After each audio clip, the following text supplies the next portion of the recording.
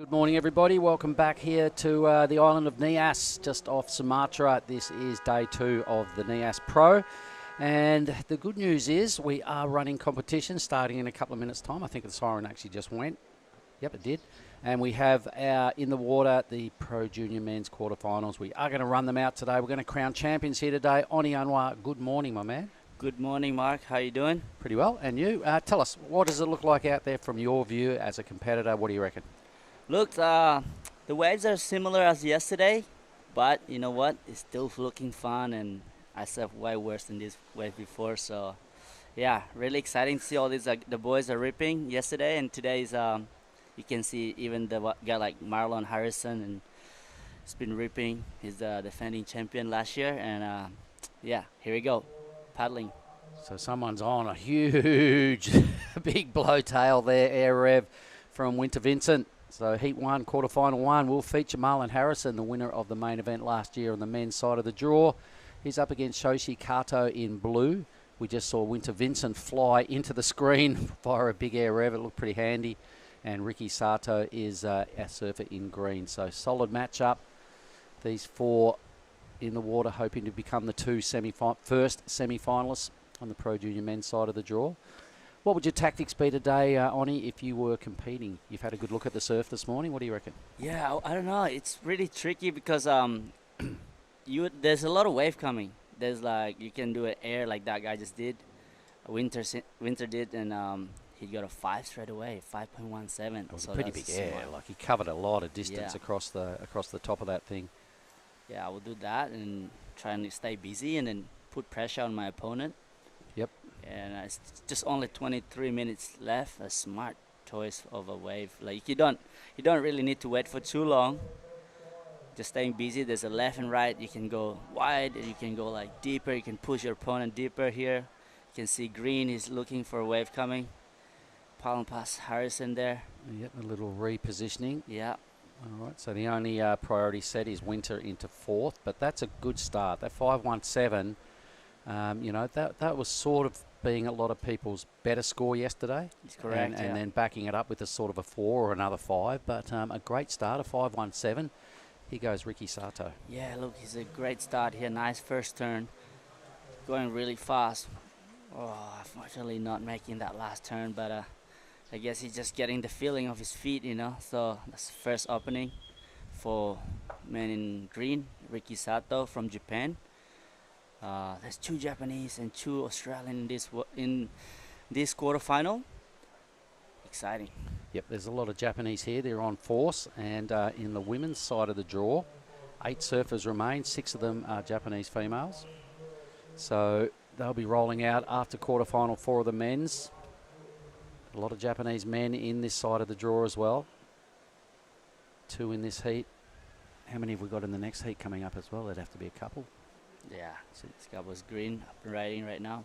Second wave, staying busy. Looking to see if there's the wider ones open. Now, what do you make of the inside today as well, Lonnie? You've been watching some of the free surfing. It's pretty clean and crisp in there, and I've seen some huge moves inside today. Well, would you be trying to connect the dots in there as well, just to add a little bit of something? I don't think so. I would do. If you take it from the back, it's kind of wasting of time paddling back out. Right. If I was maybe if it was your last wave. Yes, right, my last wave for sure. I would just stay at the back, get a quick big score at the back, and then if I need a small score, maybe I can come on the inside a little bit. Well, we saw that yesterday. One of the young ladies was chasing a 1.2 or something for 20 minutes of the heat and couldn't get it. Yeah, it was a bit of an unusual occurrence, but you know, the ocean had some really bad moods yesterday, and it had some pretty reasonable moods. Jarvis Earl made things look pretty good. He'll be coming up a little bit later on. That's the heat I'm really excited to watch. Jarvis Earl just things look so fun and easy. There's our athlete area, everybody. A few boards starting to stack up there. It's Pro Junior Day down here on the point. As we look over the roof, that is the lineup. It's not the usual Lagundri sparkle and barrels going down, but it's the same for everyone, Oni. So when stuff is like this and you're about to compete, it's business as usual. Yeah, you've just got to keep your blinkers on and go, well, I just got to do what I got to do. Exactly. Oh, here you go, Vince. Looks like he's riding really good board, like small.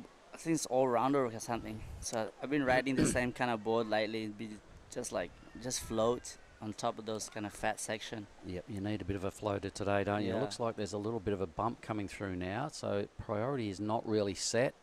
Only had 2 surfers with waves, but out wide. Let's have a look at Shoshi Kato for his first performance. Wow. And a huge blast, and he kind of 90% finished it, but it still will lock in as an incompletion. So it's probably going to be just maybe a 1 or something around that neighbourhood. Here it comes now. It's going to lock in at a 1. So great effort, taking a leaf out of Winter Vincent's book and going big, taking it to the air out the back. Nice theory, but you've got to complete them. So in stark contrast to Winter, who got a 5.17, Sato a 1.07. So we still have a couple of surfers. Well, one surfer, Marlon, without wave. That's him in the red. So he has top priority. Speaking of Marlon, yesterday, mate, he surfed 2 pretty smart heats. He only caught probably 6 waves in 2 heats. Made all his scores count, and very polished performance from the defending champ.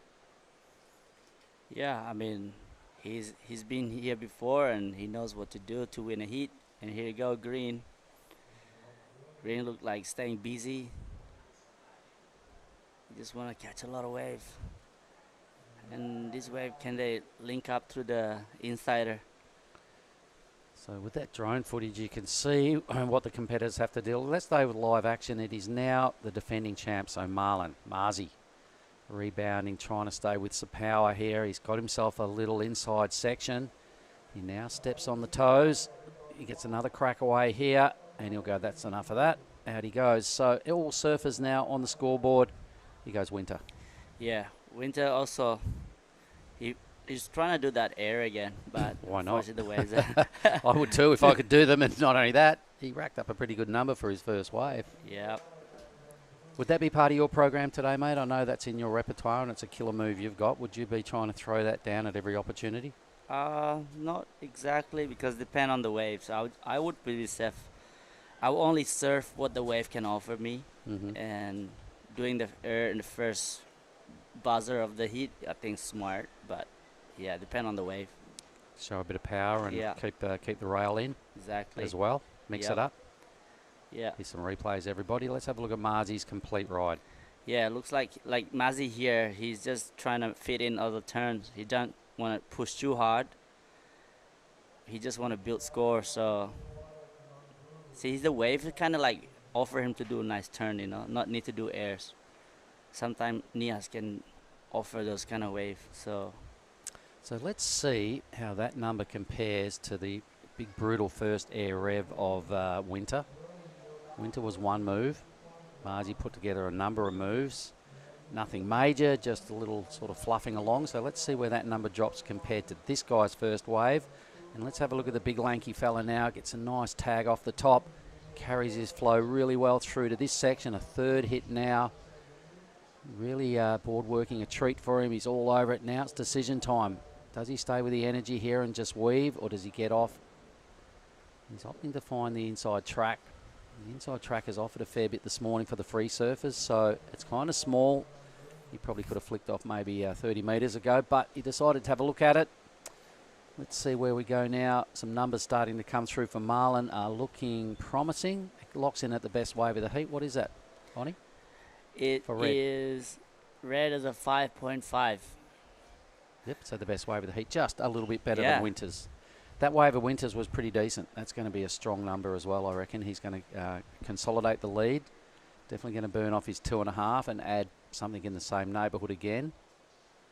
Some pretty quality work. I guess you asked me before what kind of like strategy I would surf. I would surf exactly what Marlon Harrison and Vincent, Winter Vincent would do. Like first do an air and then come back up with a nice cut back.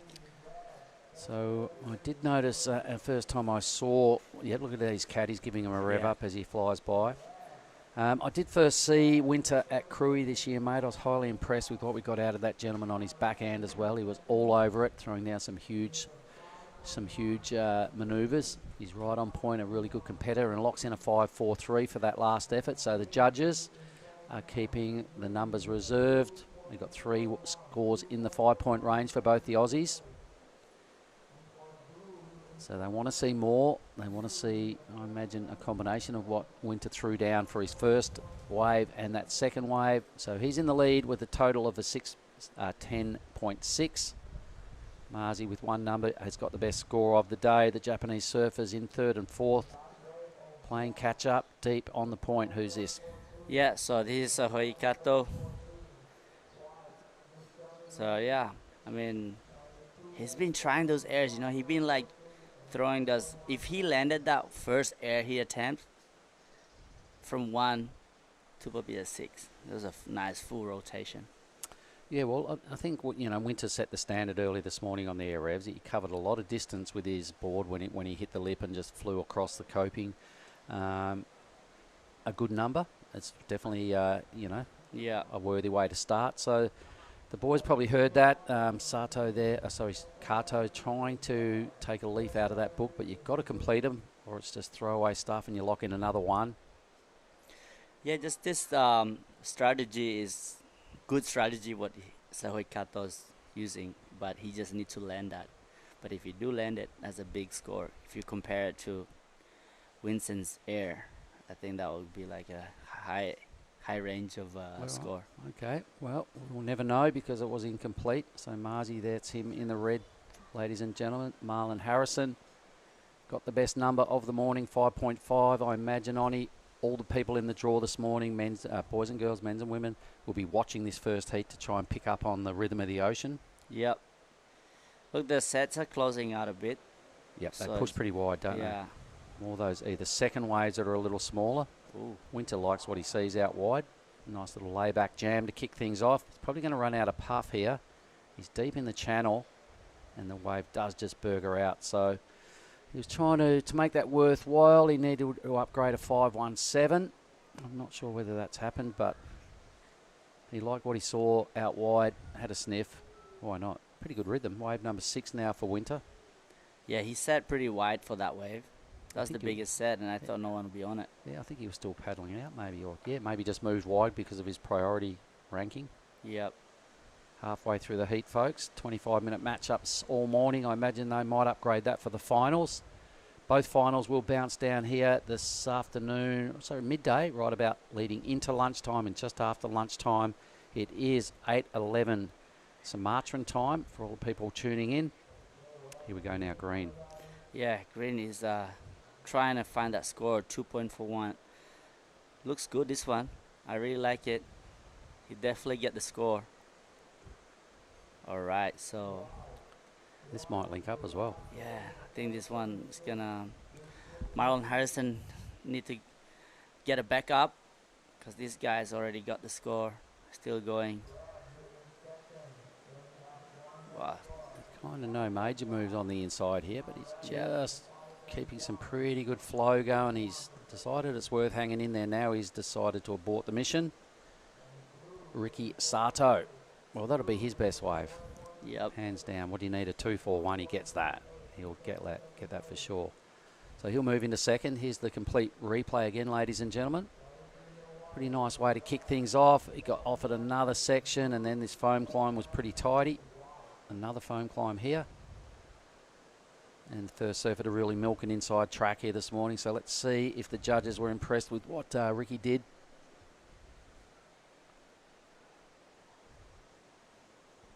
Here he goes. I thought he might have had an opportunity to come back left, but he decided to keep the flow going down the line. Yeah, I like this turn right here, but I don't think the judges like the all the way through the. Yeah, yesterday they got a bit bored on that inside section and were refusing to throw big numbers for stuff that went in there. If something big happened, they might be generous and throw maybe an extra 1 on top, but they really sending that message yesterday. Wanted to see the work done out the back. If you got a link up, you've really got to hammer it to make any sort of difference on your score line. And then as you were suggesting, it's quite a big paddle out. Not as bad as normal because the push isn't treacherous to get back out. So anyway, locks in at a 3.1 there for Ricky. So a lot of work done. A lot of actually, he's still about to drop it in. Actually, the score's still coming. Surely it's got to be better than a 3.1. what I thought was like a 2 turn at the back's already a 3. Yep, 2 turns and then out. a couple of foam climbs. Yeah. And then the inside was almost a nothing. So let's see. Scores dropping now. What is that? Is that a 5.2? It is. So we now have 4 scores that are all in the 5-point range. So the judges are yet to go anywhere in the good range. They're having a view at it. Everything's looking same according to the judges. 5-2, we've got a 5-1-7, a 5-2, a 5-4-3, best number, a 5-5 for the man in red, being most patient. I know his coach, Richo's probably watching this morning, going, just hang in there, buddy. You've got plenty of time. 9:20. So first priority, the man in red. He's got a decision to make. He's chasing not much, 2.8, but he'll want to boost at least another 5 or a 6 or above to go to first and get out of that dreaded non-qualifying position. Here he goes now. Marzi is on the move. Yeah, Marzi looks like on the bomb right here too. He knows what he wants, so he's eyeing on this turn. Bang! Wow, smart surfing. Can he link it up? He knows he needs to kick out. Smart. That's enough, I think. 2.8. Yep. All right. Requirement, but we'll get higher than that. Yeah, so he definitely goes to second. He might be having a look at first from here. Let's have a look. So this is the judge's view. Little sleepy start. That was pretty decent. Not huge height involved. It was an okay rotation. Judges won't get too carried away with that, but it will definitely put him into second. Ricky Sato will drop into third. Shoshi Kato sitting in fourth. We'll know what he needs in a moment as well. Down to 8 minutes. Here we go. So, yep, some indications are there. It's a 3-6 for Marzi, enough for second. Once again, the judges just expecting more. Got a quality field of surfers here, mate. So the judges know they're going to see some bigger blasts today, some bigger airs. So holding on to those higher end numbers. Yeah. I just love how, see, red and green is like up and down. From up and down, second, third, second. Well, now that it's really starting to take shape, you know, like Yeah. they're getting their groove on now, and it's down to like real crunch time with 7.5 minutes remaining. Pretty much everyone's going to get another wave, but they might only get one more wave.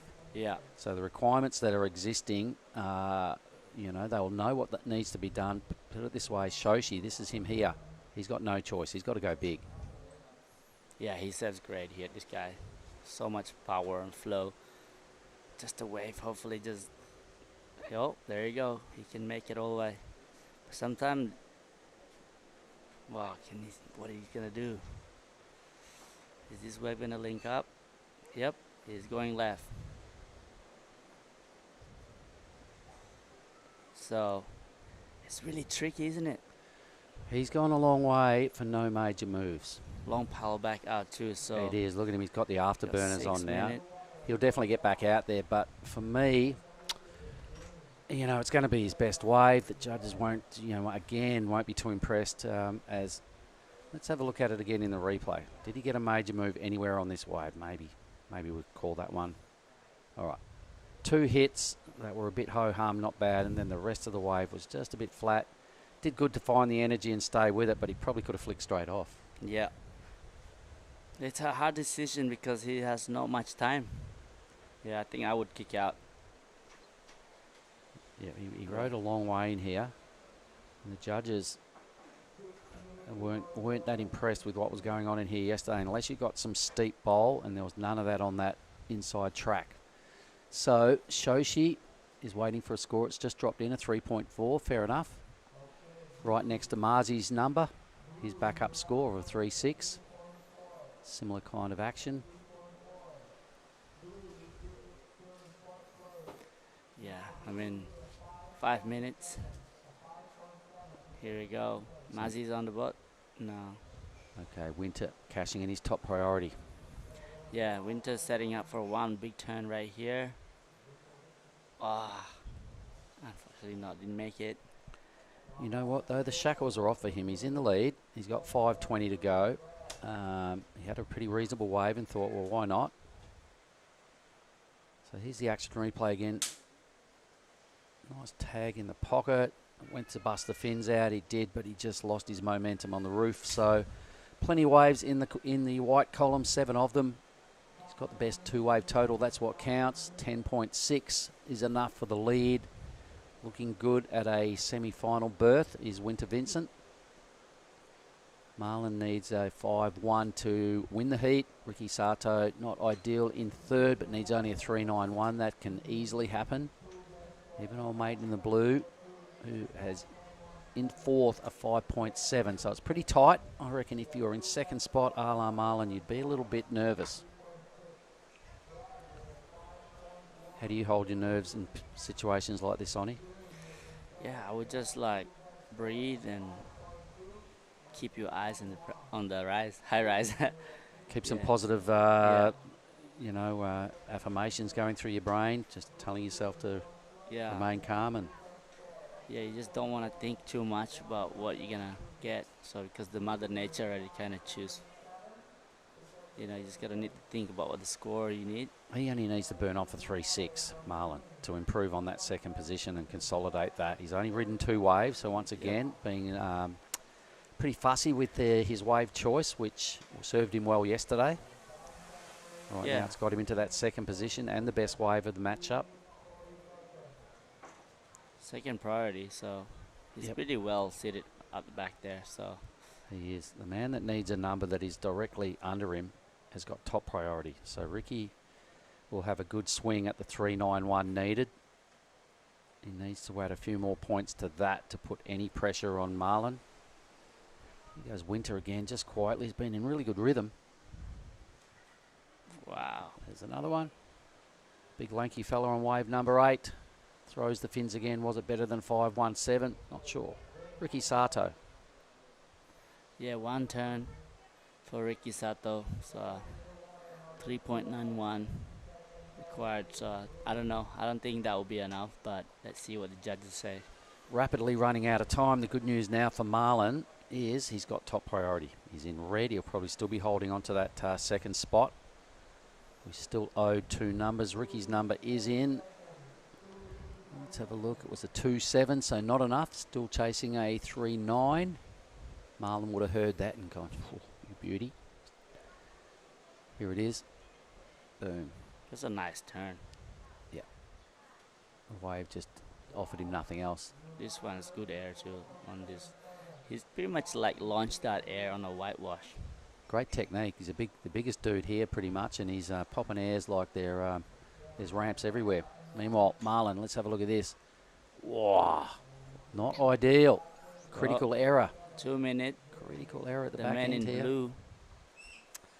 Yep, for green and blue that both sit with first and second priority, we'll be going, oh, he's just fumbled one. The door is open. The door is open, Mr. Mark. So let's see what can blue. He's dangerous too. He's really good surfer. He can only do 1 big air. And green only needs small score. So the requirements to dislodge Marlon, they're right there. It's a 5.7 from blue, a 3.91 from green. 90 seconds to go. They need something to happen now. Marlon will be hoping the ocean goes flat. Winter Vincent's been leading the whole heat. That's him in white, the deepest surfer. So fairly dramatic end to this heat. Should the ocean provide a couple of lumps, the boys are all on the move, so there's something coming. Maybe. There's the athlete area right there. Not too many punters sitting in the zone down there this morning. See Axel's there. Yep. Boys are giving the thumbs a good workout. Actually, that's Jack. Jack Thomas, Yep. JT, saw him this morning. And Tally Billy. Yep. All right, 40 seconds. Gnarly times. Bit of drone work there from Ryan. Just about flying into the athlete zone. Look at the boys acting all cool and calm. Yeah. Is that Jack? It's not Jack. No, I think this Axel. 19 seconds. Back to the action, and there's not a lot of movement out the back. There's someone thrashing pretty hard. This is green. Green. Here you go. Watch out. 3.917. 3.91. No, definitely not. Yep, super tiny waves. Yep. Not much going on there. Probably the smallest wave ridden all morning. So it will be Winter Vincent, the two Australians, Winter Vincent, Marlon Harrison, making their way through to the semi-finals. The two Japanese campaigners are on the sidelines and out of the junior draw. Yep, so we'll just take a short break and we'll be back with quarterfinal 2 in a moment.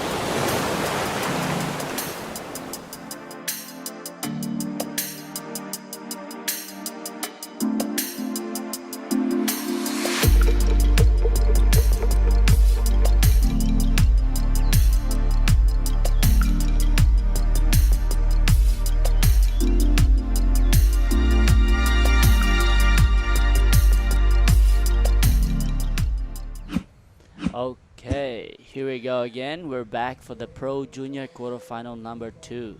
So, in the water, we just had the two Australian made it through.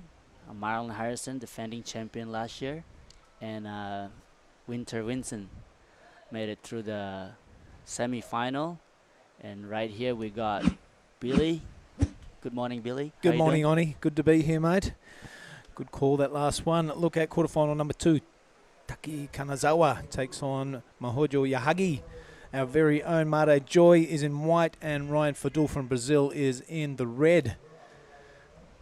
Looks like Yahagi getting busy, as always. Looks like we are going to run Pro Juniors all day. Conditions still marginal, but still workable. Very contestable waves. Yeah, there's a lot of wave came through before, and I guess you already see some scores already for Monojo Yahagi for 4.5, his first wave, and it's back up with 1. And Taki Kanazawa got a 2.27. The Japanese servers are already putting pressure for the one Brazilian and Indonesian server Made Joy, who was really surfing well yesterday. He was really surfing well, Oni. He always does, but what got my attention yesterday was his patience and his heat strategy. I think he only stood up 3 times, but every time he stood up, he made it count. So definitely got a game plan. Let's see if it sticks with it today and it pays off. Yeah, like already second wave for green, so that was probably not a score, but like 1 point for him. So yeah, Made Joy played a really smart heat strategy yesterday. You know, this guy can serve, so what's the point of staying busy if you can pick the right wave?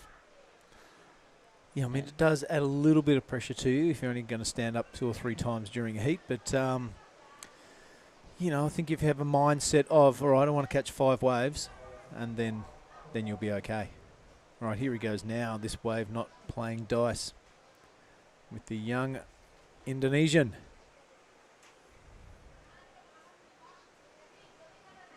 Yeah, it's the Brazilian surfer here in red, looking really good, fast and spicy.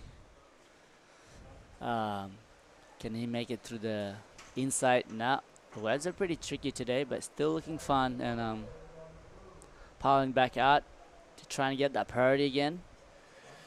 Yeah, they are tricky. I haven't watched the first heat. I was running around busy. Were any linking up to the inside? Not all the time. There's some of the sets do, but it's not really much of a score. Yeah, gotcha. Okay. In the free surf today, we did see some fun little inside peaks happening, but that'll be a massive roll of the dice to come sit on the inside. It's a different peak, you know. Like you kind of have to sit inside to get those waves too. You do. Yep. It would have a touch of the Parcos and Medina factor to it. So it'll be a massive roll of the dice for any coach to advise their surfer to go sit on the inside because they're a bit more fun and a bit more wall. All right, a little bit of a break in the action. We are going to cross down for the first time to the athletes area. Mark Clift has the winner of the last heat, Winter Vincent. Certainly do. The big fella. It's got to be the biggest guy in the draw. Come here, big man. Tell us, did you have a warm-up surf out there this morning? Yeah, I was up early, went out there for a few waves, and it was fun, but I knew not to expect too much. Well, you started with a bang. That first big air rev, you flew into the picture off the screen, and you must have been pretty happy with the way that started. Yeah, I was just happy to get an early start because I knew there wasn't too many waves out there. But yeah, it was overall a good heat. I'm sure we've all competed in worse stuff than that, so you've just got to kind of get your head around it and go, it's the same for everyone, yeah? Yeah, we're all in the same boat, so if I can do my best, then that's as good as I can ask. You popped a bunch of airs in that heat. You're the biggest guy here, so you've got a real good technique. Is that part of your plan going out this morning? Yeah, well, there's not much on offer for turn-wise. So I'm just kind of just doing whatever I can, and I guess airs are the way to get the scores. Sure was, because you got a healthy win right from the get-go, led and won the heat from way to go. Semi-finals coming up. What do you do between now and then? Well, I'm here with Sheldon, and I got a bunch of good mates back at Raphael's, so I'm just going to go back, play some pool, and chill out till then.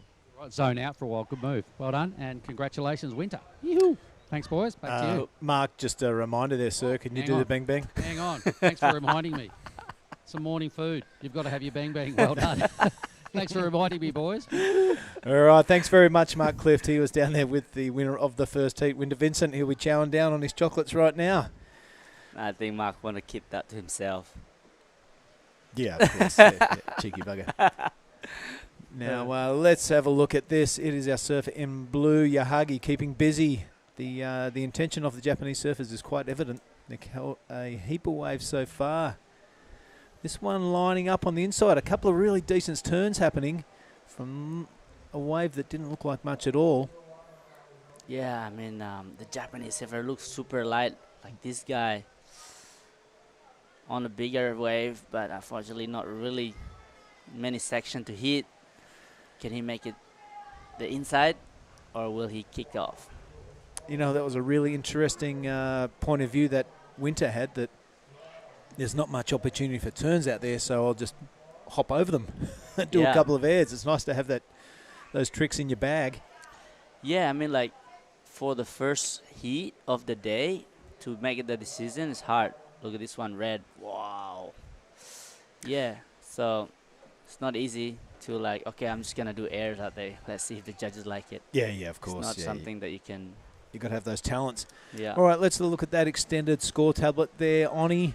It is Yahagi out to a great lead, 4.50, the highest wave of the heat thus far. Kanazawa not far behind him.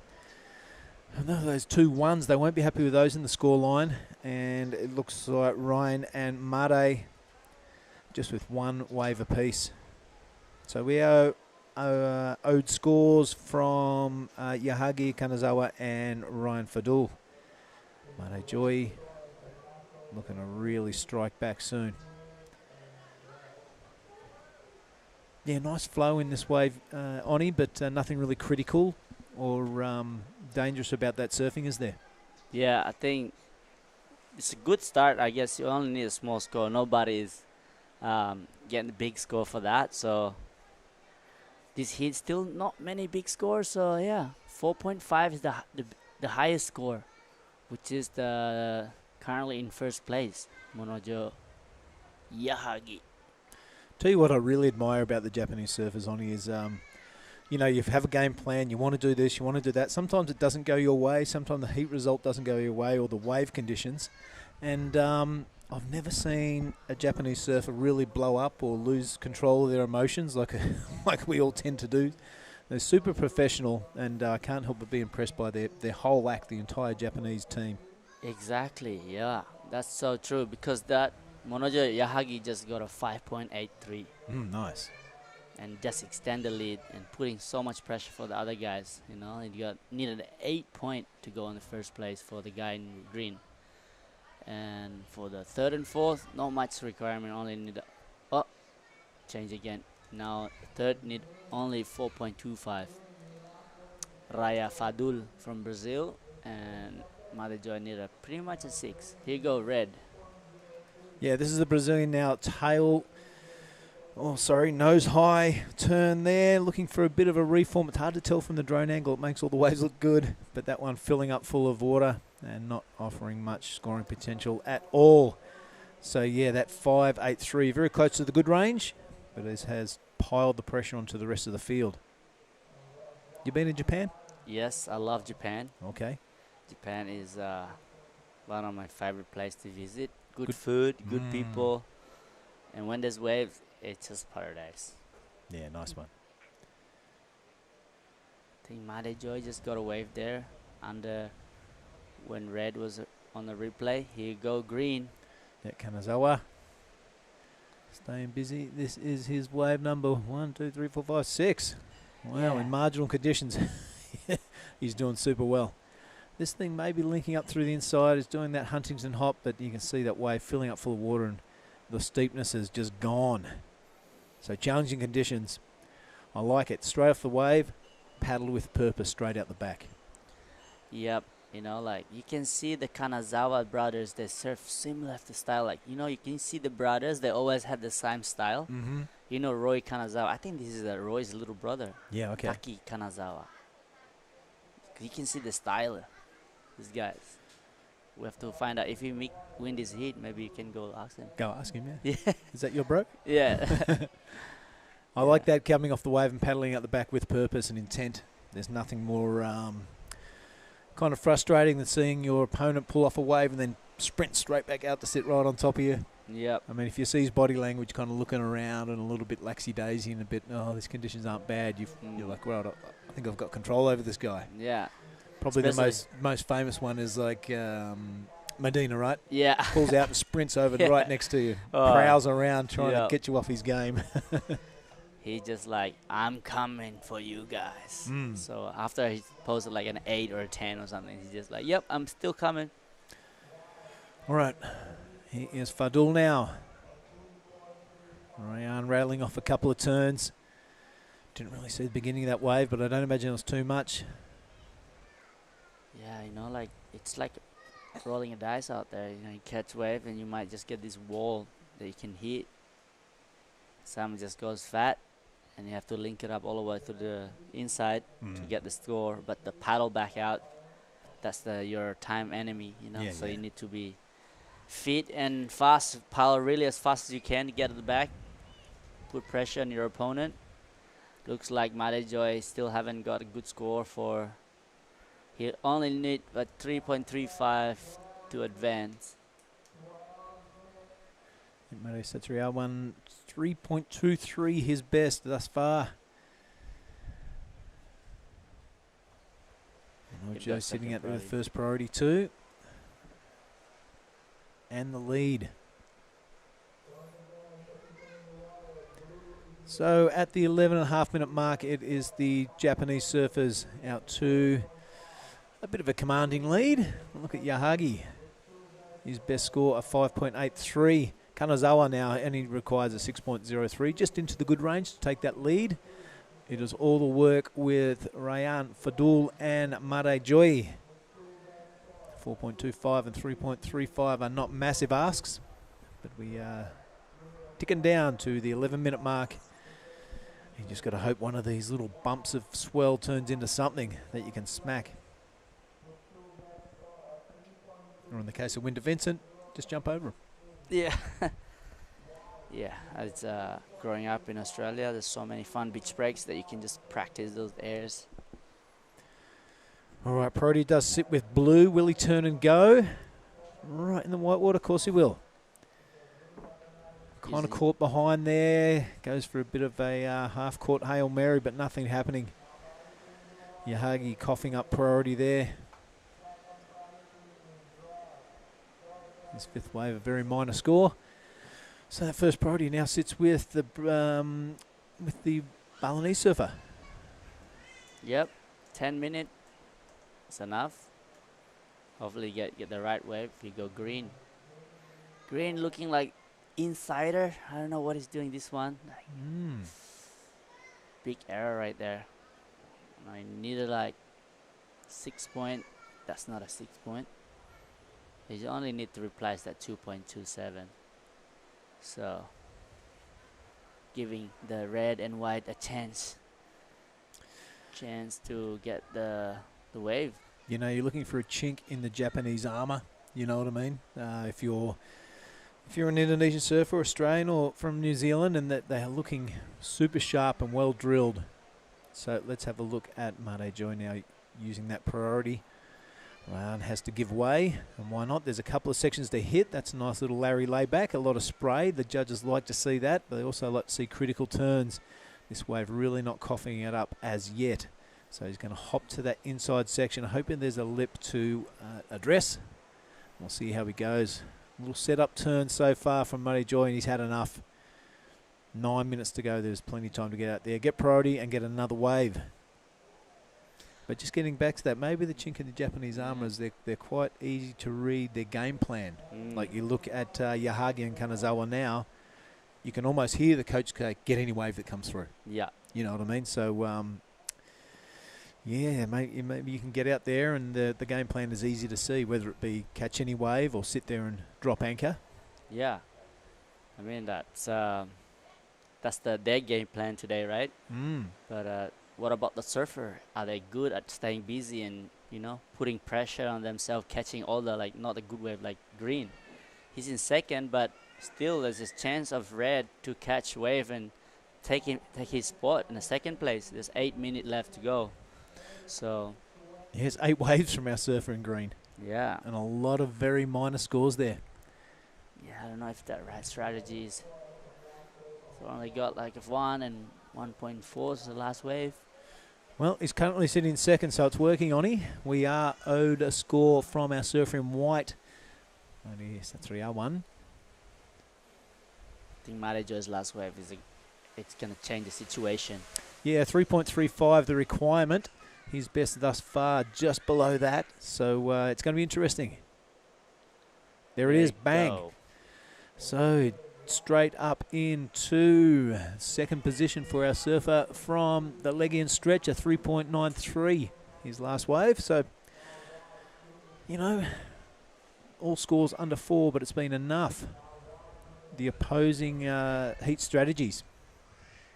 Rayan Fadul now sticking it up there. There's a couple of really good turns. So in the last 7 minutes of this heat, this could really set the cat amongst the pigeons. Hopping his way to the inside on. You reckon he's going to get anything? I reckon he will. But I don't know if the judges like that. They're nothing really critical or, you know, exciting thus far. A bit of speed now. Sticks it above the lip line. Wow. Was that a bit of a flex or a bit of a what have I done? Yeah, it's just like, yep, give me the score. We love it. All right, so 6 minutes and 40 left. It is the Balinese that's made the move. Playing the patient game. It's paying off so far. And the two Japanese surfers playing the catch any wave that comes through game. Raya Fadul with this thing. Could have slipped amongst all of them. Have a look at Mate Joy here. Talk me through it. Yeah, I like how smooth he serves. They throw right here. Variation, you know, surfing with different style. Smooth, but he should just kicked out here.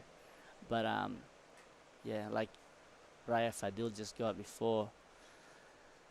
Yeah, there's another 5 minute pal out here. Yeah, he's young. He'll be okay. Look at that one, nice and high, straight through the lip line. Follows up with a second one. Man, I'm calling this could be the best wave of the heat thus far. He just has to go into that good range to the best wave of the heat, and his requirement is not much, a 4.83. So the Brazilian putting a good foot forward late in this heat. clicking down towards that 5-minute mark. Everything seems to get more intense and more critical under the 5-minute mark for some reason. Yeah, a lot of hopping here, but then this finishing, yep, give me the score because I'm going to pile 5 minutes He's out. pretty happy with that, wasn't he? It's very strange to see a Brazilian claiming at the end of a wave, but, you know, I reckon he might have been worth it. Strange? You reckon? That was a good turn from Kanazawa. A nice high tail release on the inside. So the boys getting the flow going and finding that inside bonus section. Could only be half a point to 1 point, Oni, but that could be the difference at the end of the day. Still waiting on that score for red.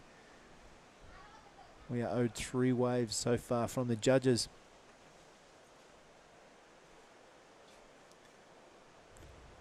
Yeah, I don't know. A lot like a Huntington out there, isn't it? Yeah, Surfing that inside without a section wetsuit. So yeah, I'm just be happy out there to be surfing without wetsuit. Loving it. All right, still waiting on that score for red and that score for green. This could shake things up a little bit.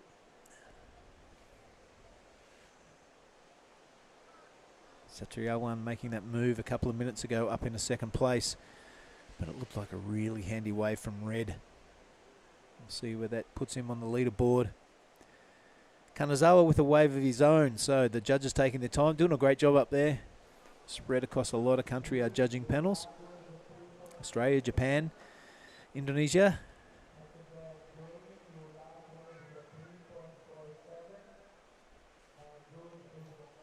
All right, there we go. Indeed, there is a move, a 4.30. Kanazawa, you pair that with his 3.47, and that's enough to take him back into second.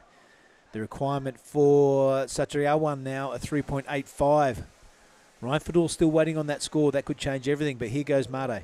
Yeah, Maraja, like, just kind of caught behind. You can see that when he paddled for that wave, he's kind of late. He needs to start early, where he just on his feet before the wave's actually crumbling. So he can just tap it to create some nice throw sprays, you know. But, yeah, it's hard. It's not easy. All right, a 4.70 from the Brazilian. It's not enough to change things around. I was tripping a little bit on that score, so it is red staying in fourth position. The two Japanese surfers with under 3 minutes to go, first and second position. So it's probably all eyes on our Balinese surfer, Made Satriawan, better known as Made Joy. He only needs a 3.85 to take that second position from Takai.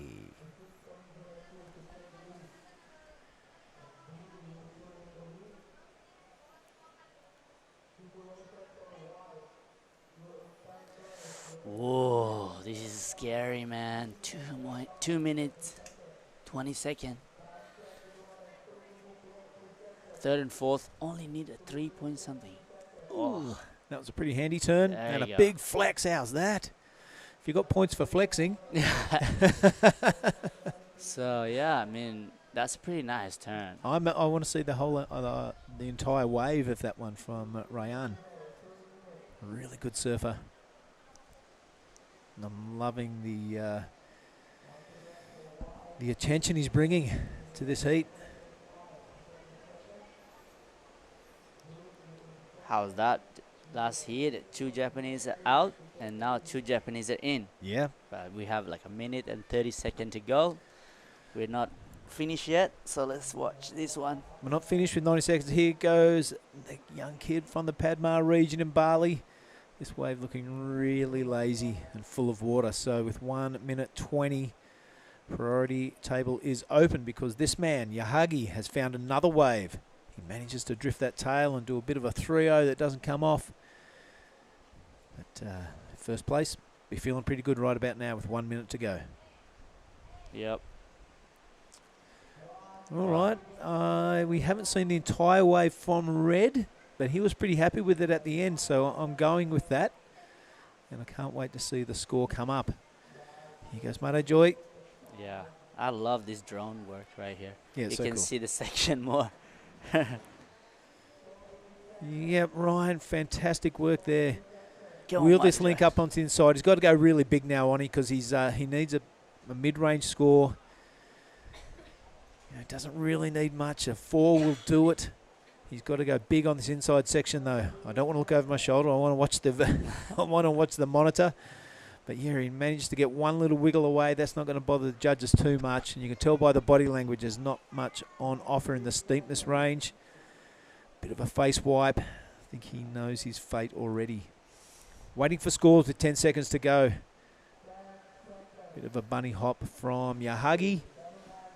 But that could be it. We'll wait for those scores to drop. No doubt this heat will be on hold as the judges get those scores into the tablets. But at this stage, with maybe an important score to drop for red, that could shake things up. Yep. So it's probably between Kanazawa and Fadul now who will take that second position out. Judges watching replays, comparing, and they're putting the score in. It's pretty intense up here in the commentary booth. I'm sure Ryan will be feeling the pressure down there, standing on the reef.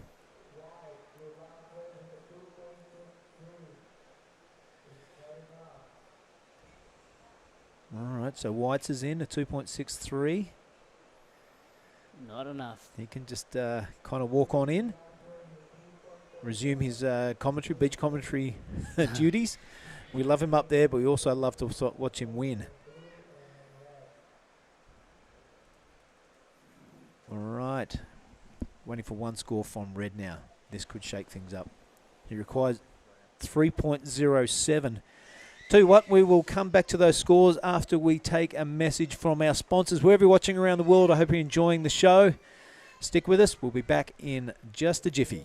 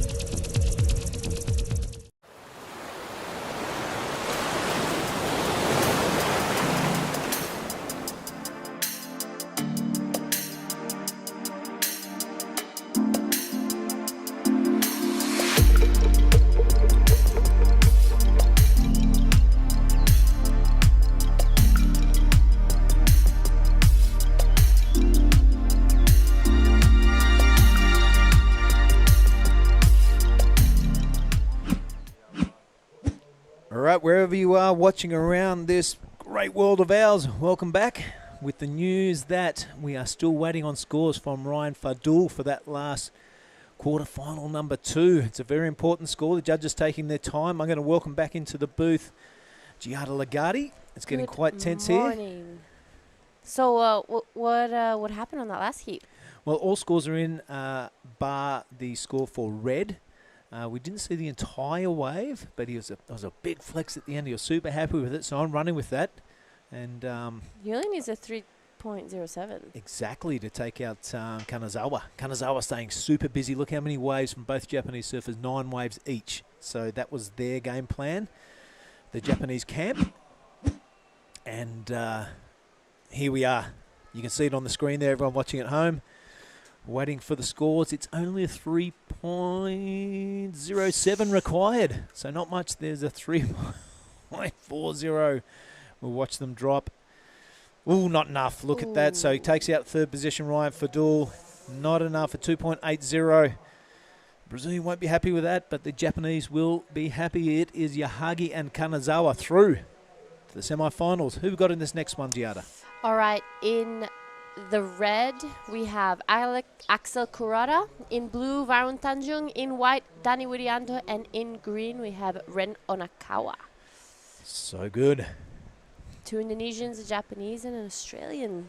I am excited to watch Danny surf. He was Me too. ripping yesterday. Yeah, he really, really surfed well yesterday. And speaking of Danny, here he is on your screen. A nice reverse to start off this wave.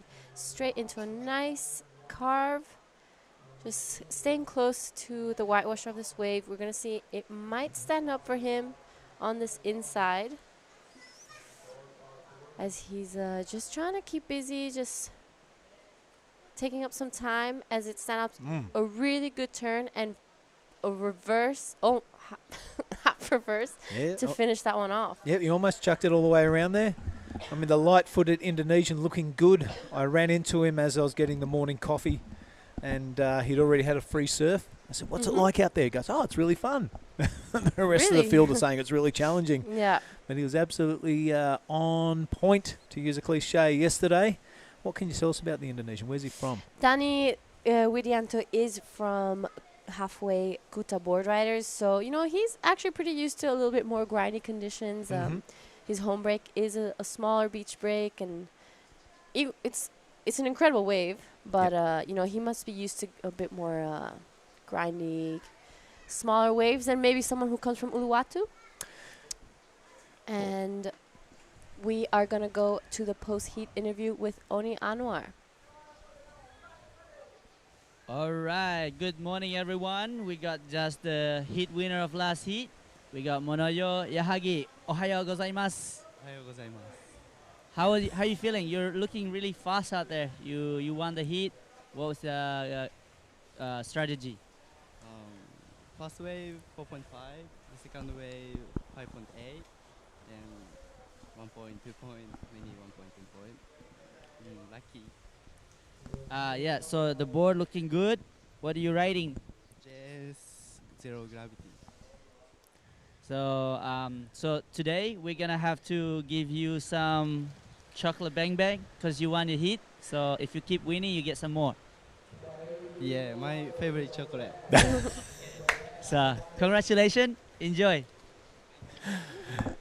Yeah, very nice one, Oni. Well done. And well done to that surfer. All right, the heat is being turned up in this quarterfinal, number 3. We've seen a wave from Danny. And talking about him, he's from that halfway Kuta Beach.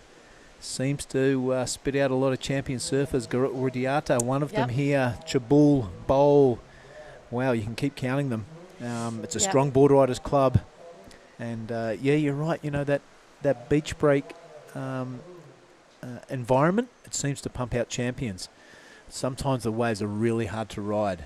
But if you're surfing every day at Uluwatu, where it's just perfect and it's, you know, you think you're ripping all the time. But then you get to a beach break and you've got to generate your own speed. And, you know, you've got to do turns where the wave's not much power. Yeah. I think it's it helps you surfing a lot, especially competition surfing. What I find as well is many of the people who do surf waves like Uluwatu every day don't want to surf other waves. That's and right. This is Varun Tanjung on a good-looking wave. 3 nice turns to start it off. Carves it back to the whitewash. He's going to try stay with this one, but unfortunately it does flatten out for him. So we are waiting for scores for all the surfers at the moment. This is green right behind him. Talk us through, Billy. Yep. Sorry, I was goofing off a little bit there. This is Ren. Really good effort yesterday. Light-footed also, a smaller surfer.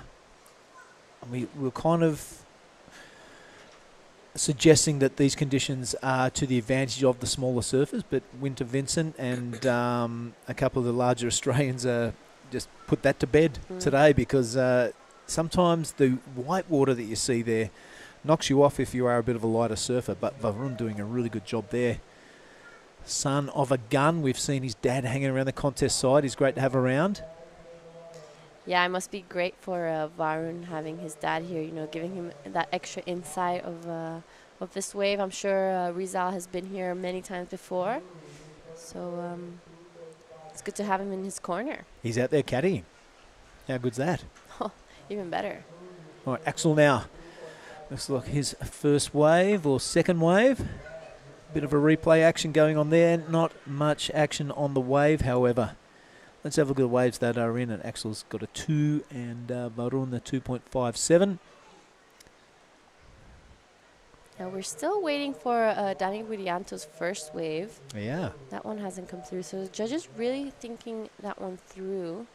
And what do you think that indicates? That they liked it? I think it's going to be a pretty good score. Yeah, me too. I mean, he served it really well, so had variety, had speed. He never really bogged his rail in any moment, so I think it's going to be a pretty good score. For now, I think it could be the best score of the heat. All right, I'll back that call. I like that, Giada. Akano, Ren. Expecting big things from him today.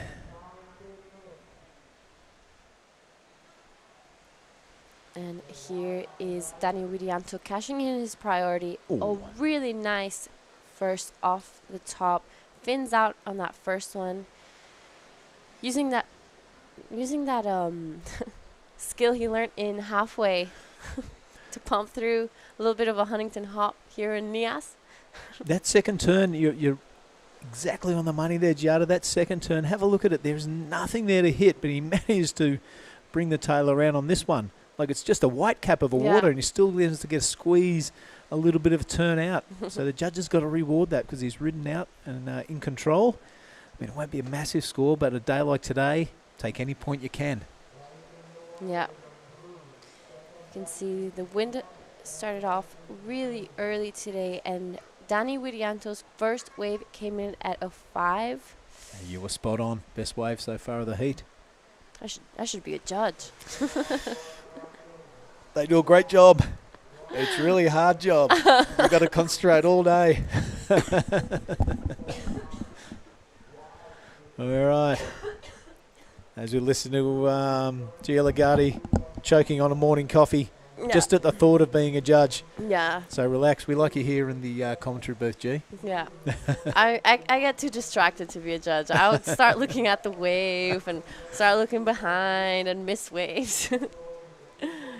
Nah, the judges are doing a great job. Have a look at that overview. We see a local out there probably doing a bit of fishing for octopus or something.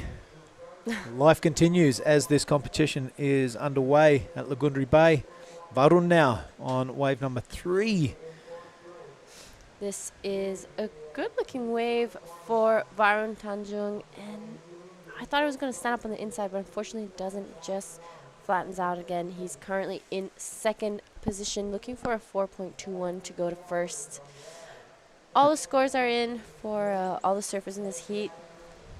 Danny's last wave came in at 2.9, so...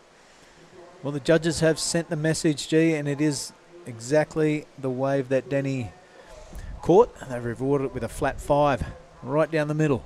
That's what they want to see. Anything over that, probably push into the good range. Anything less than that, you'll probably see around that 3 to high 2 mark, as reflected in the rest of the guys scoring there. So running with Pro Juniors all day, we are going to go into the finals. Yeah. Just for those watching around the world, this is a QS 5000, so the main contest is that 5,000. You know, people travelling all around the world, and it's counting towards qualifications for that Challenger Series in next year. The Pro Junior is kind of like a little bonus to have. Yeah. I mean, it's great to have it. It's fantastic to watch, and it's great exposure for the young Indonesian surfers. You can have a young 14-year-old like Rajo Barrel up against a 20-year-old from New Zealand or whatever, you know, or a seasoned Japanese competitor. So it's a really good experience for the Pro Juniors. Have it as a bit of a sideline to the main event, which is the QS 5000. We want to get those surfers out in the best conditions. Yeah. That's why we're running with the finals and stuff today. Great call from head judge and WSL representatives. Of course, Bonnie McLeod, our WSL representative, and Ty Gonigan, our head judge. There they are there up in the tower, doing a great job. Not one eyebrow raised from scores yesterday. It was a super solid day of work. So well done to all the judges. That looks like Ropik in the camera tower there. This is Axel Kurata, one of the Australian surfers. 2 turns, and he'll be kicking out of that one. Right behind him, Ren Okana. Yeah. Oh, just falls off. That was going to be a pretty good score. Yep, Ren going for it, and you've got to. 2 of those, and he'll get a 5, just like Danny. Yep, I like it. Have a look at Axel now, the replay from the get-go. All right, a fairly, stock standard first turn, releases the tail on the second one. So 2 decent hits. That's kind of not a bad game plan. I like the way Rent for it there. Yeah, you can really see the texture on the surface of the water today. Woke up early and the wind was already howling. Yeah. So, It's tough conditions, but, some of the best surfers you'll see out here. And it's if you're just free surfing, it's not too hard just to go along the face and do a cutty and go along the face and do a cutty. But when you're pushing it, just like Ren did then, any little surface fluctuation on the face of the wave is going to, maybe trip over a rail or have a big effect on your riding. Easy to surf safely, but the texture makes it really hard to surf with any gusto. yeah. I mean, we've been saying this. These are tough conditions, but honestly, I surfed yesterday afternoon, and it was really fun out there. It turned into a whole skate park yesterday afternoon, didn't it? It was really good. The inside section was there was lefts on offer. Mm-hmm. I think Gogo was claimed that left at his own. Gogo's left. One of our judges. He took your title. I've been calling that Billy's left this entire event. Oh, I know, but Gogo's a much better surfer than me, and I was watching him yesterday. I think he's earned the right to keep that left at his name. So now it's called Gogo's left. Yeah.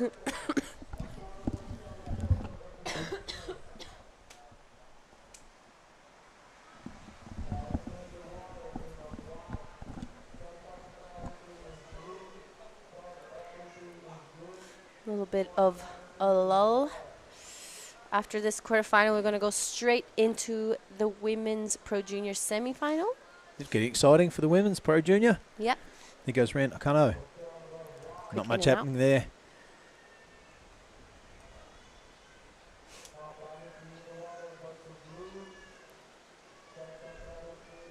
Looks like a little bit of a set coming through. Varun Tanjung on this one. It's looking like a really good wave. A nice first turn. Straight into the second one. This wave is looking like it's going to be standing up for him, so he must be feeling super excited right now. He's going to get this one maybe all the way to the inside. Yeah, you're right there, G. This one is standing up on the inside, and there is totally worth the effort there. One good turn already. He's got to finish this thing off, and wow, super good style. It's releasing the tail there, showing the fins to the rest of the field. Oh, Denny's not going to take it lying down, though. Look at that. That was a great turn. Not sure what happened before it, but the 2 Indonesians now really sticking it to the rest of the field. Loving that backhand style, that beautiful tail release from Denny. I was telling Oni yesterday that I think Varun Tanjung has probably the best wave selection I've ever seen in anyone. This is Danny. 2 big top turns to then follow this one all the way down to the inside. This was a really nice turn. This is a really, really well surfed wave by Danny Widianto and takes to the left. Nice little backhand turn to finish off. That was Danny Widianto, the current heat leader. And this is a replay of Varun Tanjung. What do you think, Billy? Well, that first one, it's okay. A lot of shoulder work there, nothing really exciting. But then you look at this thing, this might go all the way through to the inside. So it does super well. Look, there's not one piece of white water breaking on that wave. So it does super well to get to the inside of this wave. That was a nice tail release. Bit of a fin slide. And I like this one too. He had to deliver, and he does. Those beautiful Tom Curran hands going up there. Love the style on that young man. I think that's probably going to be Varun's best wave. And it is, and it came in at a 3.70. And Danny's last one came in at a 2.9.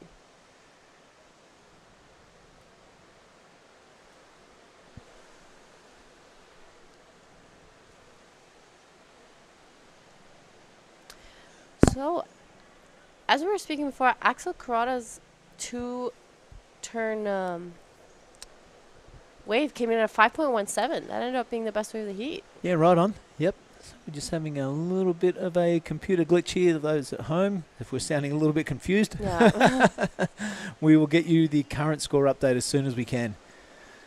The production crew doing a great job. We are really remote part of the world here on the south of the Nias Island. Of course, you'd remember that power, internet, it's really hard to get here, so Yeah. everyone doing a fantastic job.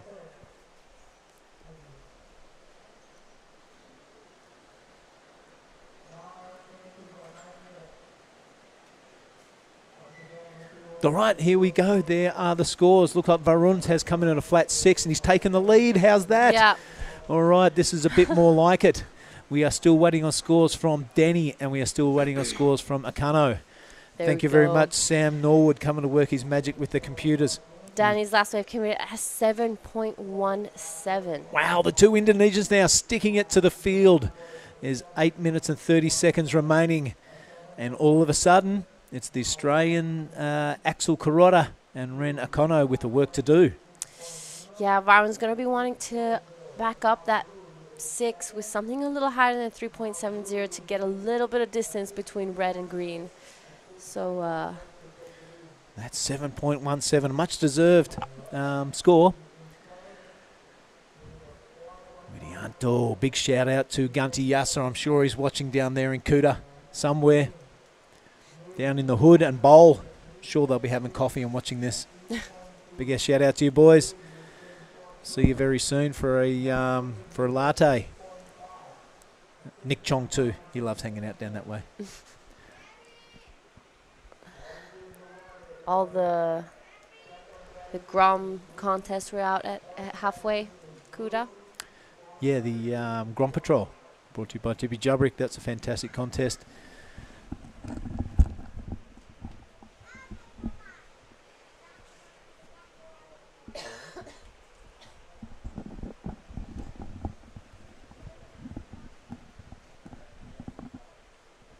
There's a young kid down there called Balon. Calls himself Da Balloon on Instagram. Pretty excited to watch him surf this time last year. I got the same feeling the first time I saw Rio surf when he was like a 10-year-old. Mm-hmm. It was really something special. So I'm putting my money on that young kid to big things ahead of him. It's a big call. He is surrounded by great surfers down there at the halfway club, at the Board Riders Club. Yes, I was blown away. Had to speak to Rio before, and when he's not on board caddying and coaching duties, he's going to come up and do a heat with me. So that'll be exciting. We can talk about his younger years, get around Bali. You know, there was a big talent pool at that time, and what made it so different for him to make it onto the tour. So might be today, might be tomorrow, but he's promised a heat with me, which will be fantastic. Right, back to the action here. 6-minute mark, ticking down towards it. It is Danny from Kuta Beach out into the lead, and Baran Tanjung following up there. He only needs a 6.18 to take that first position. It is Axel Kuroda with the work to do, and Ren Akano. 6.50, not an impossible task. We've seen that 7.17 garnished by the surfer in white. So just a little under 6 minutes remaining. You don't want to say it, but it's anyone's ball game. Yeah. You know, in conditions like this, 5 minutes is a long time. It's anyone's ball game. There we have Danny using the little, what scores do I have? Make everyone else listen. Yeah, you like that? You've got a 7.17. That's right, the rest of you guys. Say it a few more times for me, please. Yeah. All right, so he's looking to burn off that 5. He's got 4th priority, so when we're looking at that is if there's a set comes through, it's kind of advantage to the Australian surfer in red. He has priority, and he only needs pretty much a 5, and he's going to take that second position. We've seen what the judges need to get that 5 with that first wave from Danny Widiato. Yeah, we've seen it a few times go flat yesterday. You know, people looking for minor scores like 2 point something or 1 point something, and the ocean just goes flat, and you know, just can't find those opportunities. But with 4 minutes and a half left, I think one more set or exchange could come through.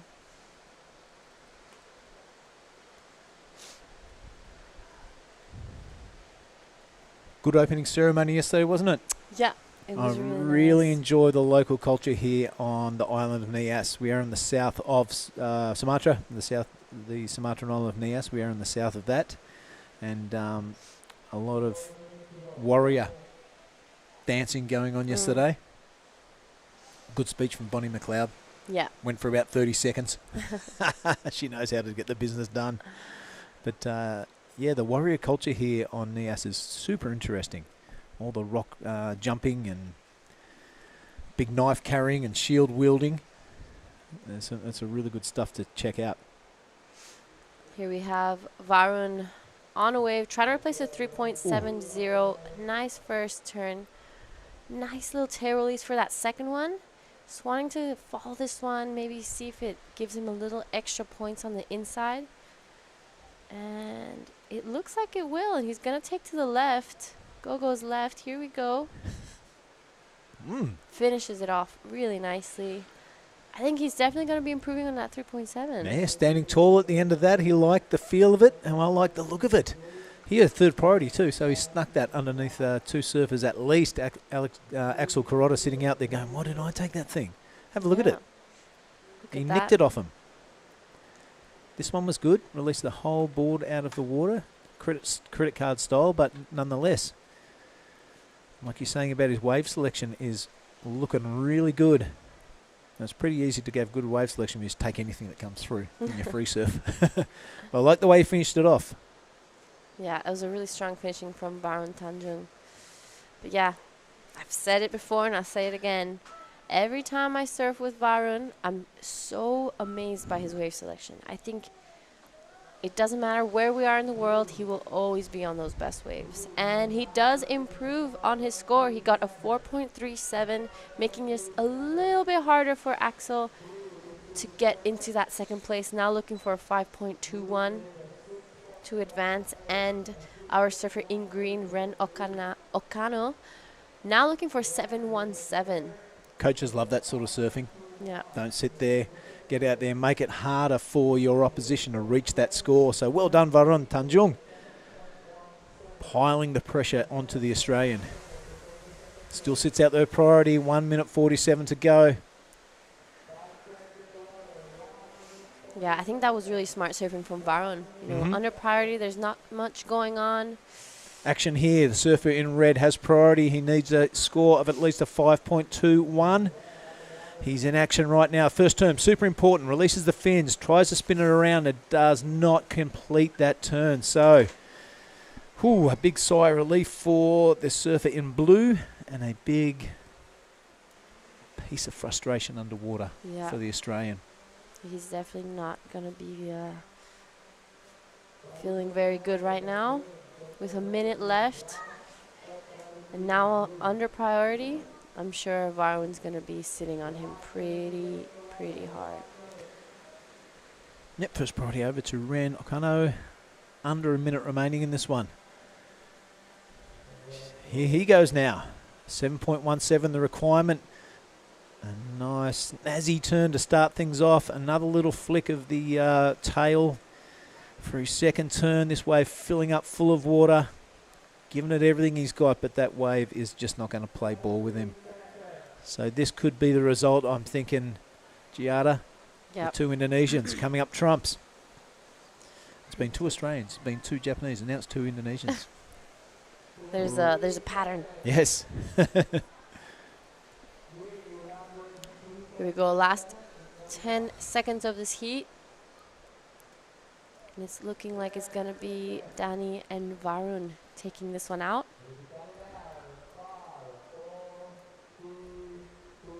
And there we have it.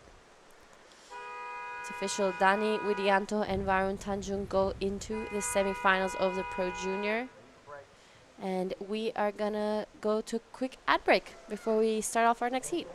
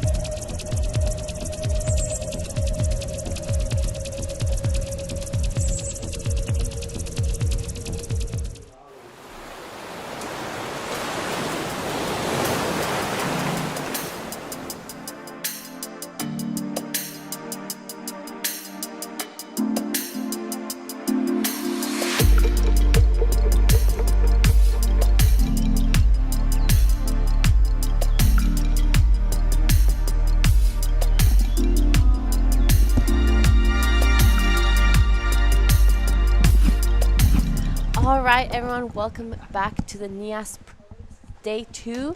We are running with the Pro Juniors today, and this is the quarterfinals Heat 4. I'm in the booth with Mark Clift. Welcome back. Yay, thank you. Nice to have a break. It looks like ripping straight into it is young Weston Hurst in the green. Had a great outing to get into this position yesterday. I really love the way this fella goes about it. He's only 15 years of age, ladies and gentlemen. He's a strapping young bull of a man. A little bit of an error there, but some pretty good work done out the back. So exactly who else is in the rest of this heat, if you don't mind, Giada? All right, in the blue we have Made Ariana, I think also known as Pajar. Yeah. Is that Pajar? Yep. Then we have in the white Tenshi Iwami. In the green we have Weston Hurst, and in the red Jarvis Earl. All right, so we've got a bunch of goofy footers in the lineup. That was a pretty good replay again from Made. Ripped into it for only a 3.67. Jarvis Earl was BOG yesterday. Giada, without a doubt, he did the best surfing. 7.50 was the wave of the day. Look at him just weaving and going about his business. Yep. He's a serious name to remember. Jarvis Earl, ladies and gentlemen, out of Cronulla. Yeah, he's always a standout in all of these events. Oh my God, like last year was the first time I saw him Cruy and then rolled into Nias. By the end of Nias, I was kind of sold on the fact that this guy's going to be a CT surfer. For sure. Yep. I have no doubt. He's really young as well. Yeah, he's, How old is he? I think he was about 19 when he, maybe last year or 18 last year. So he's won the World Juniors. So he's still, at this age group where you can surf in the 20s and under. So here's the replay. Yeah, this is a nice first wave from Jarvis Earl. Not a lot, but it's the first wave of the heat, so it's okay. There's still 21 minutes left, so plenty of time. Weston Hurst's first wave came in at a 4.17, and Made Ariana's last wave came in at 3.67. Yep, so I'm not sure. Tenchi, is he a goofy footer? Do you know? Tenchiwami is... No, I think he's regular. All right. If I remember correctly, I think he's regular. 3 goofies up against Tenchi, the lone natural footer, is what we're claiming at this stage. The magic blue board now of Ariana. So Made gives it a nice slide off the roofing. Lining up this end section. Let's see what he can make. He's out wide. He's probably, he's well positioned actually. He gets on the right sort of hump. Into another big backhand blast. Oh. Can't ride out. Bit of a pity. There we go. This is Tenshi Iwami, winner of the last QS in India. All right, so while we're having a little bit of a moment of no waves being ridden, we'll throw down to Billy Hangen, who's got, I believe, Danny Widiato. Billy. I certainly do have Danny Widiato. He is the winner of the last quarter-final. Congratulations. I saw you surfing this morning in your free surf. I asked you how it was. You said it was great fun. A really positive attitude is something you have been working on, to have a good positive attitude in challenging conditions. Yeah, I just keep busy in the first minute. I just get wave. Yeah, the wave tricky, but still good.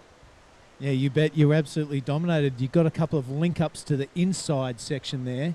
Was that a strategy of yours, if it looked good, to go the inside to get those bonus points? A 7.17 was your best wave. Yeah, just in first 2 turn and keep pumping, and the wave like following, okay. I just keep snap. Now, you are from the world-famous halfway Kuta Beach board riders. Who was your coaches down there? Or who's your mentors and who helps you along? Daddy Santosa and Arya and many guys like Garud, Raditya. Yeah, right on. Now, Mark Cliff, Yeah. I believe you have a question. I certainly do. The kid's on fire. He's dead set ripping. Ask him what he had for breakfast. Mark Clift in the commentary booth wants to know what you had for breakfast. Not yet. Bang, bang. Belum makan. All right, Danny, put it there, buddy. Keep it going because you're absolutely ripping. You were killing it yesterday and you're killing it again today. A great young man from halfway at Kuta Beach. Back to you guys. Bang, bang. Oh, yes, thank you. Also, wait. There's your chocolates. Back to you guys.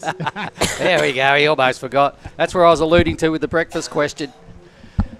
Anyway, let's have a look at the leaderboard. So Made Ariana on the strength of 2 rides. None of them are really that impressive. Has a 6.47 wave total, being a 3.67 as his best. The best number of the matchup at this stage, this quarterfinal, is only a 3.9. Oh, sorry, it's a 5.83 for Jarvis. So he's really well positioned. Weston's got a number he can sort of hang his hat on at this stage as well. So it is plenty of time to sort this one out, but they're all off and racing. They've all got something, you know, to get their campaign started. What do you make of the start of first 7 minutes of this, G?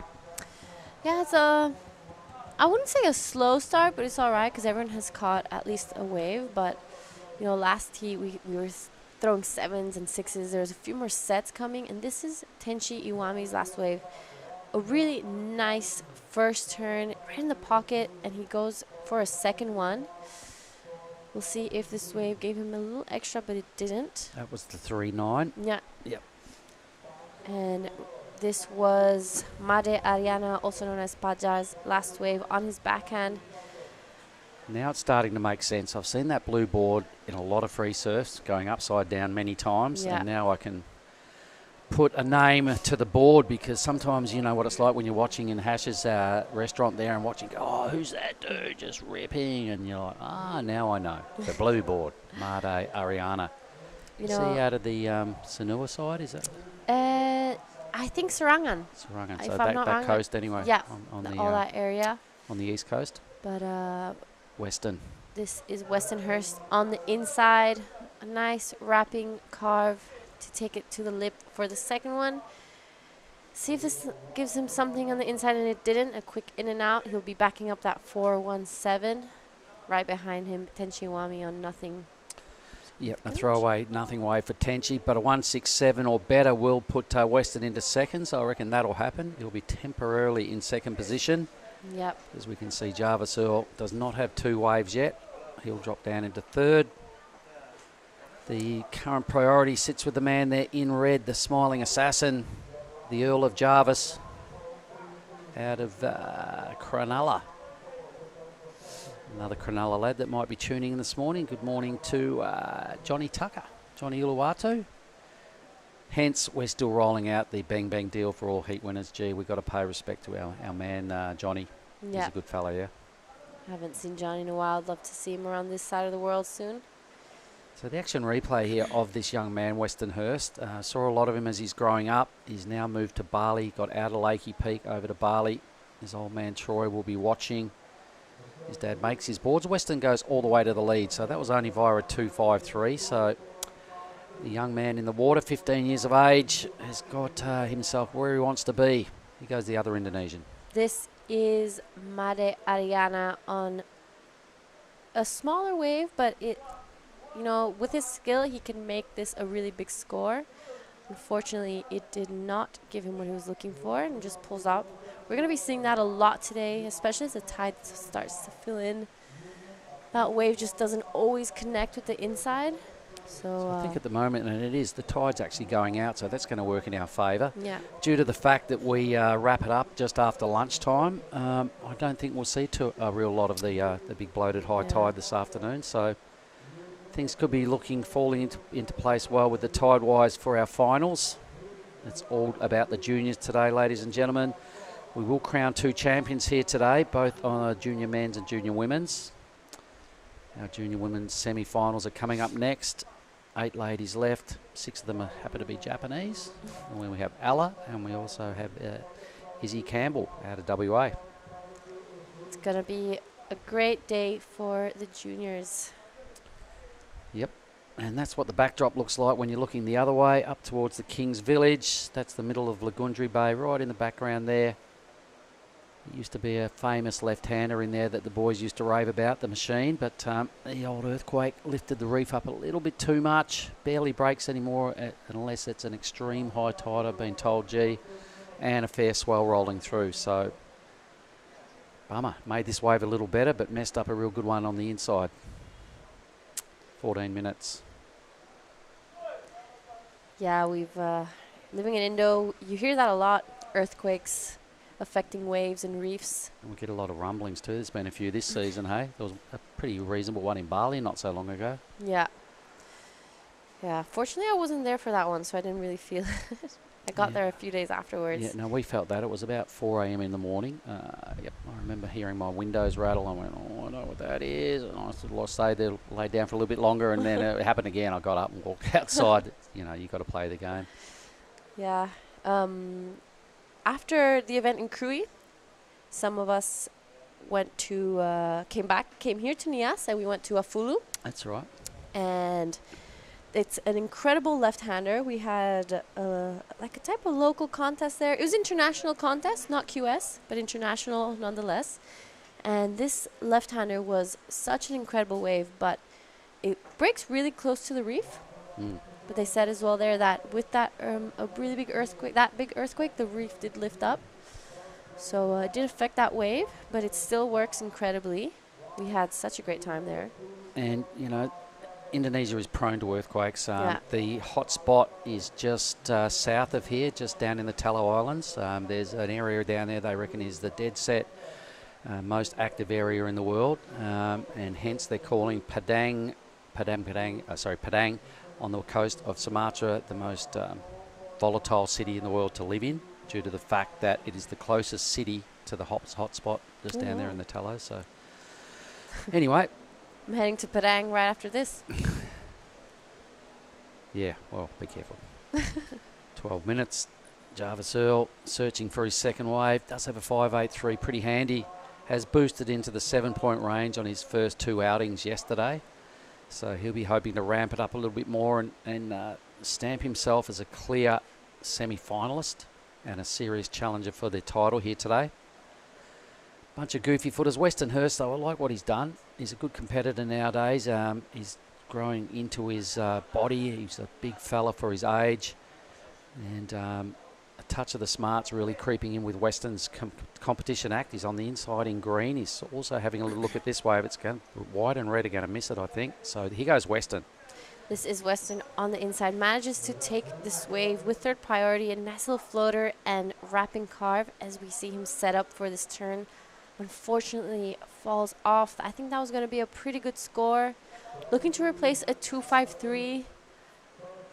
He may still have done it. Yeah. Had he ridden out of that move, guaranteed he would have. So the young fella had nothing to lose. He could sense that the other two, red and white, were going to slide off the back of that swell. So a nice little scoop up there. Our first semi-finals to confirm. They're getting ready. Here goes blue. So this is Kana. Yep, all the athlete area there. Not too many spectators. That's what the beach looks like, just up towards the keyhole area. You can see the tide is getting pretty lowish, which is a good thing. The hash house there, just to the right. The big white joint is where we are located, right where we're sitting at Sonali's place. There's the tiled area that can get you out to the keyhole. A little bit slippery, that one. That's kind of the longer route. I'd never take that way out. There's another set of steps a little closer to the keyhole. There's less of them. They're not quite as slippery. It wasn't a bad idea by the planners to put it in, but you've got to kind of get rid of the slippery stuff or to make it really, really count. So speaking of making it count, Weston did improve his act. I think a 3.83 dropped in. Takes his 2-wave total 8. There's Yama in the blue shirt there. Look at him. Everybody knows Yama, a local fella on the beach. He's everyone's #1 supporter. Yeah, but there he goes. There you go. Good on you, giving us the devil horns. Here we see a set approaching, and Jarvis Earl cashing in his priority. He's going to be taking off on this one. He liked what he saw. A nice first carve to open this one up, a little floater. He's not going to be sticking with that one. That'll get him to the lead. You would be thinking, what did he, into second, 0.6. Probably go into first place with that wave. Blue now just tagging it non-stop, trying to keep his motion and flow alive, but the wave denies him that opportunity. Jarvis will go, I think, into the lead. Weston will drop into second. Made and Tenchi will become maybe third and fourth. 9 minutes. Once you get under that 10-minute mark, it's real crunch time, isn't it, G? Yeah. Yep, So- the replay of Jarvis again. So he just playing the game. He knew he just needed a score, and he got just a score, 3.3. So into Right the lead. behind Tenchi Iwami, coming off a QS win actually recently. Okay. Taking this one all the way to the inside. So much flow on this wave. He never lost a moment of speed, and this is going to be a pretty big score for Whoa. our surfer in white, Tenchi Iwami. Taking the left now on his backhand, see what this wave can do, and he finished it off really nicely. Well, looking at when he started going left, that first bottom turn, top turn combo was really strong. And having seen that, refreshed my memory that I did see him ripping at Cruy on his backhand. He's pretty deadly. He's a big fella. He goes into the lead. That score is in. Came in at 6.33. Fair enough. Look at that. That was pretty sick. Yeah. And then really kept his flow going without having to grovel too hard. Just trying to find the power source. But once he tapped into this inside, you have a look at this little backhand first manoeuvre here. I really like the bottom turn setup. That was still strong. Watch this. Boom. Yeah. I'm really amazed how he did not lose a single drop of speed throughout this entire wave. You know, keeping that board busy, moving it non-stop, and finish it off really strongly. For what that wave offered, G, he did an outstanding job right there. That was so sick. Every time he had enough speed and a semi-little lip approaching, he just tagged it perfectly every time. Probably got 4 really strong moves out of that wave with some little grovel link-up bits in between. 6.33, well done, judges. I loved it. Yeah, this is Weston Hurst on his backhand again, trying to replace a 3.83.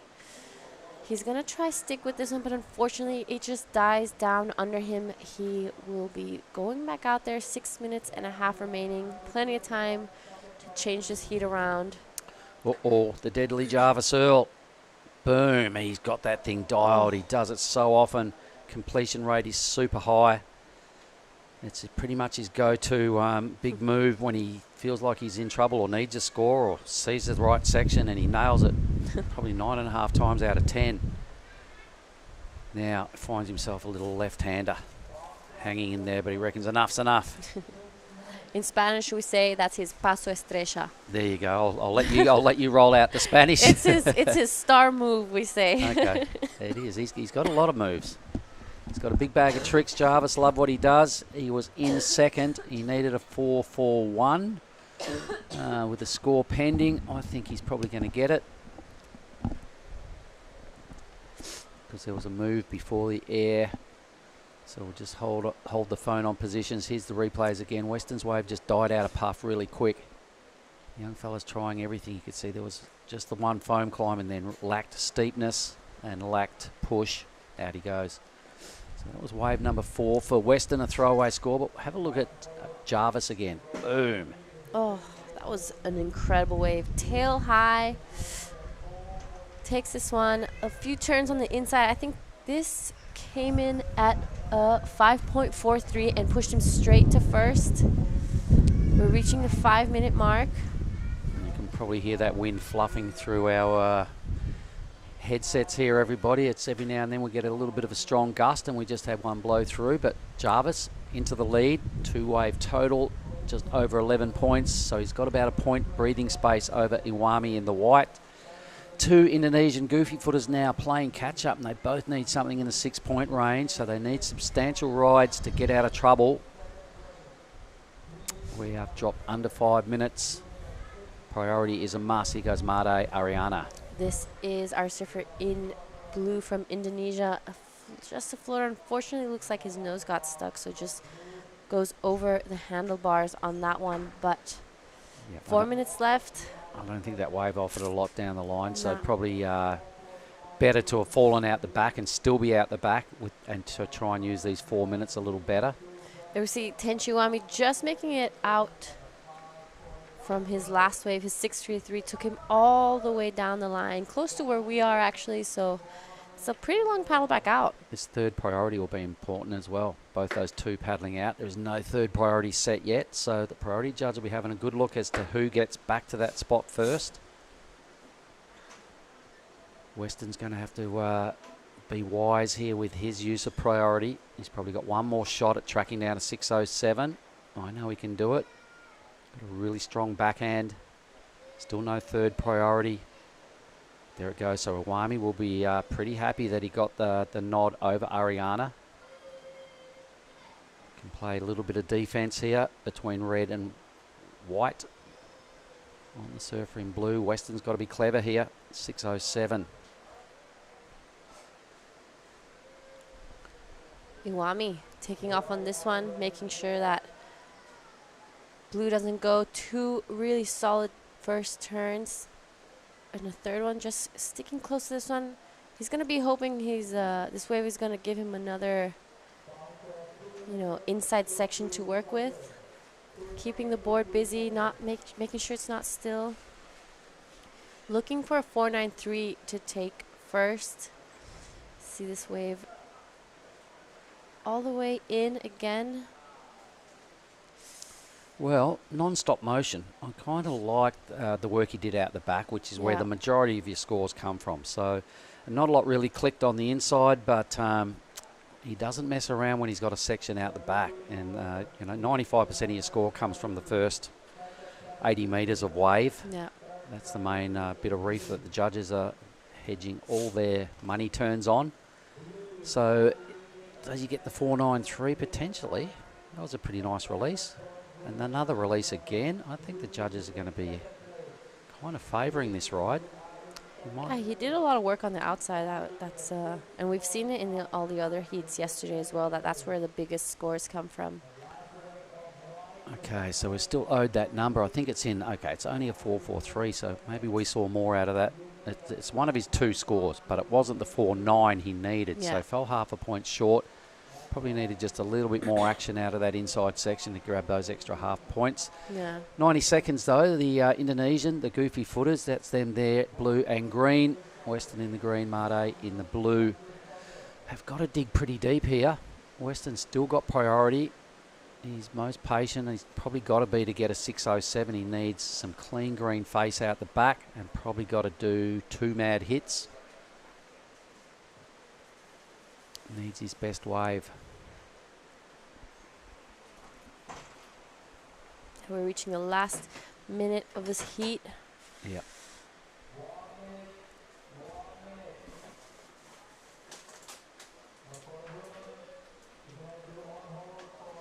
Here we see our surfer in white. Didn't get the score he needed to go first, but he did create a bit more distance between himself and both surfers in green and blue. Yeah, Iwami's a pretty big dude and really a strong technique, uses his weight advantage and his power to get himself into this second positioning. 25 seconds, that's him on screen. Looks like he's pretty comfortable to become a semi-finalist. He did blow those requirements up a little bit for both the Goofies out of Indonesia, both out of Bali. Weston, born and bred Lakey Peak Grom. So for Troy and Uni that are probably watching, your boy needs something. He's running out of time. He's got a wave. It's got to be pretty big. Needs to be a 6.5, but it's a bit of a fat burger. It's not going to happen. The result will stand at Jarvisell. You'll be having a chat with him shortly, G. Yep. And Tenchi Iwami, the lone natural footer, made it count, and he also becomes a semi-finalist. So we swap divisions in a moment over to the ladies. Yep, straight into the women's semi-finals. We'll take a short break. G, you can get down there and have a chat with Jarvis, and we'll be right back with the women's semi-finals in a moment.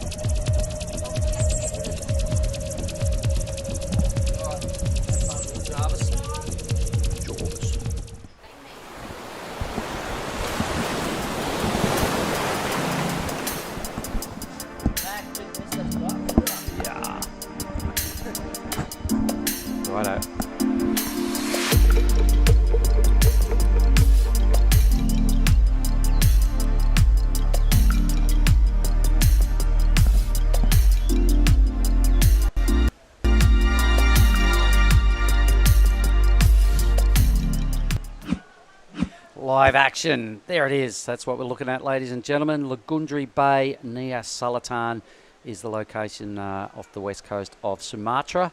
We have now swapped divisions. It is the women's semi-finals. They've been given an extra 5-minute upgrade.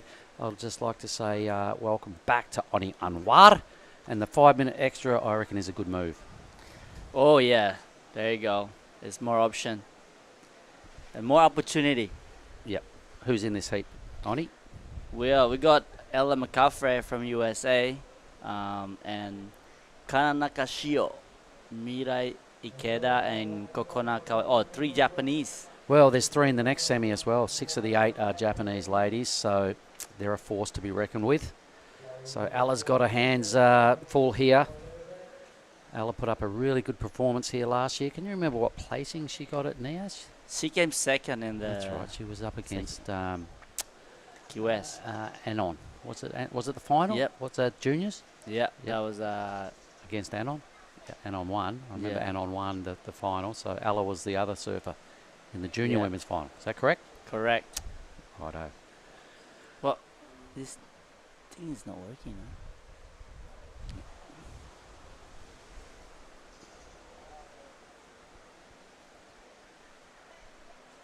Maybe the heat hasn't started.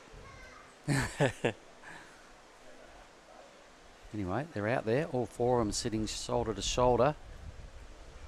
Just want to check if the heat's even started because our timer's not hasn't started. Oni, that's why the timer's not ticking over. Heat hasn't started. All right, guys. We got tricked. So we're just still waiting on hold up. Yeah, I'm not sure what's going on. Maybe they're resetting the monitor or whatever, but it is the women's division. Hasn't been any waves roll through, so it's probably not a bad thing that the timer's not going for these young ladies. They're all looking around going, when, where, how? Are we on, are we off? Check.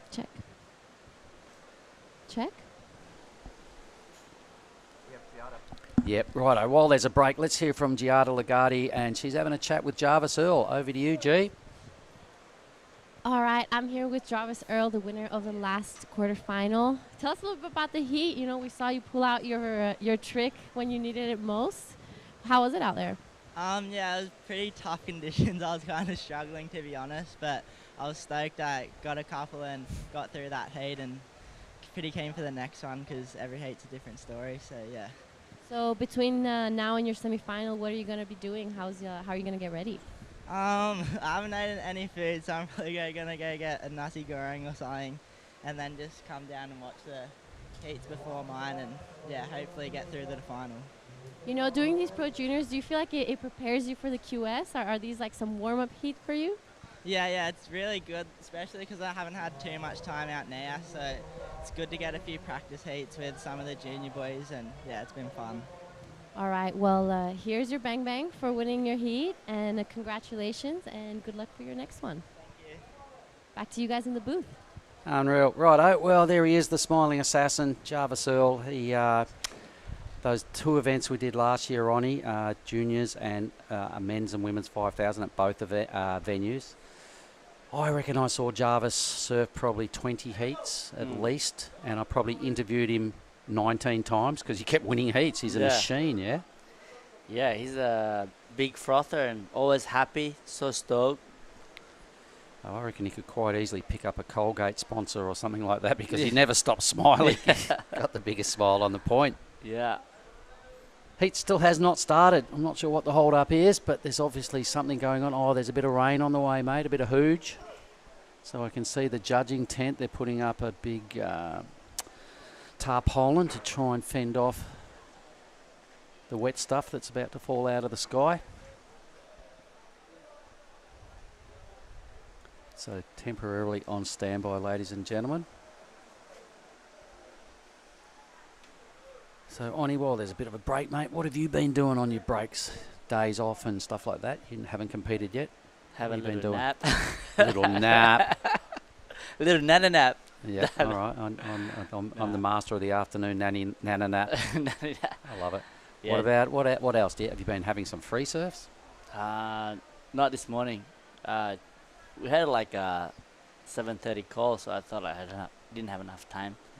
So And what about the days before the event? Anything for you? yeah, the weather's pumping. The last couple of days was fun, and just when the contest started, it's just kind of like windy and small. So And what about your other activities? I know you like to have a stretch and a bit of a workout sometimes. You still got that as part of your program? yeah, you have to, especially as you get older. Oh, man. I have a stretch every morning, but I don't call it stretching. I call it maintenance because it's kind of what it is on my body. I'm not getting any more flexible. I'm just trying to fend off the old guy, you know. Well, I'm learning from you. Got a good teacher here. Life's good on the road. We're at Nias, you know, it's a bit of a grey day and there is a bit of some drops on the way, so hence just a little bit of standby time. So what's your program look like for the rest of the year, mate? What happens next? Well, I'm pretty much like excited for the rest of the year because there's so many good. All right, what we'll do then, folks, is enough of the nonsense. We'll just cut it down and keep it real, and we'll go on a quick break and back with the women's semi-finals shortly.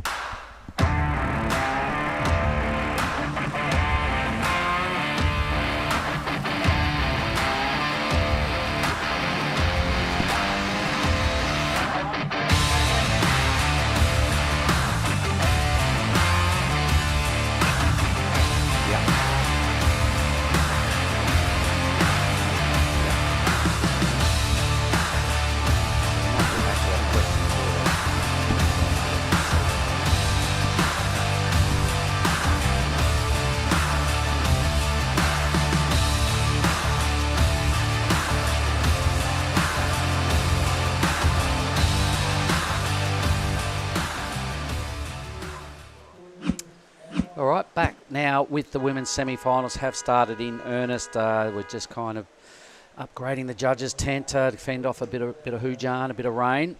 And we're back here with Oni Anwar and Mark Clift. Oni, back to that question. What's going on the rest of the year? You got some Challenger Series stuff still to come? Yeah, so there's 2 left of the Challenger Series. 2 left. G'day, guys. Guys.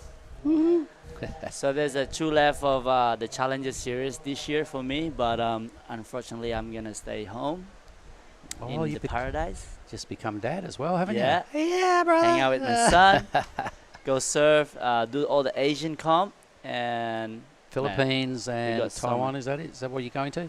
Well, there's a new one too in Korea as well. Wow. All right, so you haven't finished traveling yet this year? Yeah, I love traveling through Asia. It's good food, good company with this Asian crew, people for working with here with you guys. And the ASC putting it all together, Tippy and the team. Yep, Tippy. Yeah, it's an exciting year, you know. So going to Brazil is really exciting, but I guess for me next year, hopefully we qualify for. What do you have to do to requalify? I see you're 70th at this stage on the Challenger Series, but the Asian Series, how are you looking? Yeah, I mean, I just started. This is my first event, and here we go, green. See, like. Well, that's right. You missed Crewy, so you don't have any points yet. Yeah. Okay. All right, so you've got this one. You've then got Philos, Taiwan, Korea to put together a top, what position is it, 5 or 6 on the Asians? Top 6. Top 6. Yeah. So. All right. Well, I know you had a good run here last year, mate. You were a quarter-finalist, so you've got to be feeling confident with that, and the fact that you do perform well out here, you're on your forehand, you know, so you've got to be feeling confident, yeah? I mean, what's not to? Yeah, you got good the boards. waves are good. Yep, got some I've good got new a good boards. board from Chile. Thanks, James. And yeah, we got a good crew here.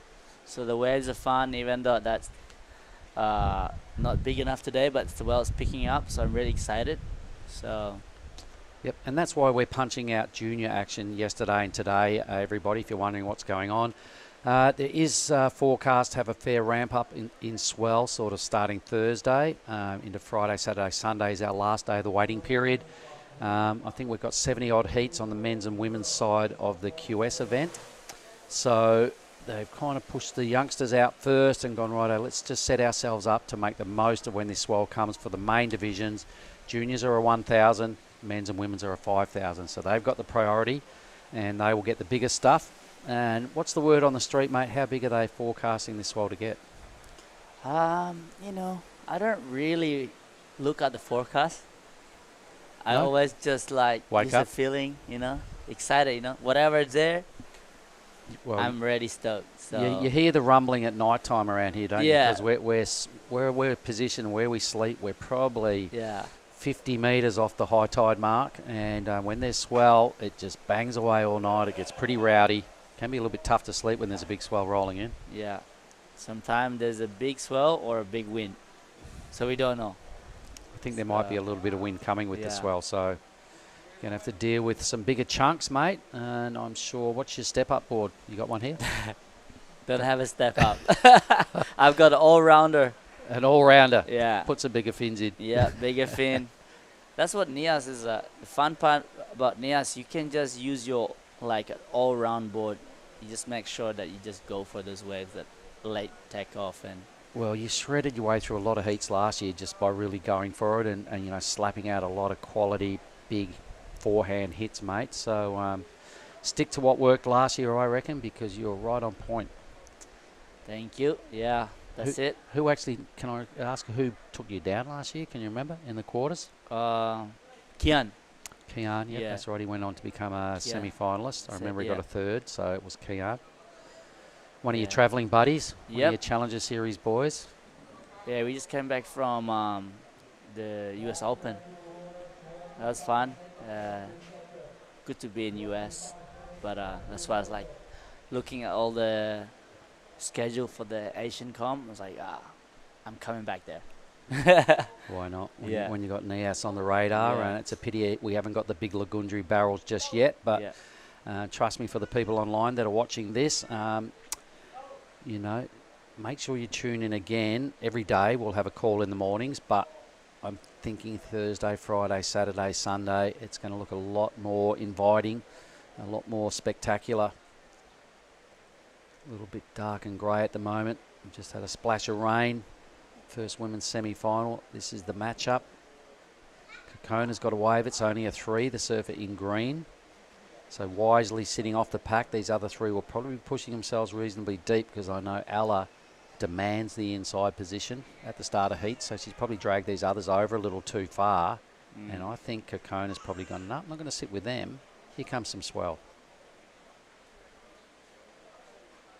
Pretty easy to be too deep out here on the point, don't you reckon? Yeah. Ollie? Especially when it's onshore. Yeah, it's easy. Like Ella's right now starting early.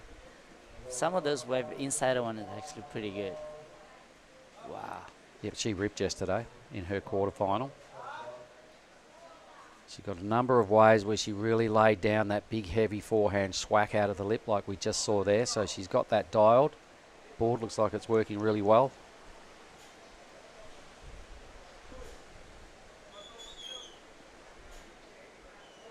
What did you like about this, Oni? I like her this turn right here. Tile out. It was, wasn't it? Yeah. Smart, you know, not wasting any section. Kind of like not wasting any time. Yeah, I really liked start. it. I really liked it. It was one real bossy turn out the back. I think it's going to be better than Kokona's 3. Big 5. tail off. So the judges are, okay, yeah, numbers coming in. Here we go. It's falling into the middle of the scale. The judges really appreciated it. Also a new scale being set for the women's side of the draw. There we go. You want to read that out, mate? It's a 5.33. Judges loved it. They really took note of the big fin waft, the power involved in that hit. So it's not about quantity here, it's all about quality, and that was a quality hit. This is a good move now for Kokona out wide. Could she get onto this thing? Bit later. She doesn't think so. Oh, that was really nice. Probably one of the best wave. Sick wave. Wow. Wow, that's nice surfing by backside too. So still going. See, like, this is what happened when you're surfing, you know, like you never know what's coming. Well, with Ryan Williams on the job, you can see pretty close what's coming because he's got the drone right in front of her, tracking her down. Tidy finish as well, so a worthy wave. That will be the best wave of the heat, hands down, because those moves out the back, I really liked them. Yeah, I think that was 3 turn at the back already gave good score. And then that's what we were talking about before, her sitting off the pack a little bit and hanging a little wide, is that the biggest set just fell right on her lap. Everyone else was way too deep. So good strategy here. Let's have a look at the replay again. So this is the judge's view. A bigger wave, a huge first hit above the lip line. Lots of spray flying around again, so really connecting with the lip of this wave. A 4th hit now. Big number coming for green already, and then she stayed on this thing and got a little mini hit on the inside. Fair bit of downtime to get to the inside, but she's just making it count. This will be a huge mental advantage now for Kokona. Having a wave like this under the belt, she will be paddling out feeling really, really good. Confidence level going through the roof.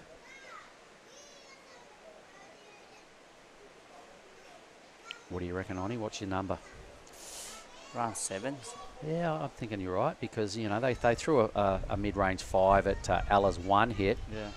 I can see this being well and truly in the 7 range. If they open their scale up early now, it will probably help the judging panel fit into the 0 to 10 scale.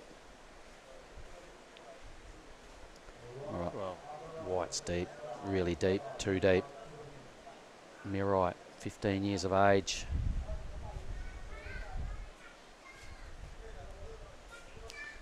Yeah, I remember interviewing that youngster Mirai yesterday, 15. She's taken time off school to be here. She's another one of the Japanese army that's learning the early ropes at 15 years of age, putting some travelling yards on the board and getting a little bit hardened for as she gets a bit older, and got eyes obviously on the next tier of events, which would be the Challenger Series in the future.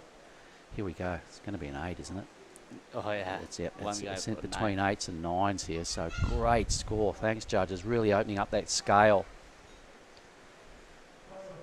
Opening it right up for the first time. We're going to see someone boost into the excellent range at this event. And worthy too, because marginal conditions, 4 big hits out the back on a bigger wave. Yeah. The high 8. 8.33, so 3 points better than Alla's 1 hit, and I think they had to go there due to the number of quality belts out the back on a bigger wave than Alla's. By throwing the 5.33 at Alla, they had to go pretty high on that wave for Kokona. So thanks very much. A really strong lead now, Oni. Yep. You got a 3 as a backup. Yep. The results are just getting relayed out to these 3 now. They'll probably be what? Damn, 8.33. Kokona, if she just be smart for 19 minutes with a score like that, cannot miss out on being a finalist, I reckon. That's a huge number. Yeah, I think like for Ella, it need to be just find that wave what Kokona got. Well, if Ella's wise as well and just can pick something up, she's got top priority here. If she can put another one of those sort of scores together or better, she's seriously going to worry Kana and Mirai perhaps into some mistakes, because those two don't have much to write home about, Kana and Mirai. There's our next heat just getting ready. 3 of them, more Japanese youngsters there. This is a gnarly hit. These three girls surf so good. One of them choking on a water bottle. 6 out of the 8 surfers are Japanese. They'll be up against Izzy Campbell. And But Easy also is I'm going to really say good. go the West Coaster. Yeah. I'm a West Aussie, so we'll try and remain unbiased, but I love what she does. She's a real power surfer, young Izzy. Coming up next, but we'll stay with the live heat. Priority sits with Red and then Kana and Mirai with a little bit of work to do to challenge and bother Ella into second, but Kokona would be feeling that confident right now. With 4th priority, you can see once again she's sitting off the pack because she's not in the camera. Yeah. So she'll be anxious to burn off the 3. There she is actually on the inside. So he's trying to get this back up. A little number just rolls through. Is this enough? She seems to think it is. Yeah, here we go. This wave could be just a bit too deep. Doesn't matter. In the lead. Best wave of the whole opening 2 days of the Nias Pro. Back out to regroup. 4th priority, it didn't really matter.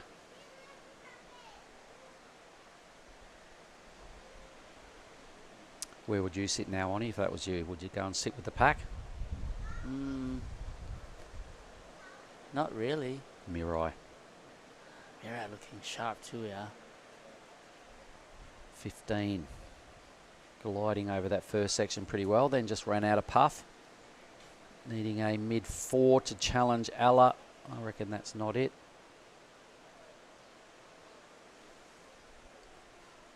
So does that come into your play, Oni, when you've you've got 4th priority and you paddle back out? Does it depend where the others are sitting as to what you do next? Yeah, I just like, if the waves are solid, I would put pressure on those guys and try and to sit make right with them. Yeah. Or on this kind of wave, you can just find this inside one like this, where it's kind of away from everyone, and build your backup. Always trying to improve your 2-wave score. Yep. And sometimes you might get like the highest score because you don't have pressure. You just do it whatever it comes, you know. So Ella need a 6.1. 3rd and 4th only need a 1.7 to a 1.5. So still plenty of time. 15 minutes. Yep, Ella will be anxious to make this next wave count. Pretty smart competitor. Been doing the QS rounds for quite a while now. She goes to a lot of events, surfing out of her region. Probably the only surfer still in the women's draw that is surfing out of the region. I think she's in the Challenger too, no? Yep. She's on the hunt now. There's obviously a set coming through, ladies and gentlemen, for the crew online listening in. Maybe they saw something that wasn't there. Hang on, they're on the hunt again. There's definitely something behind this. Yep, Red's got the power paddles on. Look at the size of this wave. Are they anybody in position? Not. Kokona. I mean, the best spot is Kokona can just catch anything right now. She has 4th priority. Oh, no. She's got 3rd priority at this stage. This is the wave that is all important. Oh, Alice has a paddle. The judges have been a bit of hair trigger on the priority rankings, but I guess that wave realistically didn't look like it was going to break, so they've cut her a bit of slack. She maintains priority. Yeah. You only lose priority when you actually head down and just like kicking your legs on. Yeah, she was having a really good think about it though. I think if she took a couple more paddles, they could have taken the P out of the red column. That last hit, what's going on with that one? The Jarvis Earl with Tensi, the 2 Indos. Those 2 Indos ripping Western and... Well, look, Jarvis just threw down a huge, that signature backhand air rev he has. Tenchi Iwami, for me, really surfed strong on his forehand, mate. He got some really good link-ups every time. He had speed. he just laid down a bit of a hammer turn. You know, he doesn't mess around. It's kind of all or nothing for Tenchi. And so deservedly, those two did take down the youngsters, Weston and Made, two Indonesian goofies. But in the heat prior, a couple of heats ago, two windows got through. So Danny and Varun advancing out of one of those earlier quarterfinals. Matchups we'll have a look at once we've finished with the women's semis. Men's semis coming at you, then it's women's final, men final. So it is just after 10 o'clock here in Nias time, everybody. I reckon we're going to be rolling out these finals around about midday. Have some champions crowned before 1 o'clock. Here we go. Red is paddling. Ella McCaffrey. She has a good wave this time. Nice turn. Wow, kind of just caught behind a little bit. Wow. Wave just goes fat. So one move only. Sat there for a long time with priority waiting for that. Yeah, now she just needs to go underneath and scratch on those like medium-sized wave to build the score. Well, I know Rio's been doing some catting with Ella and in her ear regarding competing and tactics. So is she going to go? Where's she going to go? She's been quite bossy with her way positioning. She'll probably might even go straight to the inside just to maybe drag these others out of position a little or just give them something to think about. Yeah. Yep, she is. She's going straight to the inside. She's quite a gnarly competitor. Yeah, she's gnarly. She's even in free surfing too. She knows what she's doing. And can you imagine she's in a heat? So you don't want to mess around with Ella in red, fourth priority. Her tactic is trying to push.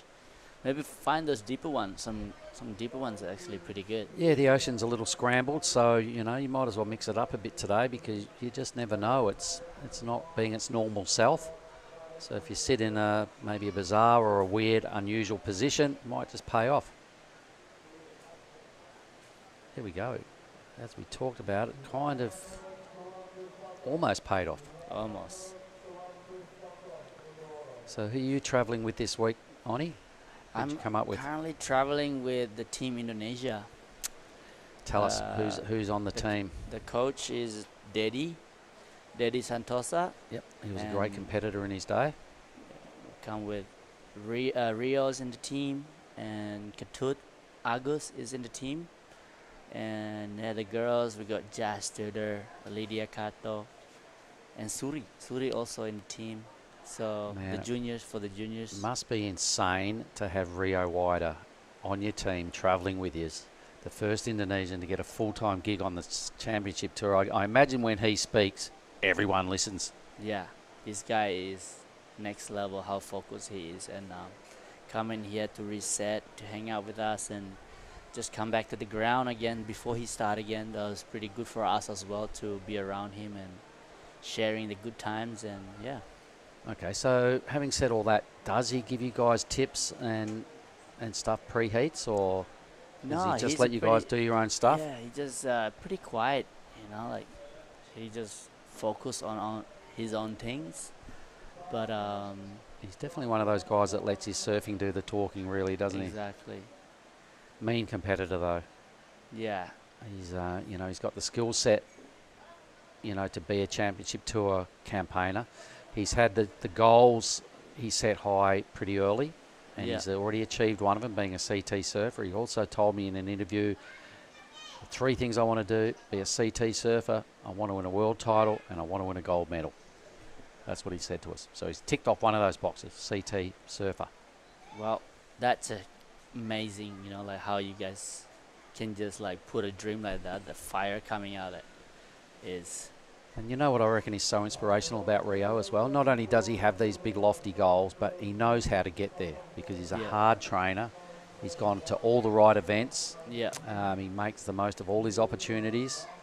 And you can see that he's just slowly ticking off his goals and he's getting closer to, well, he's already achieved your first year on the CT, staying on the CT, not dropping off after Margaret's. Yeah.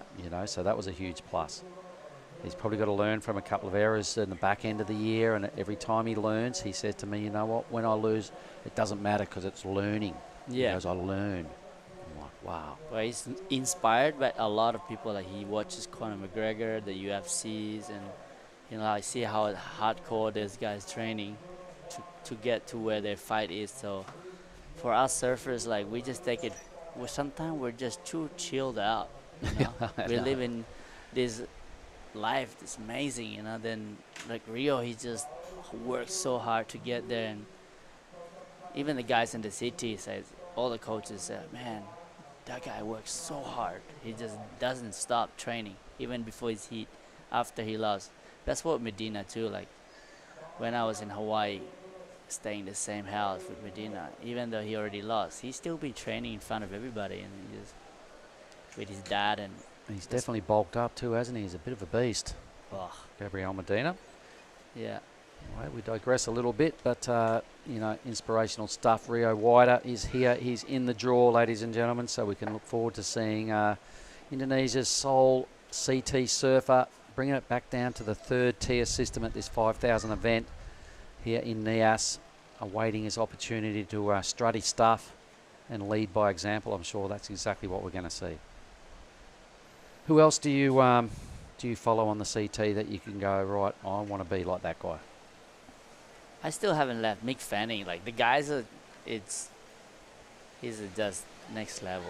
I guess hanging on the Goldie a lot throughout Yeah. your life, mate, you would have seen a lot of Mick, so that Yeah. makes sense that you've said that. And you've done training with Mick and you shared the same coach and all those sort Yeah. of moments.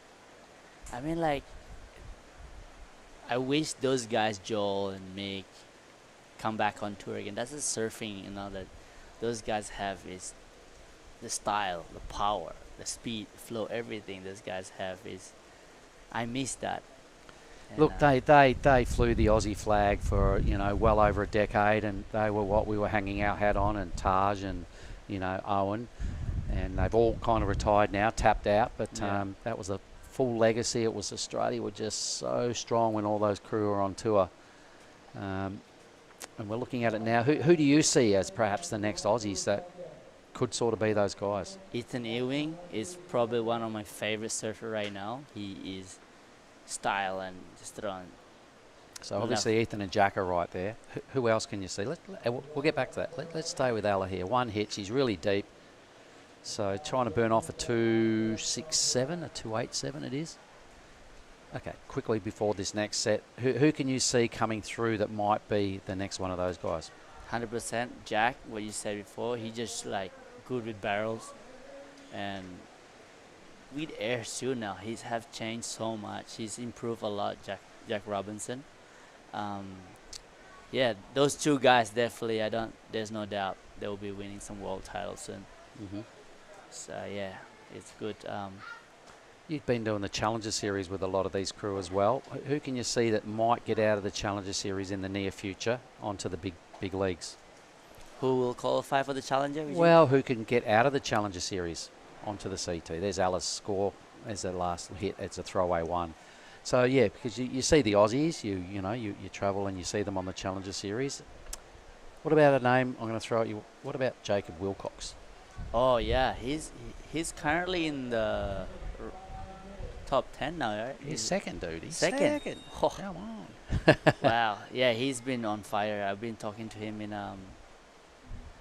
the Gold Coast. He's looking sharp, just hanging out with his girlfriend there, and was like, yeah, he looks into it. Like he went to the U.S. Open and he made a couple of hits too. Yeah. Yep, he's had a really strong start. He was leading the Challenger Series for a while there. Cole Huseman overtook him with a couple of wins. Yeah. So Cole, we'll see, without a doubt, he's on the CT. See you next year. Jacob got both feet on that series as well, I reckon, because it's going to be hard to see that anybody could overtake him and push him out of second and right out of the top 10. So, and Dylan Moffat, he's actually been really good too. Okay, I'm not sure what number Dylan's sitting at the moment, but there's been a lot of downtime in this heat, hence we digress and talking about all these other dudes and potential CT challenges. Yeah, he's just improved a lot. Yep. The last 2 years since COVID, he's just been different animal. Morgan's back on the Challenger Series, yeah? Yeah, he won the Crewy one, yeah? That's right. always looked like he was going to win that event. I was Yeah. there, and he was easily racking up the requirements every heat. Just seemed to be a little bit of a notch above all the other shredders that were there, and it would look like, you know, if you could have put some money on him, it would have been a safe bet, I reckon. Yeah, the Aussies are coming strong now. They have the Aussie storm, maybe. I don't know what you call it. They have you know how the one in Brazilian storm, even the boys from Trestle, like Cole Hosman, they have their gang too. So I think that's a good thing, having a gang and that support base.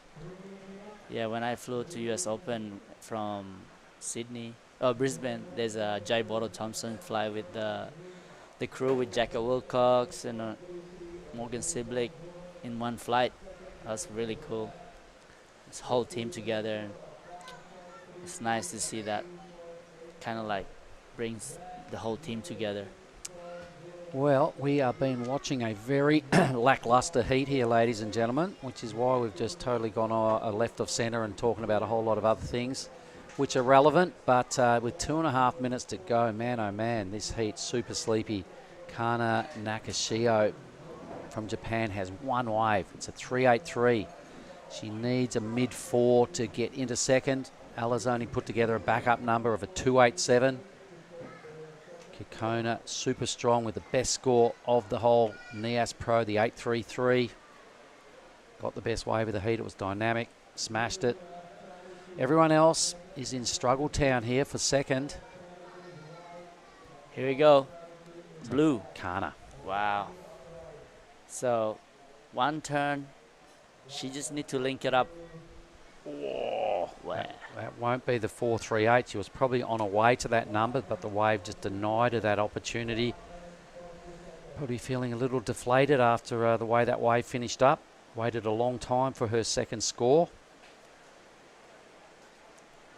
White now, Mirai. The Grom, 15 years old, nice little whip. Wave gets a bit sleepy. Trying to hang in there. A little light-weighted frame of Mirai Akita. Just floats across his dead section like it's super easy. Can't quite make it count. What was she chasing? A mid-4 as well. I'm not sure the Japanese surfers will challenge Ella for second. But here goes Kekona. Wow. How's that turn? Straight. Whew. Was she throwing sprays?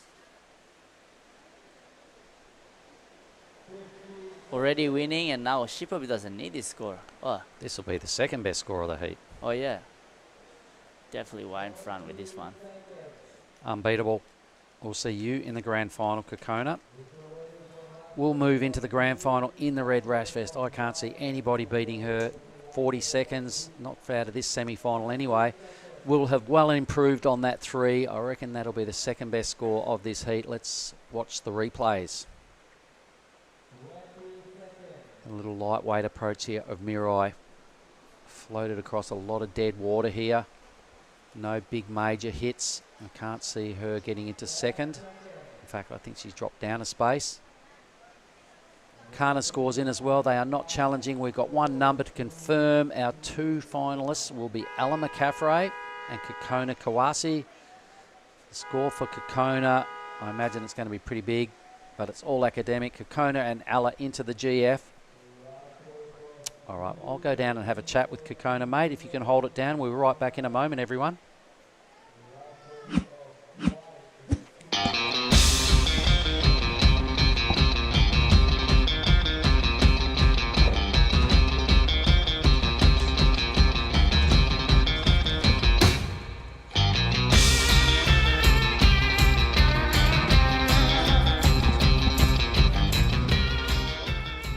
Yep.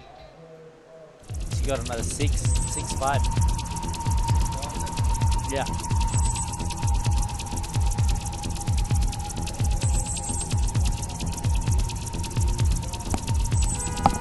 Sumomo Sato, Isabella Campbell.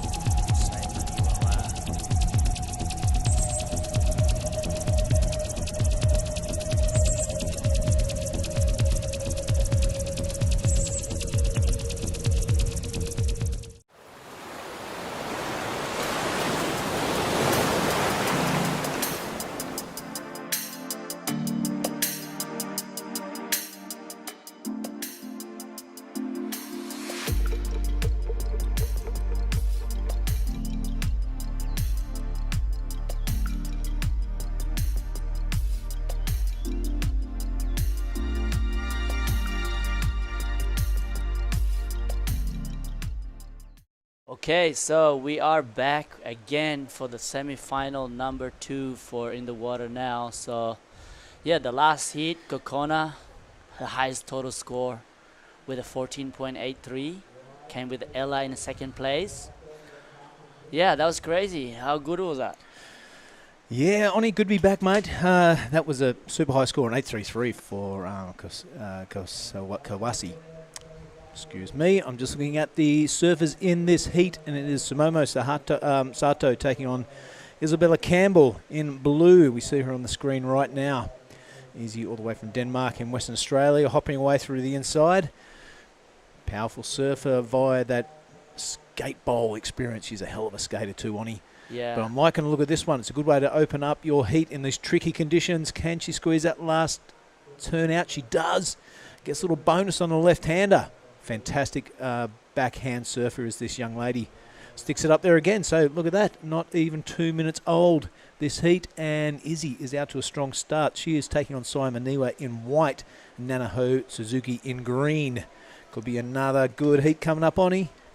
Yeah, Izzy is not just also a surfer from she does crazy airs too. She was just in Lakey Peak for the stab high.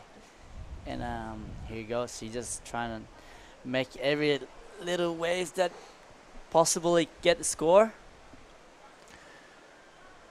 Yeah, stuck with it. Nice flow through her surfing. Had to pat a couple of dogs at once to get down this section, but it was worth it. She got a little bonus couple of turns on the inside. Right on. Still got plenty of time to get out the back and get a few more. She looks super focused to me. Yeah. Been around the contest scene for a long time. She has a sister, Emmy. Yeah, I used to compete with her for the school titles and stuff. And we've seen Izzy hang around the beach in Western Australia since he could just walk. Mark and I used to get her up to the commentary booth, go, here's some giveaways, and watch her walk around and go, what a little cutie she was. Let's fast forward 10, 12 years, and she's now a competitive machine, Izzy Campbell in her own right. All the way from Denmark in the south coast of Western Australia. Waiting for her score for a second wave. So Maniwa just with a very minor score also. Girl staying busy. Yeah, so this is green, Nanaho Suzuki. Been really good surfing, but by Japanese guys, like three Japanese in the water now, one Aussie, Australian. We have All right, I think it's time, Oni, to cross down to the athletes area. Mark Clift is with the winner of the last heat and an 8.33 if you don't mind. Go for it, Mark. All right, thanks very much, fellas. Have the winner of that heat here. Outstanding performance, Kokona Kawasi. First surfer all event to get an excellent score. How are you feeling after that ride? I'm so happy. とてもいい波をつかめてすごく嬉しいです。 All right, so you opened with the big number, an 8.33. You also got the second best number of the heat, so what a performance. When I was fourth priority, so change position left side, so coming good wave, lucky. All right, so you must be really confident going into the grand final after a performance like that. 次 next round もいいグッドウェーブをキャッチできるように頑張ります。 Well, the next round for you is the grand final. Okay, so I bet that sounds pretty good. Did you have a free surf out there this morning? Yes, early morning free surfing and stretch this heat. You are ripping. For your efforts, I've got a tasty little treat for you. There you go. Have a bang bang. Really well done and good luck for the grand final. Thank you. Thanks, fellas. All right, well done, Mark Cliff. You remember the bang bang. All right, I like it. And congratulations to Kokona. Really strong performance there in semi-final number 1. Straight through to the big show. Yeah, she says like, you know what? I'm ready to win this contest. I believe her. It's like, look how sharp she was surfing before. 8.33. Yeah. And now we're waiting. Who is going to win in this heat right now, semi-final heat? At Lagundri Bay, but I'm not sure we've got the images, but we do have the scores. As we alluded to before, the highest score of this heat, a flat 5 from Nanaho Suzuki. Not far behind her, Isabel Campbell with a 4.50. 22 minutes and 20 seconds remaining in this one. This is semi-final number 2.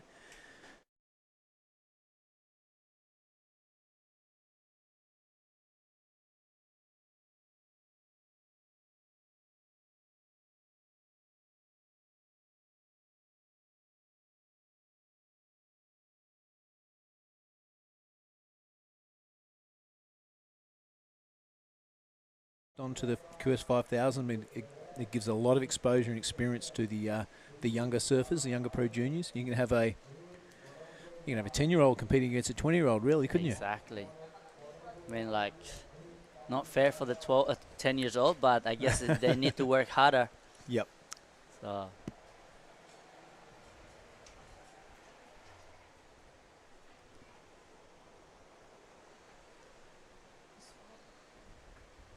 Mungkin dihidupin aja tuh.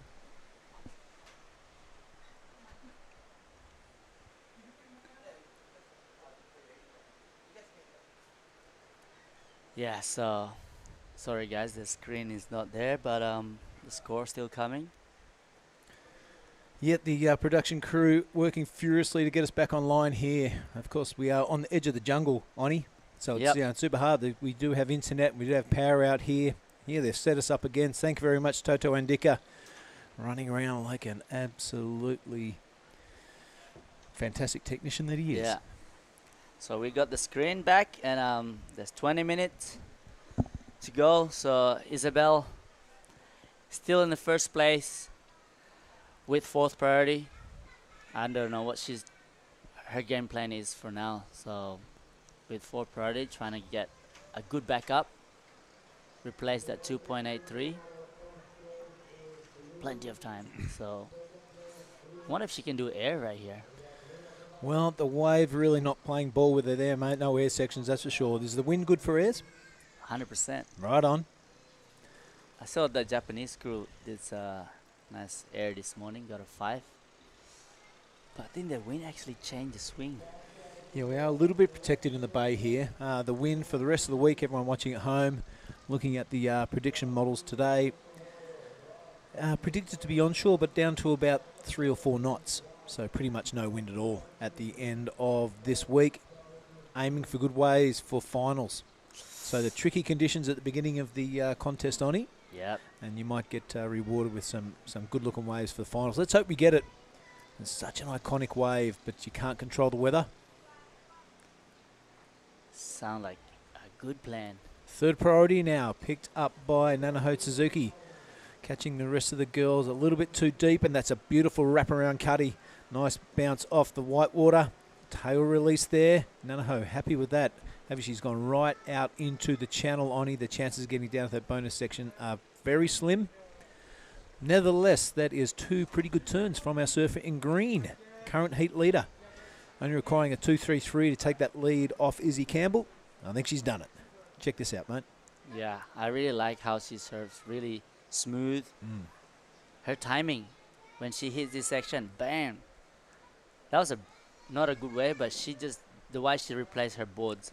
Yeah. Judge will like that for sure. Definitely squeezed the most out of it.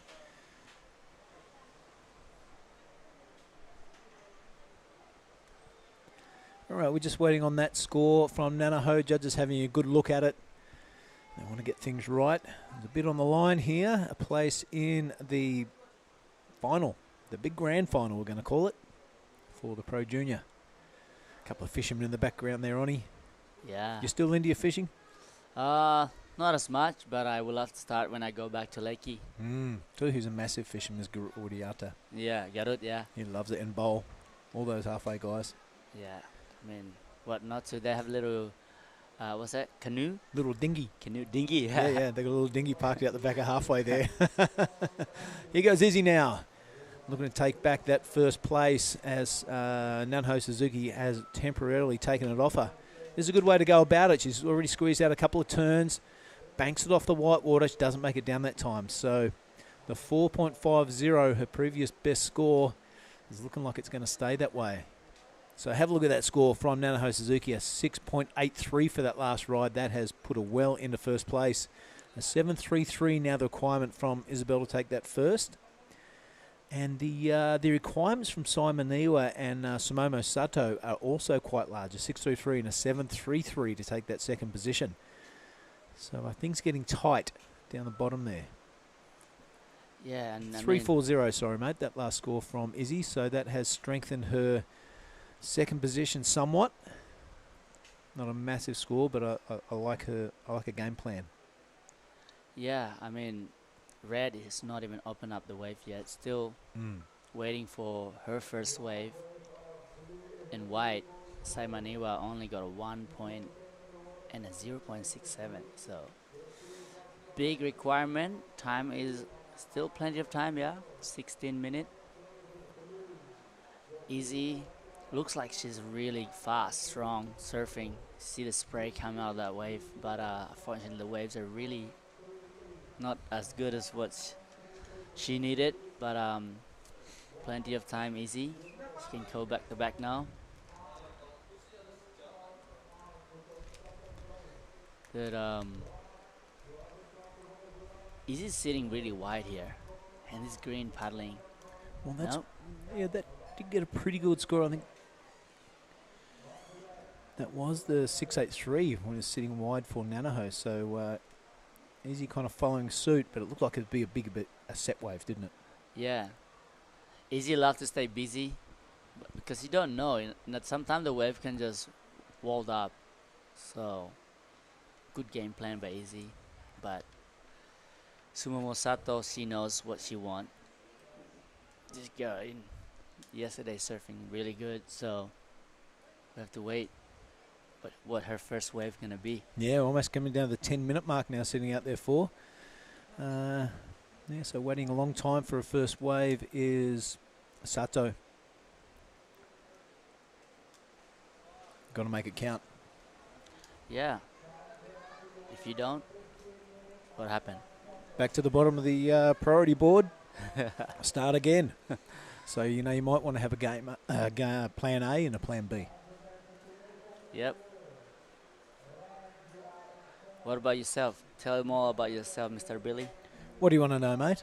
Where you live right now and what have you been up to for the last couple of days here? Last little bit. Well, as you know, Mark and I are both from Western Australia. We work at Surfing Western Australia. That's how we got involved in surfing over here.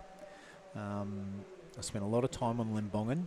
Yeah, that's how I got to know all the lads over there, Robot and Putrapulu. And actually my first ever event was down at Roti. Oh, when Roti, yeah. Pulu took out the Pro Junior and the Open at one year. Beat Pep and Hendrick.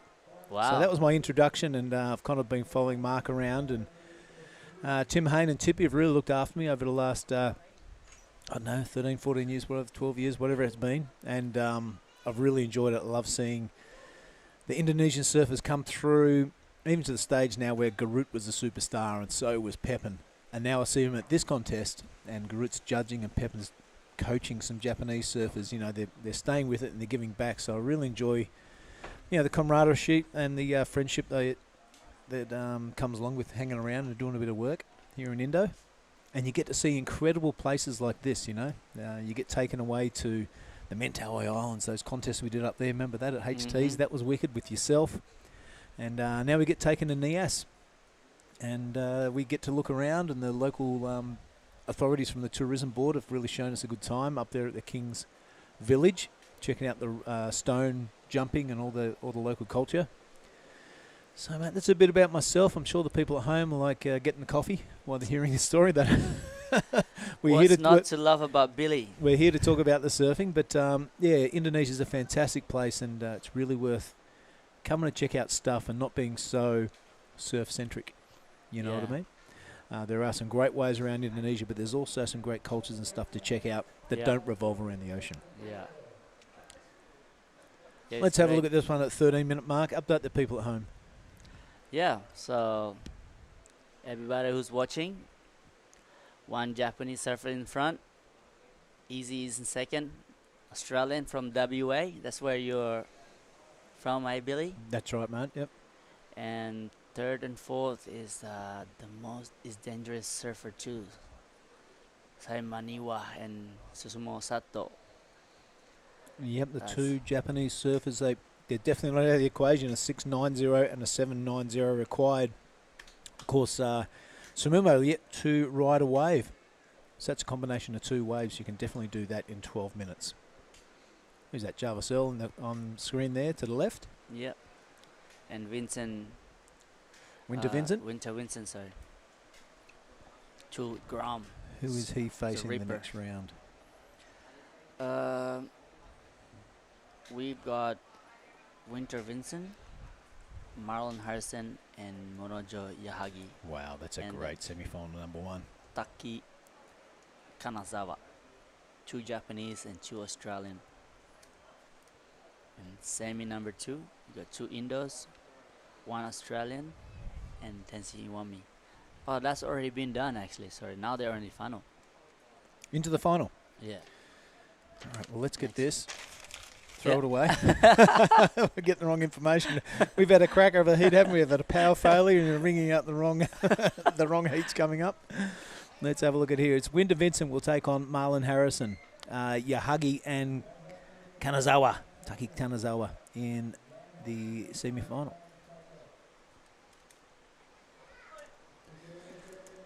Looks like the Aussie contingent there, Yep. looking strong.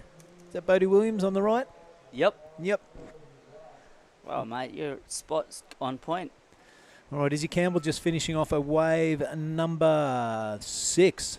I'm not sure what happened at the beginning of that wave. However, where she's ended up is out in the channel. So, yeah, we'll see if she managed to squeeze out a couple of turns before that. I wonder what coffee did Easy took this morning. She took a lot of waves. Yeah, a lot of energy. All right, Simon Niwa now. The ever dangerous, never rider off surfer from Japan. And you can see why with turns like that, very rarely falls off. Yeah. Working this wave through the inside Oni.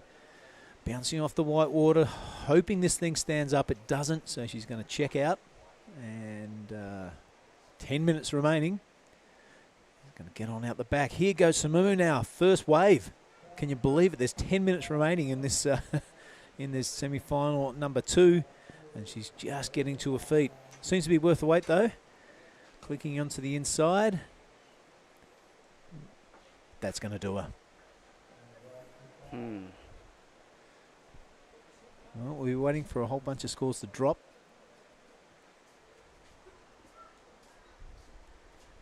Local Groms, they love it when the show comes to town, don't they? Yeah. They get to see some of the, surfers who are knocking on the door of the Challenger Series. So you're in a QS 5000. You're only 2 steps away from the Pro Tour.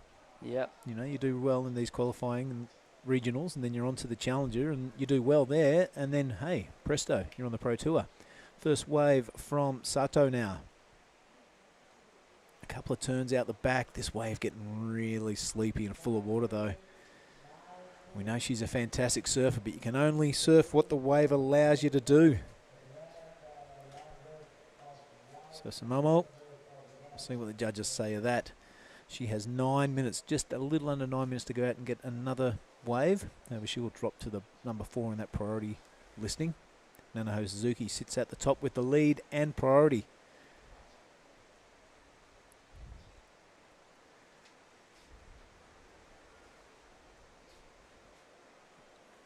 You know what? They're actually wave selections on point. All of these Japanese. That's why you guys, they make hits. Yeah. And the way they serve this wave is perfectly too. So we'll see what the score is for all the surfers. Now they got all the waves. 4.5 for the, is that for the last wave of Saimaniwa? Yeah, still waiting for a score from Sai, but she has a 4.50 under her belt and a 1. So definitely looking to get rid of that 1. I think she's done that. Also waiting for a score from Samomo Sato.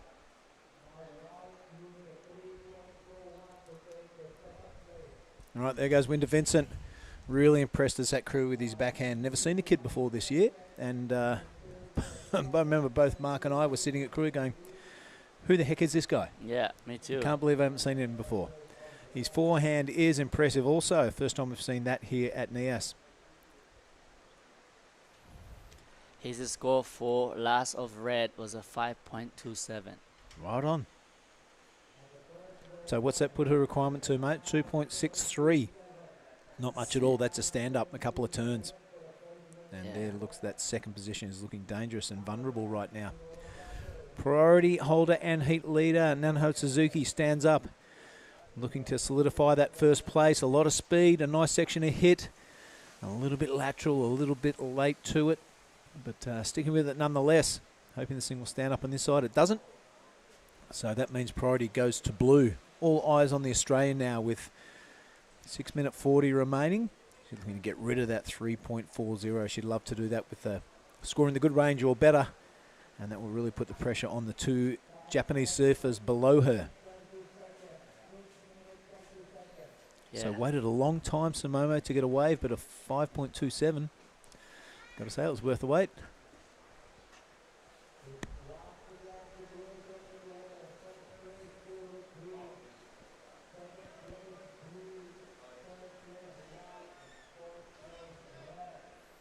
Easy's waiting, so she has the priority right now.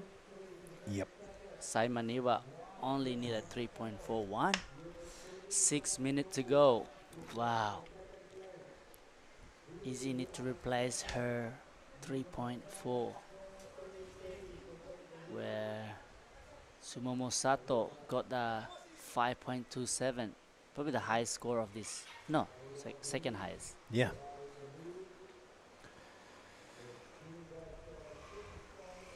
So as you race down to that 5 minute mark, it always seems to be the way, doesn't it, Lonnie? It gets really tense and everything gets critical within those last 5 minutes. Yeah. When you're surfing a heat, the last 5 minutes seem to go so fast, don't they? Yep. All right, that is side just in and out. Not much going on there. Sato on a second wave. All right, super important this one. Doesn't look as impressive as a first, but she doesn't need much. Look at that, 2.63. And that's all she requires to take that second position off Isabella.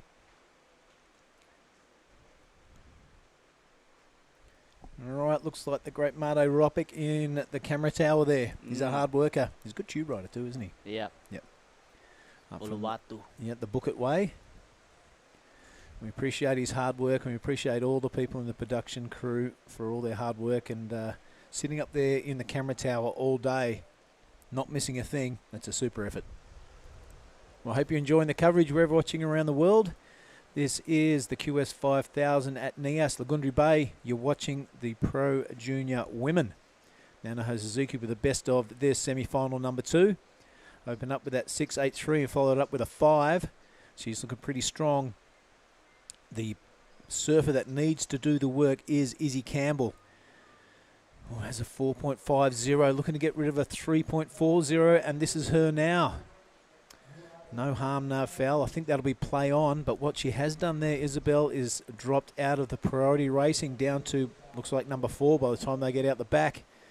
So pressure now on to the Australian as she slipped into third place. A 3.73 was enough for Sumomo to take second. So it's the two Japanese surfers in Nanaho and Sumomo out into the lead. Pressure now onto the Australian with a requirement of a 4.51. What's going on there? There's a drop in. Well, you have to affect the scoring potential of the surfer on the wave, and she was way out onto the shoulder there, so I'm not sure that was affecting the scoring potential of surfer in blue. We'll soon find out. How's that turn? It's kind of like air, but snap 360. That was cool. Yeah.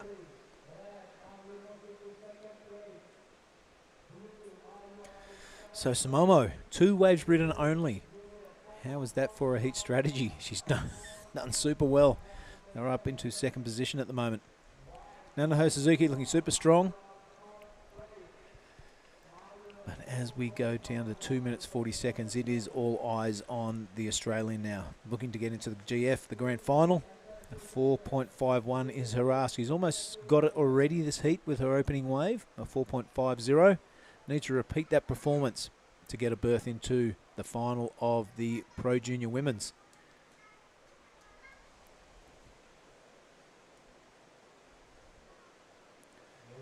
Right, Simon Niwa now, Oni. Little fin check there and another whitewash turn. And doesn't come up with trumps.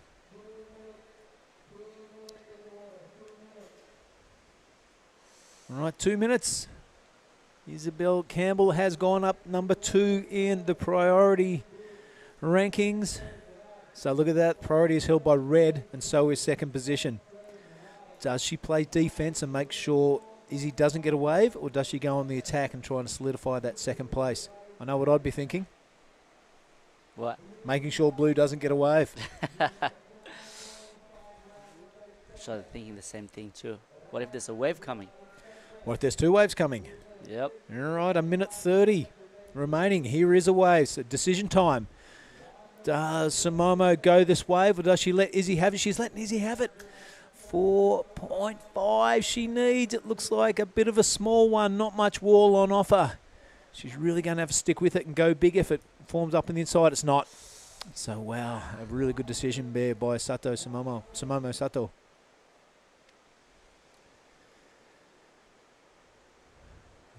Pressure builds, 1 minute remaining. You say would be advantage to the surfer in red. Holds priority and holds second place. Have a look at this wave. Not much going on there, was there? Had to do a cut back to find some power straight away. And she knew it was game over on that wave. Yeah, it's trickier. Red was smart by not going that wave too. Yep. 20 seconds.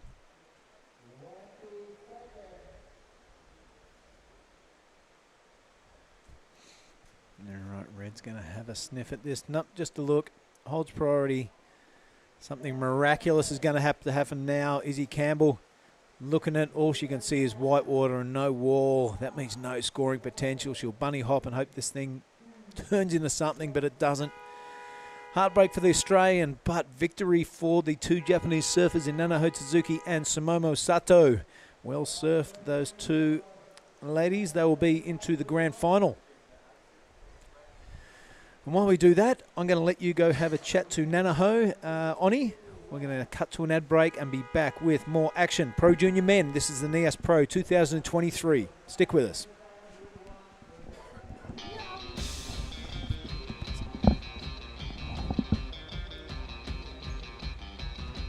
Thank you, darling.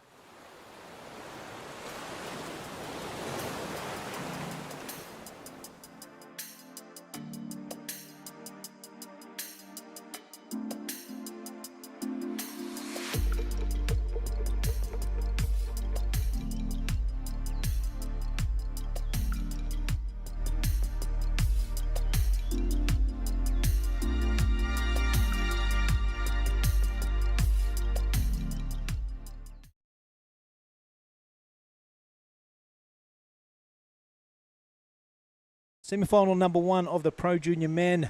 I'm going to welcome back into the commentary booth the queen of the Chungu Sandbar, Gia Lagundri. How you going? Really good. Yourself? Going all right. That last heat was really fantastic to play from display by Nanaho Suzuki and Samomo Sato. They took out about Simon Niwa and Isabella Campbell. in a very entertaining semi-final. Now it's on to the men, Pro Junior men. Who we got in there? All right, in this heat we have in red Winter Vincent, in the blue Marlon Harrison, in white Monojo Yahagi, and in green Taki Kanazawa. This is going to be a pretty good heat. It's Australia versus Japan. Yep, Pretty and much. a couple of strong performers there too. Marlon Harrison, of course, the whole event winner last year.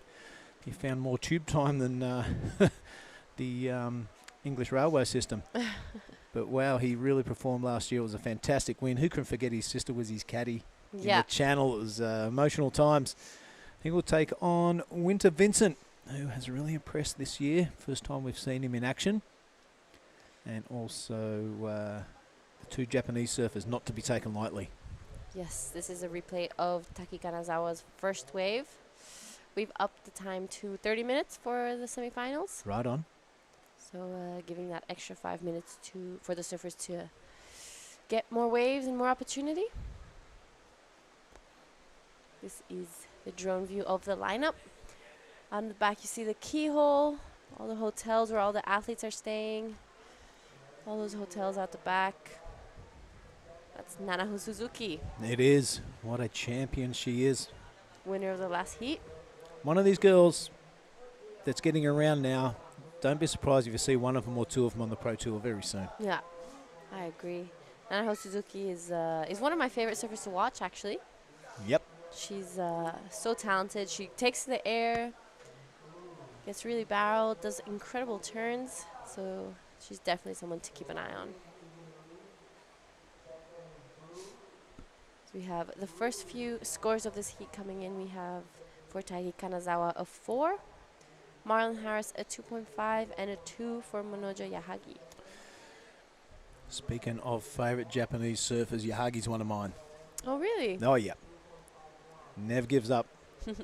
Super style. Yeah, the Japanese surfers their surfing is just so precise. It's really hard to see them make many big mistakes out there. That's an excellent way to describe it, Giada. Very precise indeed. Here we have the reef on the background, all the steps, you see the flags. They've set up a really cool little market out the back. Yep. Just yesterday had a little walk around after the opening ceremony. Did you buy anything? One of those really loud waistcoats maybe? Not yet, no. I will maybe towards the end of the trip. We'll see. All right, look at priority board. It is Winter Vincent in the red with priority. Does he take it off his mate? He does. So this is the natural footer. His forehand is just as impressive. His backhand, look at that fin release. Really fast board speed through those turns. Gets a little hung up on the third one, but a couple of strong manoeuvres nonetheless. That is his first wave, looking at the board there. So priority now sits to Yahagi. Yeah, when you say precise, it's for those sitting at home wondering what Giada's kind of knocking at. If you look at some Japanese surfers, a good way to describe someone that's not precise and you have no idea what they're going to do when they stand up is probably Italo Ferreira. Yeah. He stands up and you go, what's this guy going to do now on a wave? And it's super exciting to watch and it's unpredictable. The well-drilled, precise surfing of the Japanese, I think it's missing a little bit of that. There are a couple who have that dynamic surfing about them, but it's what wins contest. Yeah. That well-versed competition surfing, it racks up the points, and you'll end up on the winner's podium more often than not. Yeah, for sure. You know, at the end, I think the best way to see heats is just to really simplify them. Mm-hmm. You know, 2 waves, like 2 turns on each wave, and usually you'll be passing heats. Yeah.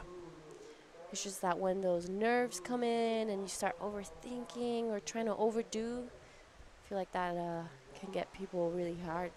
And as simple as it sounds, I'm not saying I'm no genius, but so we're just going to take it down to Oni, that he's going to be interviewing our last heat winner, Nanaho Suzuki.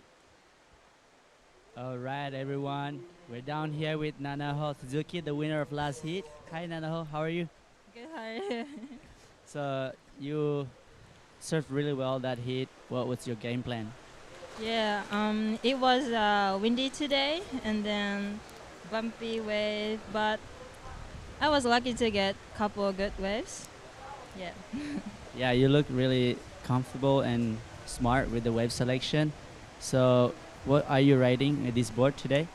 Yeah, this is Mayhem Driver 3.0. This is good board for me. You ride this in Japan as well, or you just this is your Indonesian? For Nias. No, I'm riding every condition. Yeah, so it's your favorite board. My favorite. And so today, how many bang bang did you win? No, it's first one. Oh, okay. So well, enjoy. Congratulations. So there'll be more bang bang for the next one. You'll be in the final. So congratulations. Enjoy. Thank you. See you guys. Yeah, right on. Thanks, Oni, and thanks, Nanaho. Super cool interviews with the Japanese surfers. I love it. And Oni doing super well there too. All right, let's have a look at this one. It's Winter Vincent out to the lead, and he's also in action now on that wave. 4.13 his best. He'll be backing that up right now. Still early days. Still 21 and a half to go. The big fella working his way through the inside. Yeah, I just walked past him now before he piled out to his heat. I didn't really realize how tall he was. He's tall. He's really tall. But Tully is the big guy amongst them. Yeah. Yep. How tall do you reckon he is? Tully? Yeah. He's about the same height as me, about 6'2". Here goes Marlon Harrison. Tail high reverse, does it, stomps it, get a little bit caught behind the white water. But that is something we haven't seen too much of today. So Marzi Harrison from the Goldie, chucking it high. Can't wait to see the replay of that.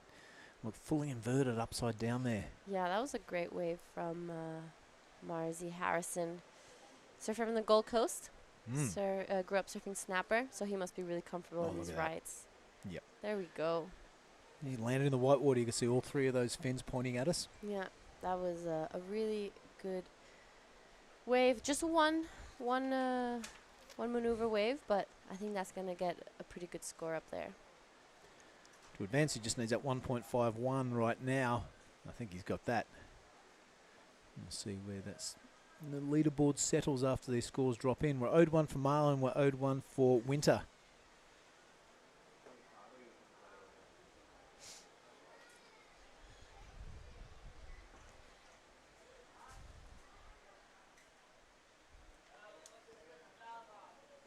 We'll be hoping to see a little bit of a push in the swell for the next few days. A little bit of a push and the wind to die off. Yeah. It's still going to be onshore, but from all the prediction models that we're looking at with Luke Studer today, it's forecast to get into 3 or 4 knots though, which is pretty much no wind. Yeah. So when the swell's a bit bigger and you're pretty protected in this bay, if there's not much wind going on, we should see a bit more action and a bit more true Nias Lagundri Bay waves. Yeah, everyone's looking forward for that. So good days to come. It's still early days in this event, day 2. This is our surfer in white, Monojo Yahagi, cashing in his priority 2 solid turns on a set wave. Taps this one, really stylish, light surfing for to stay on it. We see this one stand up for him, and he taps it and closes it off very nicely. A little bit of a 360. You can see a smile on his face. We'll see a good score coming for our surfer in white. And talking about good scores, the last wave of Winter Vincent came in at a 6.17. Yeah, we're just watching a whole bunch of replays here, and once that leaderboard is accurate, we'll give it to you. But I really enjoyed this wave from Yahagi. Monojo. Super cool names. Yeah, cashed in his priority, had right of wave, and this is our surfer in green right now, Taki Kanazawa, just falling off on that. Yeah, not loving life on that last wave of his. So a 5.50. I'm pretty sure that that rotor from Marlon Harrison. We're still waiting for a score. We didn't see the entire wave of his third one. His third wave. Didn't see the entire footage of it, but it's in the blue column, so we're waiting for a score there. We're waiting for a score from Kanazawa and also Yahagi.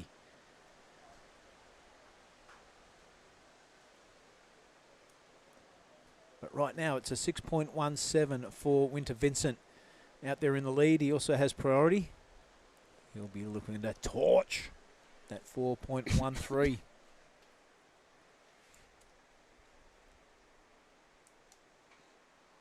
The boys having a nice chat out the back there.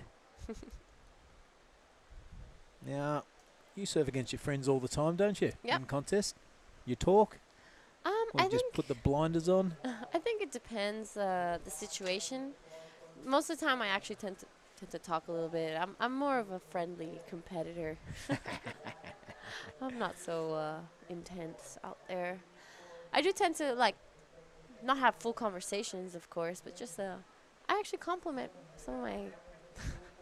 Well, that can be taken two ways, can't it? Yeah. You could be playing mind games, or you could actually be genuine. I think you're genuine. Let's have a look at these scores here. All scores in for the Japanese surfers. They remain in third and fourth position. 4.01 is the requirement for Taki and a 3.34 for Manojo. Look at Marlon Harrison there, 5.50 and a 2.50. He is in second. Looking to take that first place off his mate. Yes, both first and second place are with first and second priority. I like that. Yahagi paddling straight past the priority and the second priority holders, straight to the inside. The boys not falling for it though. They're like, yeah, go in the inside if you like. You do you. We'll stay here. I love it. Reminds me of Jay Davies. He surfed against Mick Fanning at the box one time at the Margaret River Pro, and there's one place you sit on top of this rock, and Jay Davies has surfed that place a million times. Mick started to paddle around him. He goes, I always wanted to follow Mick around because I didn't want him to get the inside. I knew where I had to sit. But it took all his mental concentration just to do what he's been doing for the last 10 years at this wave. He actually beat Mick that time. But, yeah, it's amazing what you can do to put your opposition off the game with a bit of paddling and a bit of hassle about it. For sure. So this is a replay of the 617 that we actually haven't seen. A really good reverse to start it off and managed to take this wave all the way to the inside. A little bit of a foam climb, and here we see him working his rail. Not too much on the inside, but definitely did all the work outside. So, you know, we've really seen the judges emphasize on that.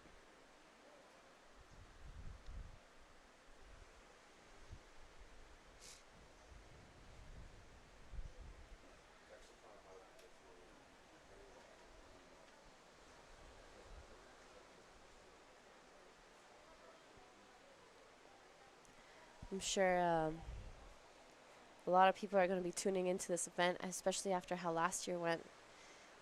It was fantastic, wasn't it? Yeah, with those waves, I knew a lot of people watched it. A lot of my friends in Europe, a lot of my friends in South America. Everyone was like, "Wow, I watched the Nias comp last year, and it was insane." It was super cool. Yeah, we got super excited calling it, didn't we? Yeah. But you know, it was a different time of year. We went back to back last year with the Kuri contest and then the Nias. Logistically, a nightmare, but it came off really well on the screen and came off really well in the surfers' eyes. This year we had a few hiccups, and this wasn't 100% this contest, but Tippy and Tim and the lads there at ASC HQ and the gals have pulled it off. So we appreciate the support of the local authorities, especially at the tourism board here in Nias. Next year we're aiming to go back to back again. Yeah. You know what I mean? It's a good time of the year, and all the surfers have made their way from around the Australia and Oceania and Asian regions. They've made their way to Indonesia. It'd be good to have two QS 5000s back to back, and it'll save them a bit of travel time and a bit of money as well. It is a big mission to get to Nias. It's you know, it's hard to get here. Lots of flights and drives and ups and downs, and sometimes you even have to spend a night in Medan, depending on what type of connection you can get. So. Yep, that's right. And the transit from Krui to Nias. Yeah, That's probably the longest. Takes longer to get from there to there than Japan. for sure. Oh, yeah, even Bali to Nias. I was saying it's quicker to get to Italy than it is to Nias. It's a big country, Indonesia, very populated, and a lot of islands, in the thousands of islands. Have a look at this. This is Yahagi going high, going handsome, and pulling it off beautifully. All right, we saw a 5.50 awarded to Marlon Harrison. Was that in the same ballpark for Momojo? We will see. Only looking for a 3.34 to go to second, Monojo. And on screen we have Taiki Kanazawa. Ooh. Just getting his nose stuck and going over the handlebars. I really like the gray board he has. It's kind of weird, isn't it? I haven't seen many gray boards. Mm. So I'm liking it. It's different. I like the colourful sprays, but what it does do, if you're out there in a pack of like 20 surfers, let's just have a look at this air rev first. Yeah, okay, I liked it. All right, if Marlon got a 5.50 for his, I think this is going to be in the same ballpark. I agree. I think he's definitely going to get the score to get to second. Mm. Unfortunate here for Taiki falling off. Yeah, we see that grey board. If you do have that bright spray, you stand out in the pack of surfers, which is good if you're ripping. If you're not having a good day, they go, who's this guy? there goes Giada again on a pink board. We know it's her. Only my twin fin is pink. Right on. One of my favorite boards. The twin pin Oh, from right on. CI. Right, it looks like we are having a quick insight into Jarvis Earl's preheat routine. Getting his sled waxed up. Couple of sleds waxed up. It's better to be safe than sorry. Yep. So next up, Jarvis Earl will be up against Tenshiwami, Varun Tanjung, and Dadi Widianto. Oh, that is a cracking semi-final number 2. Yeah, Jarvis is going to have his hands full. that could easily be a final. 100%. Most of these pro juniors will definitely be joining the QS. So last wave of white came in at a 6.13. That reverse pushing him straight into first. Vincent is down to second. Now Taiki Kanazawa third and Marlon Harrison in fourth. Yeah, look at that. Marlon Harrison, second straight down to fourth. Yeah. Pressure on the Australian now. Second priority needs a 4.81 to make his way into the grand final. Yahagi and Kanazawa, the big movers.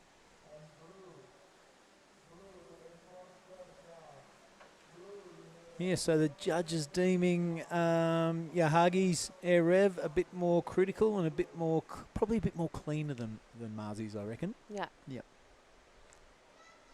Back out onto the open face, a bit of flow into it, as Marlon was kind of stuck in the white water there after his rotation.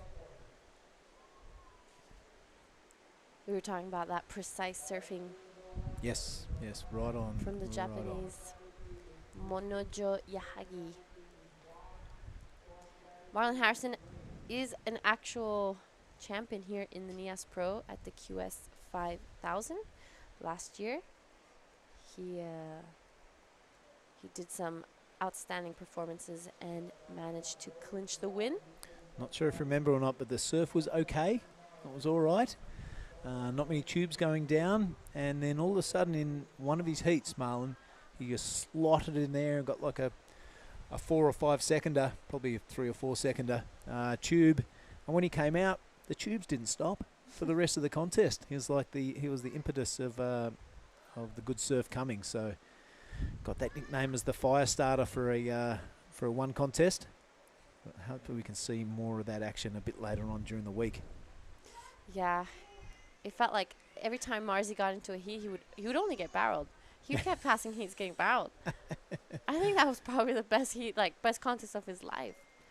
Yeah, and there was some fantastic drone footage. It's been replayed and replayed all over the surfing world. of Marzi just perfectly slotted in there. Not even have to work his way, just park it and enjoy the view. All right, a few waves ridden while we've been banging on. None of real any consequence. A couple of half scores there. All scores are in though, and it is Manojo Yahagi out in first position by that 6.13. Fee. Really good air rev. Winder Vincent is not out of the equation. He only needs a 4.63, but it's Marlon Harrison with second priority, a 4.81. In these conditions, everything has to go right to get that score. Yep. And trying to squeeze him out is Taki Kanazawa. He needs a good score to advance also. That 5.50 looking handy in Marlon's scoreline though. Yeah, it's important to be on the best waves when they come because they don't come very often today. Look at this. Team Japan, Team Australia. Bit of separation between them. It could be a bit of a mental strategy for Marzi, sticking onto Vincent, trying to sell him onto a wave so he can get priority. Yep. Both have first and second priority sitting there. So Winter with first priority, meaning he can pick and choose whichever wave he wants without anyone getting in his way.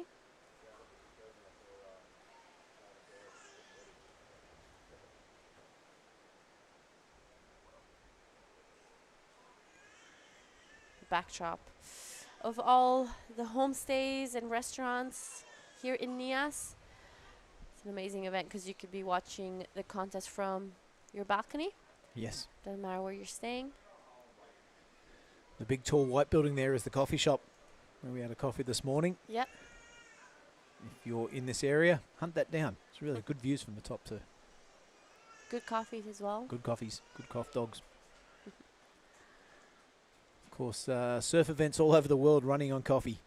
You're up nice and early, checking the conditions, waiting for the call, making sure everything's in line to bring this footage to you around the world. And the work crew at the ASC and the WSL crew, beyond reproach. Yep, everyone working really hard to bring this together, and it's turning out really smoothly. Bang bangs coming out everywhere. In case you're wondering, you haven't heard, we present a chocolate to everyone that wins a heat here. Tradition started by our good friend Johnny Tucker, who's sitting in Bali, probably watching the footage. Wish you all the best, my friend. And your legacy is being carried on here at Nias. And I've actually forgot yesterday to give Ellie Harrison one. And she's probably really bummed. Oh, I don't know. She just asked me. She goes, "Where's my chocolate?" So the surfers are actually looking forward to it now. It's become part of this contest. And why not? I mean, bang bangs are really a really big part of Indonesian surfing, actually. There's nothing like after hours of being out there, a little bit of chocolate to like refuel. And I know people who just eat a few bang bangs and are straight back out there. Yes. Well, let's not get into the nutrition factors of chocolate versus versus a healthy diet. Eat healthy, kids. All right, 4 minutes of this one, and it is the Japanese surfer in Yahagi out into the lead. That big air rev was a point garnisher. Look at this one. It's Marlon Harrison. He's not happy. Oh, he's not. He's going to be less happy with that air rev attempt as it comes unstuck.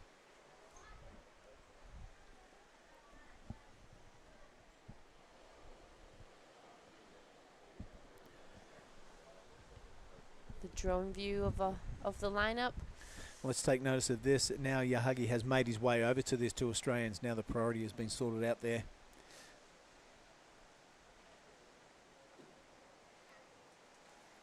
Seems like there's a few lines coming through.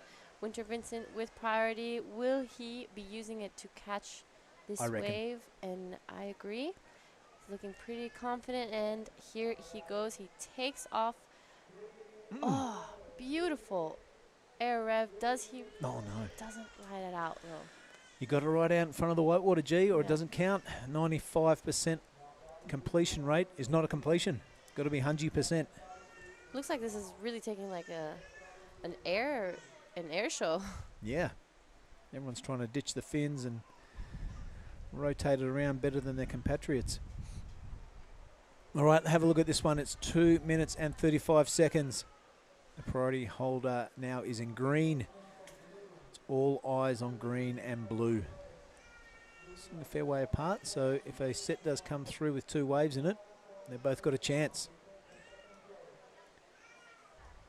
Here we go. We're reaching the last 2 minutes of this heat. Pressure is really on now.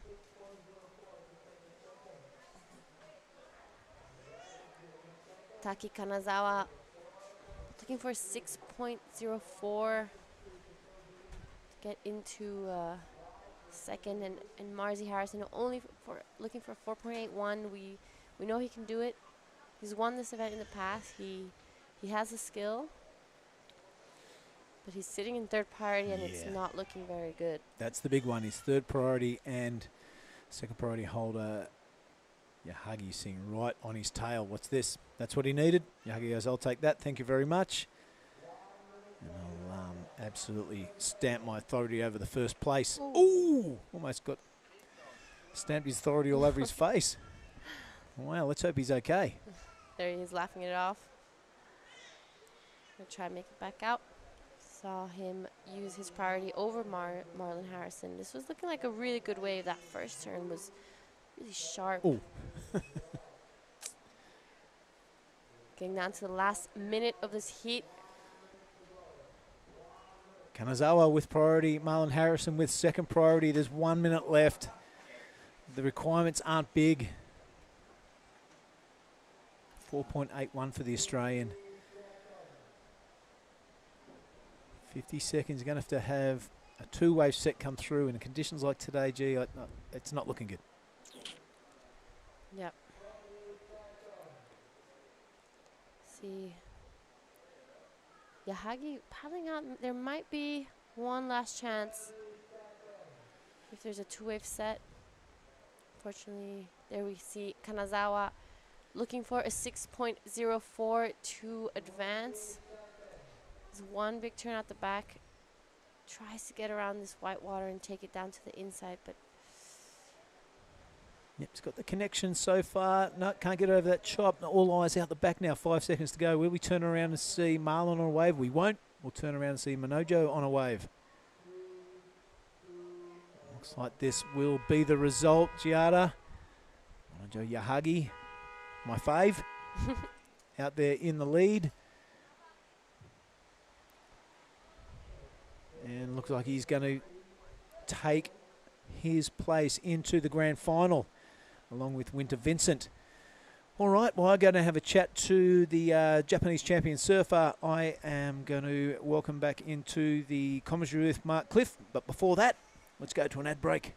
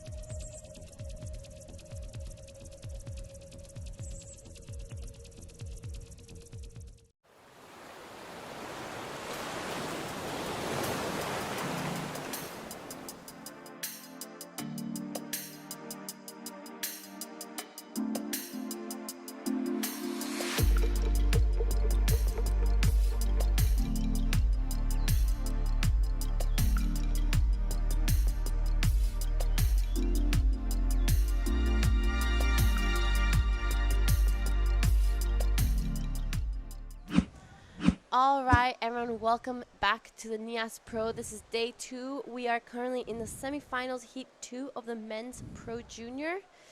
I'm in the booth with Mark Clift. Yo, Welcome thanks back. very much, G. Yep, all right, had a pretty adventurous little break. I'll tell you about that in a minute. But this is semi 2, everybody. Danny Widianto in the red, outstanding performance this morning. His sparring partner, Varun Tanjung, another Balinese surfer there in blue. Jarvis Earl pretty much has dominated the point the last 2 days. He's out there in white, the Australian, and Tenchi Iwami, a very strong performance this morning in his quarterfinal, surfing green. So we've got one number up. It's just a 1 there for Jarvis. Tell me about that last semi-final. I missed a lot of it. I was just having a walk around. Well, it did kind of turn into a little bit of an air show. All the major points in that heat were all gotten by some big reverses, as we see Jarvis Earl right now on his backhand, 2 big turns. We didn't see many of those in that last heat, so it's going to be interesting to see how, these boys were definitely watching the first semifinals and saw those scores come in, so it's going to be interesting to see how they take their approach. So an air show. So obviously Yahagi and Winter Vincent teed off, landed some big airs. They both, Marzi too, but unfortunately both Winter Vincent and, well, fortunately for them, unfortunately for Marzi, they both got the upper hand of that, and the ocean did go a little bit flat towards the last 5 minutes. So they did get the win. All right, so some rapid-fire backhand belts from Jarvis Earl on a minuscule wave, earns a 4.5, so it's a pretty good number given the size of the wave was struggling to be 1 foot. Yeah, and we've seen many heats actually where their backups are 4.5s or 5s. So it's pretty smart surfing for Jarvis Earl, just getting started early. That last heat both qualified with 10 points only, just over 10 points, so a couple of 5s. Seems to be the theory. Jarvis is on 3 waves already. 2 of them will not count. The 4.50 may. He's got some quality campaigners up against him, both red and blue out of Bali. And Tenchi in the green, the Japanese surfer. Shortly we'll be rolling directly into finals, everybody. The women's final will lead on first. I believe it's going to be a 35-minute final, G. Men's final after that at 35. So that'll put us at just close to 1 o'clock. There has been a call to be on standby for a 2:30 call to potentially roll into women's QS first round. It's a maybe, but they just want to hang in there and have the choice of rolling that out if it improves. If it doesn't, we'll see tomorrow. But after the finals, it's still a fair way off. But after the finals, we will make another call at 2:30 for a potential 3 start. Meanwhile, let's hear from Billy Hangen with Yahagi. Go, Billy. Yeah, thanks very much, Mark. I am down here in the athletes area. Manojo Yahagi, my favourite Japanese surfer, has just made his way into the finals. Get it there, butter. Congratulations. Now, we saw Marlon Harrison open up with a air reverse. You betted that with your air reverse. Did you see Marlon execute his manoeuvre? Yeah, I see. And was it your plan to go higher and better and get a larger score? Yeah. I love it. Now, the conditions. Better for doing turns or better for doing airs? なんかボコボコなんかmaneuver is so hard. Air is good wind, easy make. Beautiful, I love it. Now, the moment you've been waiting for, you win a heat, you get a bang bang, there you go. Now, is there anything you'd like to say back to people watching in Japan? Because Team Japan is very strong. I'm sure there's a lot of people watching Japan. Is there anything you'd like to say to your family and friends back in Japan? Yeah, Japanese. そうだな。ファイナルあと1回優勝したら世界戦確定するんで、ファイナル思いっきりやって優勝できるよう頑張ります。応援よろしくお願いします。Beautiful, I love it. Manojo Yahagi will be in the final of the Pro Junior Men's here at the QE 5000 at Nias. Going to give him one more high five. Bang. Keep going. Really enjoying your surfing and really enjoying it around the contest site. back to you guys in the commentary booth. On you, Billy. All right, so he will join Winter as our first two. He'll actually get the red rash vest in the grand final. I don't know about you, G, but when I was competing and if I got into a red rash vest in a final, you feel pretty good. Yeah, I know what you mean. The red rashy. Yeah, there's just be something sought about after. the red rashy. It's like the yellow jersey these days on the big tour. Yeah, for sure. Kind of confirms that you're like the number one seed. So anyway, This- something about the red rashy. Speaking of that, here goes Danny. Here we have Danny Widianto, our surfer from Bali. Halfway Kura board riders. A little bit of a replay. Took this one all the way to the inside. It Not didn't turn into a too huge number much, though, just yeah. a high 3. So a lot of work done there for Danny. Probably just releasing a little bit of nerves. Sitting around can tend to get nervous, so riding waves is a good thing. Even though it's only a 383, it's a start. Yeah. On a day like today, it's important to really keep busy because sometimes you take off on something that really doesn't look like much and it ends up taking you all the way down to the inside with a great wall. So I think a lot of these surfers are trying to keep busy during these heats, especially because there's so much time and an opportunity. Yep, no, good call. And Danny is a mean competitor. He's been on a bit of a tear lately. He's only a youngster and just starting to, feel out what's available in the future by tapping into a couple of QS events. I think if he keeps improving, I can see a real future for that young man. Meanwhile, Tenchi. This is Tenchi Iwami, a massive turn out the back as he wraps it around back to the whitewash. He's going to be keeping his board busy. He's going to try take it to the inside, but this wave will not be allowing that, but huge turn out the back. I really like Tenchi when he gets a bit of speed because he never fluffs around. He always goes big, and the judges are going to be pretty impressed with this effort here.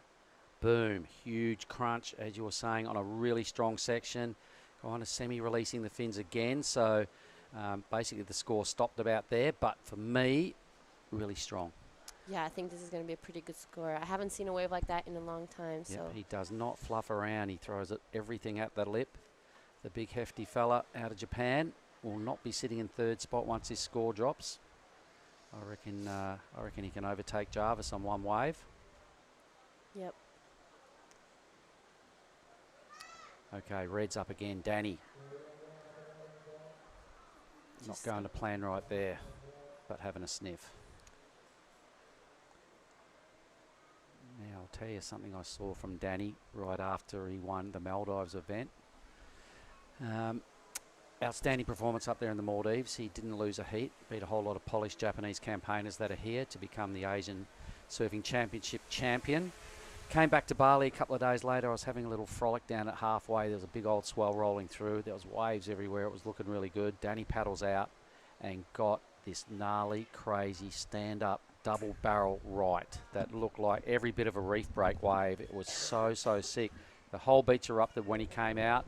I saw Marlon Gerber a little while after that, a few days later, and said, Marlon, I said, did you see that tube Danny got? Because I knew Marlon was out having a surf, and he's gone, yeah, he's gone. I tell you what, he goes, that was the best tube I've seen at Kuta Beach ever.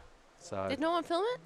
I don't know. I wasn't privy to that, but I did see it, and I remember thinking to myself, that was so sick. Next time I see Danny, I'm going to mention that I saw that. And I did, and I mentioned it to him, and he's all smiles. He's going, yeah, man, like, that was sick. It was a proper double keg, huge wave. Back to the live action. Here is the man in green who is in the lead. That last wave earned him a 5.6, so the best score, and took him to the lead by a smidge, just a little bit over Jarvis on one single wave. So the judges really rewarding and loving the power show that Tenchi puts together. Yeah, while we wait for that last score of Tenchi to come in, you said you had an interesting break. Oh, look, I didn't do a whole lot. I just walked around and went up and checked out the stalls and tried on a couple of shirts, and they looked pretty good. And then I realised I left all my money at home. I had to go, sorry, boys. Sweated up a couple of your brand new garments, just trying them on. But there's a lot going on the point at the moment. There's stalls. There's a big, where we had the opening ceremony yesterday. There's pumping music all afternoon and evenings. The stalls, there's a lot of traditional stuff on offer, and it's definitely worth a walk. I get sick of sitting down in here. Here goes Jarvis Earl. Let's stay with this fella now on his backhand, trying to regain the lead. Big hefty stab in the lip for his second manoeuvre. Now just playing the game and staying with his thing. Puts on the afterburners and finds speed out of nowhere. Look at this little fluffy section. He's thinking of getting it again, and he does. He looks in and going, I might as well have a sniff on the left. He's got a bit of a score so far. Looking for a bit of icing on the cake on the inside. I think he's going to go for the air. Weaving. Oh, never mind. Slash. It's still not done with yet. There may still be a ramp somewhere.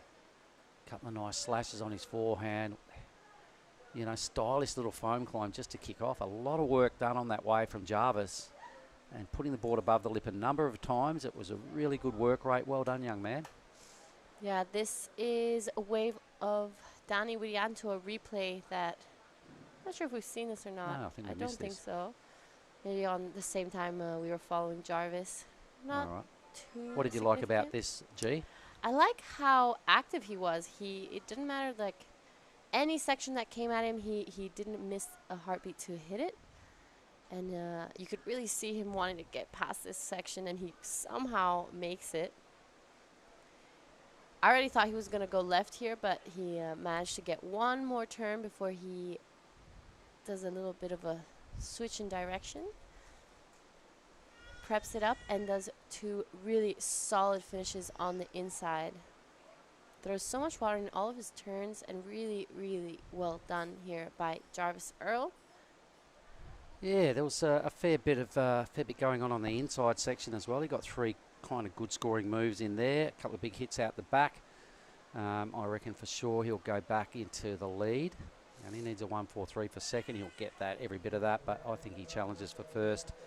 Danny now spins the wheels and spins himself out of contention on that wave. 17 minutes to go. Not his best work. Rarely do we see him fall. And there we have it. Jarvis Earl's last wave came in at a 4.47. So did a lot to get that. The judges are going nothing brutal out the back. Yeah. We think about Tenchi's wave for the 5-6 was basically off one huge hit out the back. So Jarvis did probably 5 times more surfing than Tenchi for a less number, and that's been the theory the judges have been leaning their hats on all week. The last 2 days. Here goes Kokona warming up for the women's final coming up next. She's going to be in the red Rash Vest. Alan McCaffrey will surf in the blue. Nanaho Suzuki in the white, and Ms. Sato in the green. Yeah, Kokona Kawase did get an 8.33 in her semifinal. That booked her a first place and straight to the final. That was a brilliant wave. Best wave in the last 2 days, folks. If you didn't see it, it happened in her semi-final. So she also put together the second best score of that heat. I remember it was a 6-5. So going into the final, maximum momentum. Got to be feeling like, this is hers. Yeah.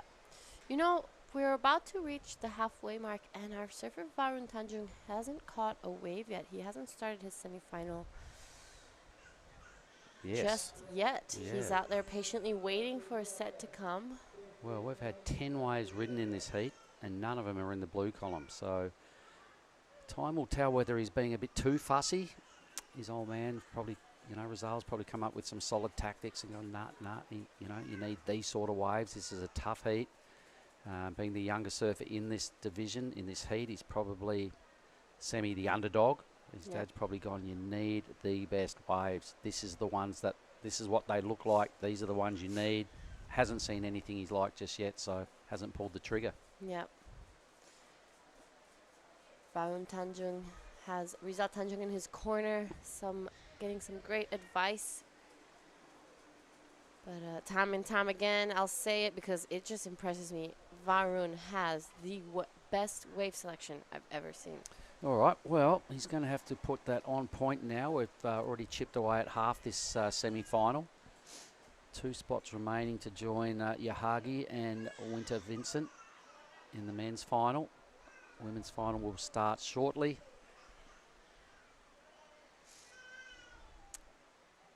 Yes, I'll be watching the women's final. I'm going to ask you, G. Yep. Who do you reckon for the women's final? You've seen them all surf today. I think I'm going to put my bets on Nanaho. Nanaho, all right. Yeah. I'm Yep, going she's for a mean Nanaho competitor. 3 Suzuki. Japanese surfers there up against Alla. Ella's been doing some big hits. Didn't have her best heat in the semi-final. Still made it through to the GF.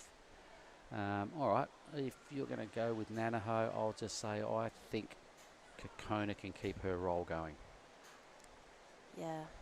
So we can't officially bet, but that's just between us. Yeah. 13 and a half. Biggest score is Tenchi Iwami. It was a brutal hit. He probably only rode 30 metres on that wave. Earned himself a 5.6. Jarvis's 4.47. It was a wave that went for about 120 metres and only earned a 4.47. So Tenchi Iwami is in favour with the judges. He doesn't fluff around. Once he's got some speed and a section, he just leans into it and throws everything at it. It's a really good theory to win stuff. If you get that right twice, you're going to be hard to beat. His backup's pretty low. It's only a 2.50. Jarvis has not done his best work yet either. He's only sitting on roughly 9 points as a two-wave total.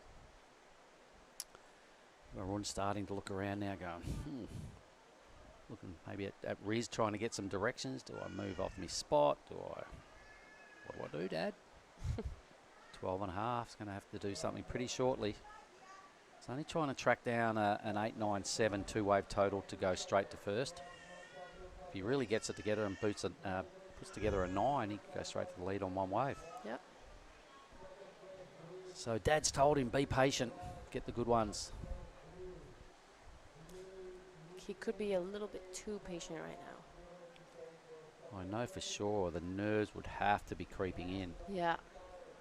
All right, here's our next final. There's Kokona right there, the goofy footer. Heading down to the point, all business now. She's prepped, she's ready to go. It's time now is hers. She's in her own headspace. No one else in her ear right now. It's game on. I'm sure she's won finals before and knows what's required at this level.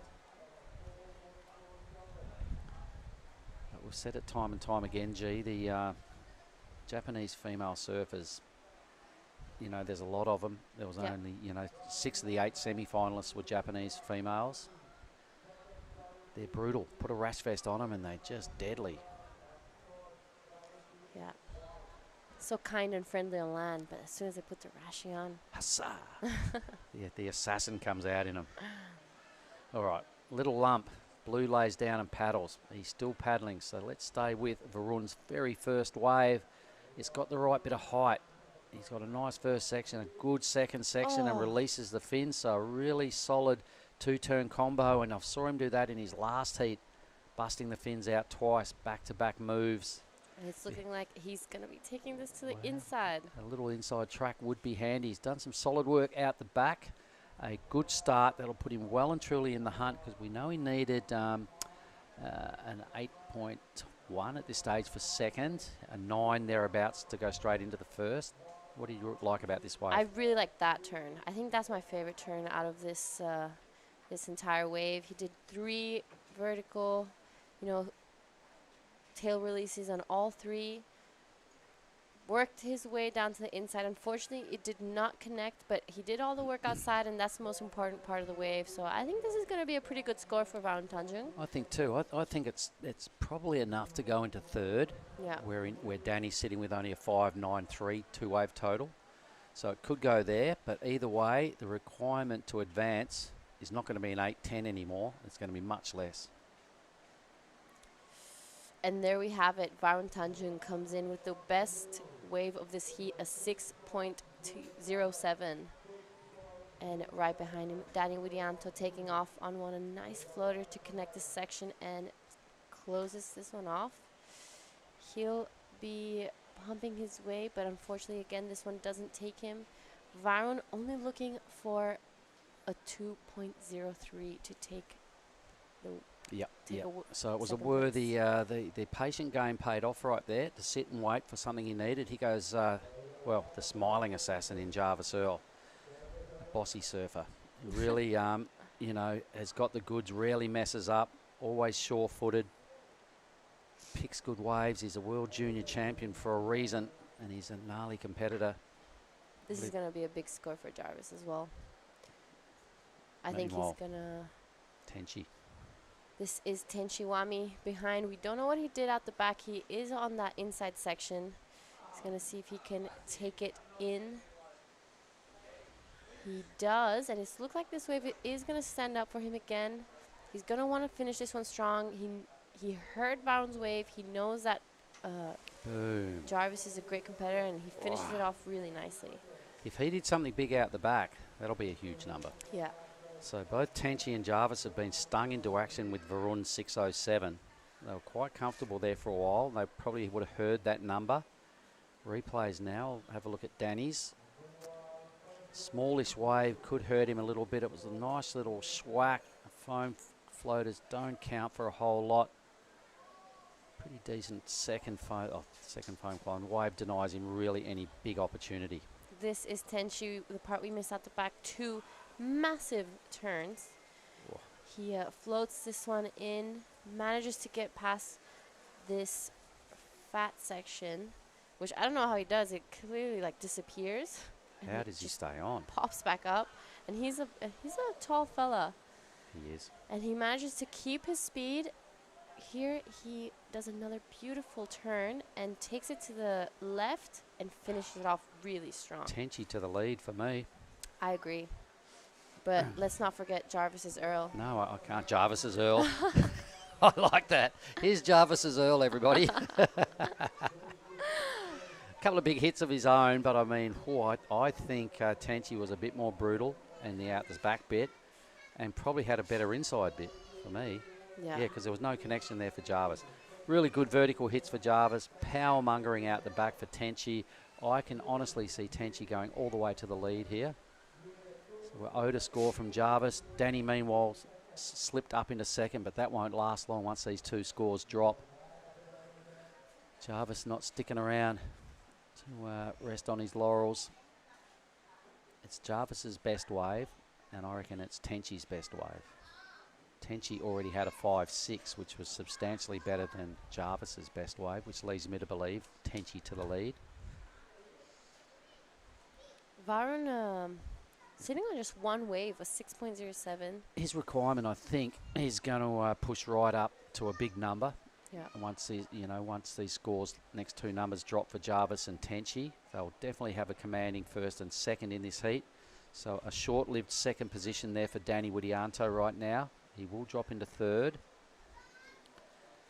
So the judges are taking their time thinking about this important scores. Both big numbers. Both really going to consolidate leading positions. There we have Varun Tanjung sitting with first priority. He's definitely going to be quite patient again on this one. We're reaching down almost to the 5-minute mark. Tenchi's is in, just over 6 points, 6.27. So currently the best wave of the matchup. Jarvis's number to drop. Tenchi's in the lead. Jarvis is 7.37. I'm not sure he gets that, but he'll definitely put his best number up.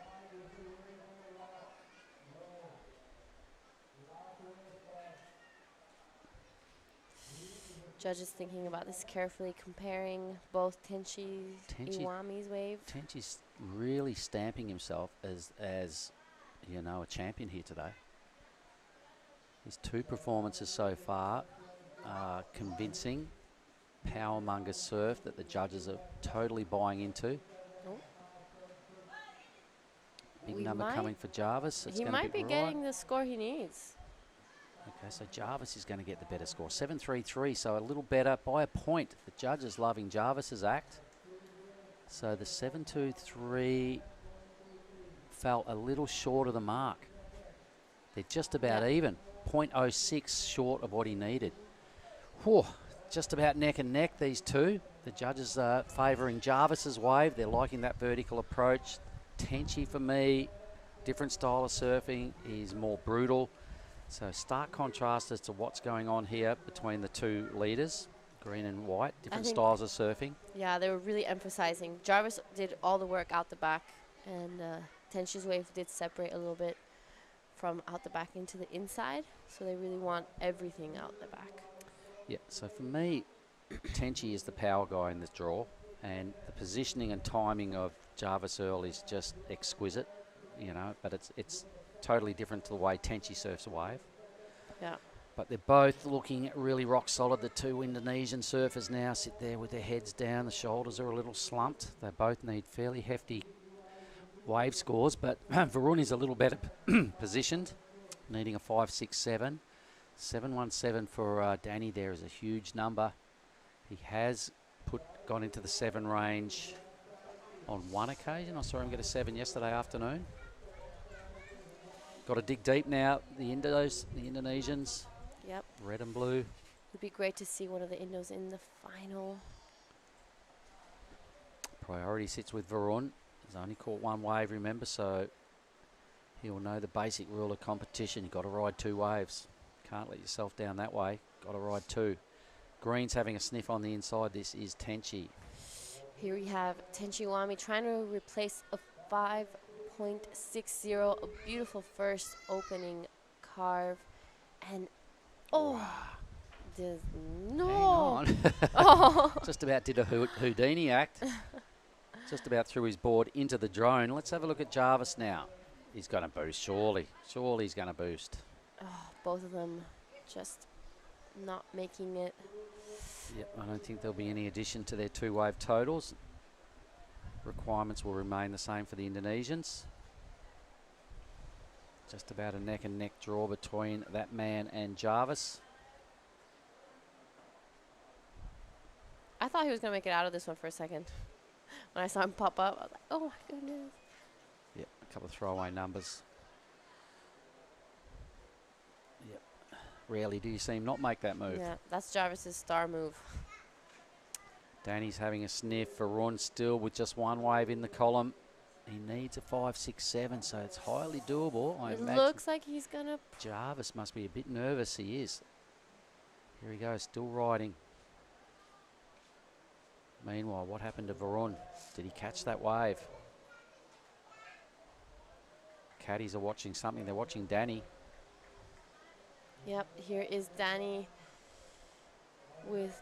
He had second priority. He's going to be taking this one on the inside, looking for a 7.17. We don't know what he did at the back, but it looks like it could be a really good bowlie inside, or I could be wrong. Blue was up out the back as well, just quietly. Yeah. Just over a minute. Tenchi Iwami with priority out the back. He's in first place with less than a minute left. There's a boot. Just over a minute, sorry. A boost coming, there it was. Slaps his mitts together. Got to be a 7.17, remember Danny? Not sure what he did out the back. I guess so. We're going to have to wait for the replays. Yep, and there was a wave from Varun as well. So a bit of a nail biter going on here. We are owed 3 scores. Tenchi Iwami out the back, pretty happy with his efforts, holding a slender lead. Danny needs, don't even know what he needs. Danny needs a 7.17. Oh, sorry, he needs 7.17. Jarvis's numbers are in, so the 7.17 still stands. He needed something big to happen out the back because the inside stuff was all right. But you got to do the big hits out the back. Varun did get a wave as well, folks. 25 seconds. The crowd on the beach is building. Finals are just about to bounce down with the women's grand final coming up in a moment. 15 seconds. See what the judges think of Danny's last wave. He needed to do something huge out the back to have a chance at the 7.17 because we didn't catch his whole ride, I don't think.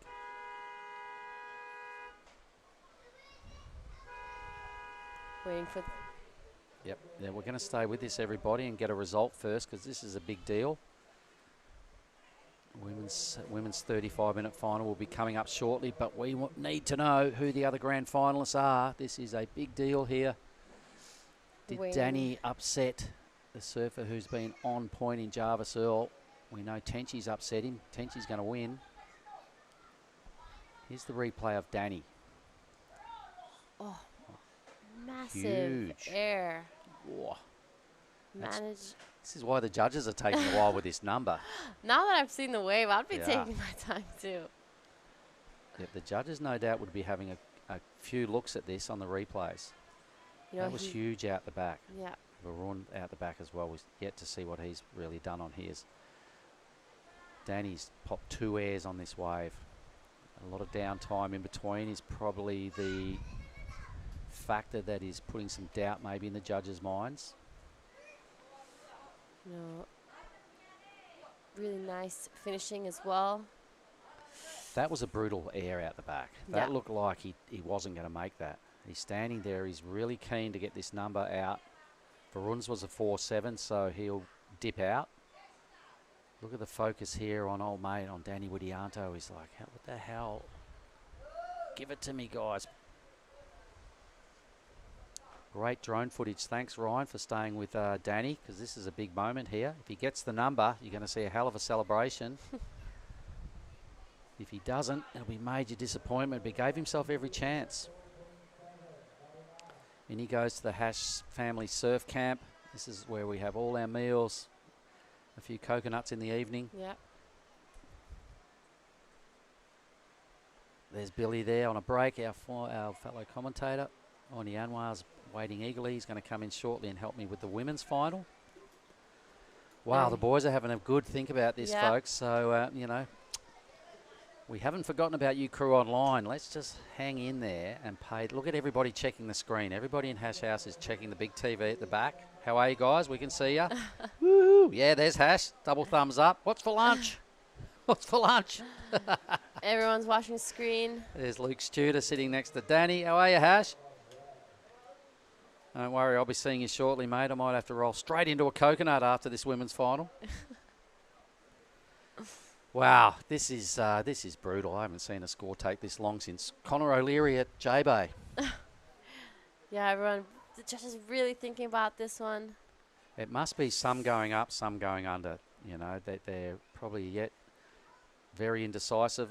So to all the crew in Hash Surf Camp, hey, how are you? I can see you. The drone's right behind you lot.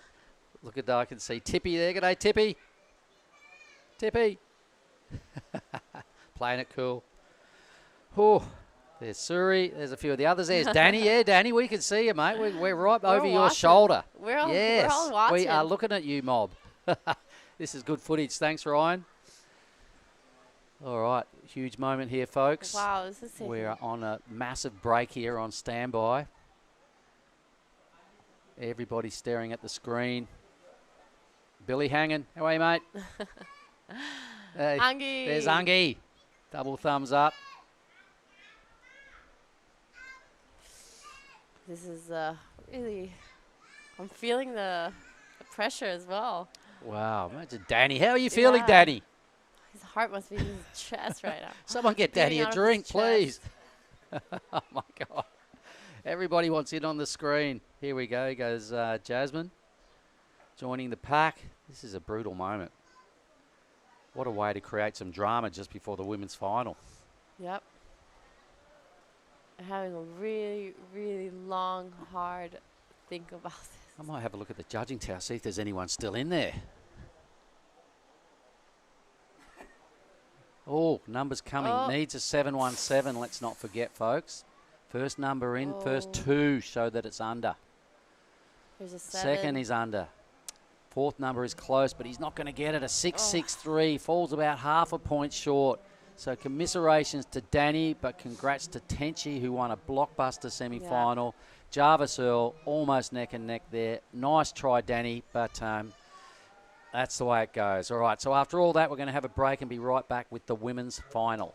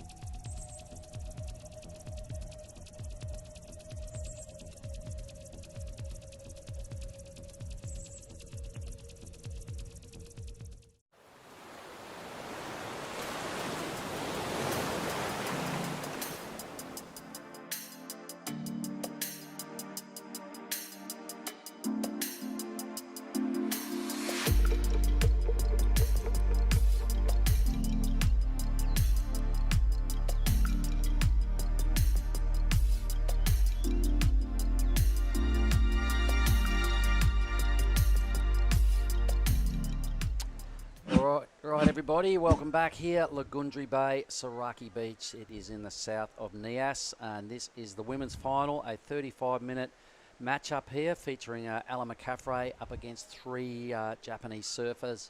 Kokona Kawase in the red, Nanaho Suzuki in the white, and Sumomo Sato in the green.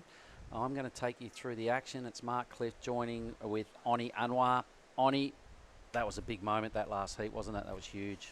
Yeah, that was. I was sitting down there with Rizal watching Faroon, and yeah, Sinar was screaming like, "Come on, God, help, help my big brother!" But fortunately, everyone put a good show, and it was not the easy person to beat. Oh, and Tensei Iwami is an animal. Like this guy is so good. So even Danny, good job for one and only Indo who tried but came undershot, right? 6.366 something. Yeah, 6.63. Needed a 7.17, so went mighty close. Fell half a point short, but the air he threw out the back was huge. That's what gave him a sniff at becoming a finalist. Fortunately, the judges thought otherwise. I think Varun put up a pretty good fight. He only caught 2 waves. He got a 6 and a 4-ish, so he was only about a point or so behind the other 3. But this final now, let's talk about this. We have 2 scores on the board. None of them are very big. Ella's got 1, Nanaho's got 1. I asked Giada, which we'll get to in a minute. We just saw. Yep, we've got a couple of replays to come through. Ella McCaffrey here. I'm pretty sure I saw Kokona stand up on a wave as well. So we might just see if we can get a replay of Kokona. If not, what we will do really quickly could be one of our last post-heat interviews because it's finals time. So let's go down with Giada and hear from the winner of the last heat, who was Tenchi. Go G. All right, I'm down here with the winner of the last heat, Tenchi. I'm not going to keep you here long because you have to get ready for your next heat. You're in the final of the Pro Junior. How are you feeling? I'm so stoked to take my semi-final and then so stoked to into the final first Pro Junior this year. Yeah, I'm so stoked. Yeah.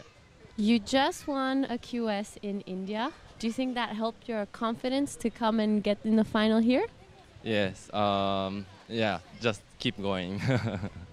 All right. Well, here is your bang bang for winning your heat. Is there anything you'd like to say to your friends and family in Japan? 応援してくれてる方々ありがとうございます。1番でファイナルにつなぐことができました。このまま優勝するのでこのまま応援よろしくお願いします。All right. Congratulations and good luck in the final. Back to you guys in the booth. Unreal, thank you. Look at him proudly displaying his bang bang. He's just won a heat to become a finalist, so a very worthy effort.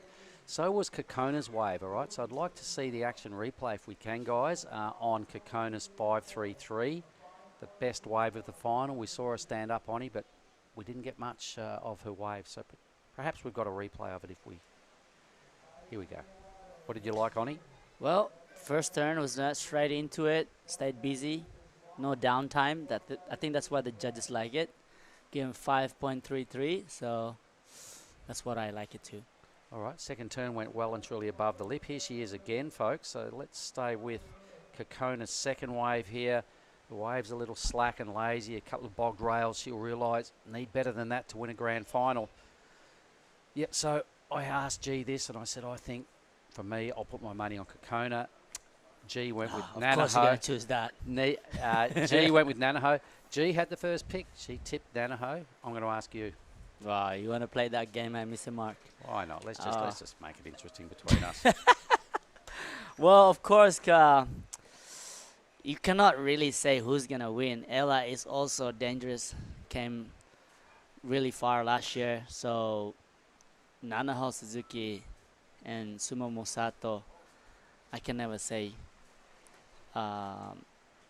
who's gonna. I think I don't know. Come on, you're hard to choose. Hang on, this might make it easier for you. Look at this. There you go. There you go. You're gonna have to go with Ella now. Yeah, yeah. So this is a huge, Ella for sure. Yep, this is a huge wave in this final. Yeah. Already put together some really big blasts. When she does a turn, you do see a lot of spray fly around, and she's keeping it clean. Here's Nanaho. Yeah. Is this Nanaho? Yes. Yeah. Nanaho is looking really sharp the whole event and for the Pro Junior. So, yeah, I'll go for Ella. Ella looking good at the start of your 3.17. No, that was her first wave. She's got First wave, yeah. first wave. So she's definitely got this other score to come, which will be pretty large. White's got a mini score to come, but gets her on the scoreboard. Ella's will be interesting. Yeah. This is the wave of consequence. So, yeah, you call a good one too. Kokona has been ripping, posting 8.33. Here's the action replay. Wow, that turn is so nice. Wow. I actually like this one. Yep. She really pushed it. And the wave really gave us some love. There was some 4 pretty good sections there. Good tip from Rio. Yep. And just a little bit of something, but not a whole lot there for Nanaho in comparison to Ella. It's got to be well under. A little bit of Hanu. Hanu. Bit of Bahasa Beamer going on there, ladies and gentlemen. If you didn't understand what we said, don't worry. We didn't swear. Let me explain. Let's have a look at green first. Samomo, her first wave.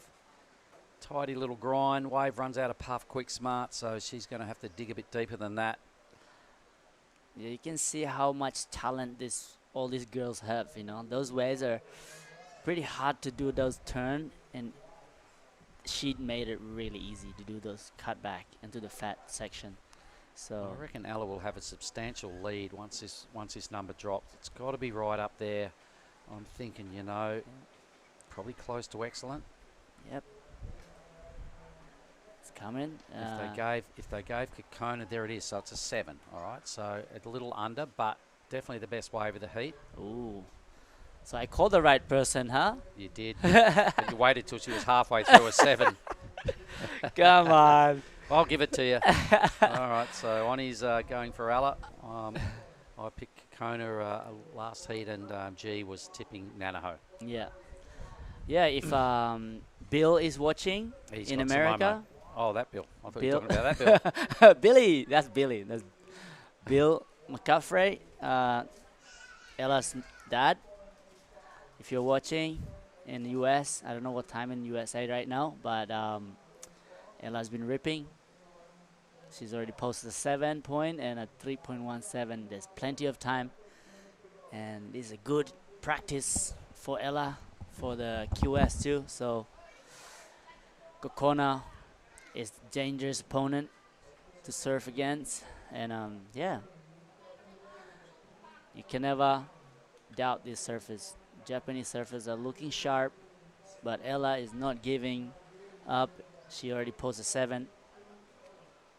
Very exciting final for the juniors. And next we'll see the men's final for the Pro Junior. We're gonna finish those 2, and then I'm gonna be surfing out there in this beautiful Nias. Go surf, enjoy the coconut, maybe have a massage. Dude, sounds like a hard life here. What do you reckon, Mr. Waura? I don't know. What was the question? I was just getting briefed to something else. We are going to talk with the winner of the women's final once it happens, and that'll be my job. So I don't know. What was the question? No, I just talk about how good my life is here. And then after this, watch the final. I'm going to go surf, get a massage, have some coconut. How good is your life? He was born in the sleepiest little bay called Cobblestones, which was basically nothing years ago, was it? Your family were the only ones that lived there, you and your whole tribe. There was a lot of yous. It's got a nice right and a nice left there, and it was, you know, it didn't have a whole lot going for it other than you guys lived there. Then all of a sudden you both became really good surfers, you and your brother, Guzza. You moved to Australia. You went to school there. You got adopted by a really cool family. You've been all over the world. So when you say how good is my life, it's probably got to be one of the best stories ever out of the smallest little surfing bay ever. So yes, I'm going to shake your hand. You've come a long way. Well, thanks to you too. You know, you push us since I was like a little grum. You made us pretty much go surf bigger wave, and you give a lot of compliment to my bigger brother Goslin. So I really didn't like that, and that's why I got better. And you were the youngest one, so it was quite funny too growing up, folks. A quick one, a little side story. Oni had these big arms and these big legs and this little body. It looked a bit gangly compared to his brother, but then you grew into your limbs and stuff clicked, and you got a lot of support through your career, and you've done a lot of really good things. So, and now you're a dad. Hello. How good is your life? Life is good. The generation is coming in hot. So, yeah. How's that board riders, the first board riders were you holding it at Fatma and you were giving me the prize? What number I was? Number 7th or something? Oh, I can't remember. It was that long ago, dude. Come on, that was in the year 2000, and we did a lot of those events for the board riders there. Yeah. We did 15, but that was really good fun. And LPB is, you know, my heart's at Lakey. I live in, I'm a West Aussie, but my heart's at Lakey, and you guys, it was good watching you all grow up. You good did times, a lot. mate. So I've followed your career closely, having known you since probably just as you started surfing. It was a cool story. Someone should write a book on you. Matt if George, I can remember. Matt George. All right, they've got 2 waves each. All 4 of them are sitting out the back. Priority listing sees Kokona in the red with next pick. But it is Alla with the big number, the 7. Yep. All right, I could have seen a little more out of that, but a 7 sits well in a grand final. That is a very strong way to start your final. 5.33 for Kokona. She's going to have to hope that becomes her backup score, I think, to win. But there's plenty of time. This started off with 35 minutes on the clock. We're down to 22. Yep. And the requirements, all these requirements are to win now. So red needs a 4.85 to go into first. Nanaho in the white needs a high 6 and a low 6 needed from green Samomo to win. Yeah, you can see how really smart this surfers is. All of these 4 surfers have 2 waves in the first few minutes. See that? Like, red. Yep, quick starts across the board. Yeah. None better than Alla. Fell into the perfect wave. Didn't even ride the inside. This was all work done out the back for her 7. So the waves are still there. We saw a really, really close semi-final for the men's just roll out, and they all did a pretty good job and all found quality waves. So the waves are there. 35-minute matchups. Coming up very next will be Yahagi in the red, Winter Vincent in blue, Tenchi in the white, and Jarvis in green. What a matchup. Wow. I love that. That's exciting, you know, like 2 Aussies and 2 Japanese battling for the first place. Who's going to win for the Pro Junior? Yeah. And that will drag the confidence for the QS too. What a warm-up. You could not have a better warm-up leading into a men's 5,000. Yeah. Here we go. So Kokona. Boom. Go you good thing. Big backhand slash. Again, a solid section.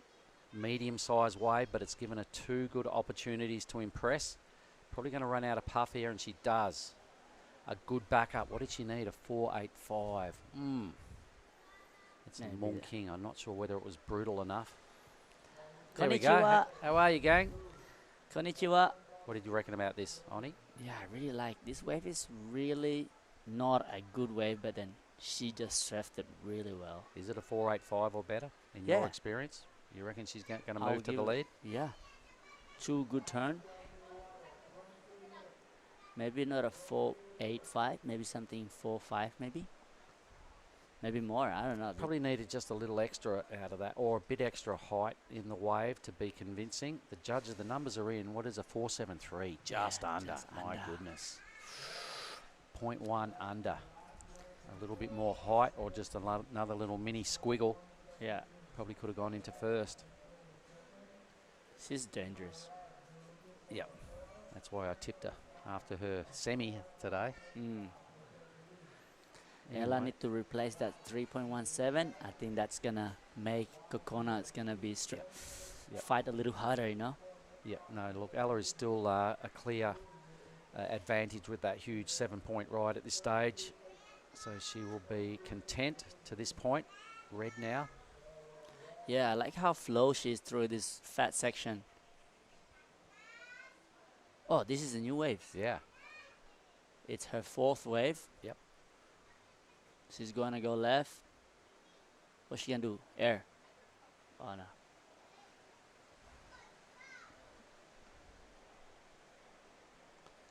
Yes, she seems like a girl who could actually just do an air in any section too. All right, I'm going to ask you the same question. Was that 485 or better? Ah, I think still under. Here goes blue now, so Ella needs to burn off a 317, slaps a couple of good hits. Always solid on a rail when she doesn't move. Deciding now which way to go. She says, I better get back out the back. Nah, smart decision. All right, so I'm not sure whether we saw the whole wave then. I didn't see her get up to her feet. Let's have a look at this. Yeah, Oni, what did you like? I like this turn right there, and then she wait for the section to come. Yeah, I mean, definitely better than 317. All right, so it was worth doing. That increases the lead. Is the tip the Oni Anwar tip? That's Rio there. Yep. Super. Wait, get out of the water. No, stay in the water. we all want to see you surf. He's the big shot here. Rio Whited, the only CT surfer out of Indonesia. Yoo-hoo! G'day, mate. Trying to slap the mosquito in the sky. Back off a bit, Ryan. Don't want to get your drone wet.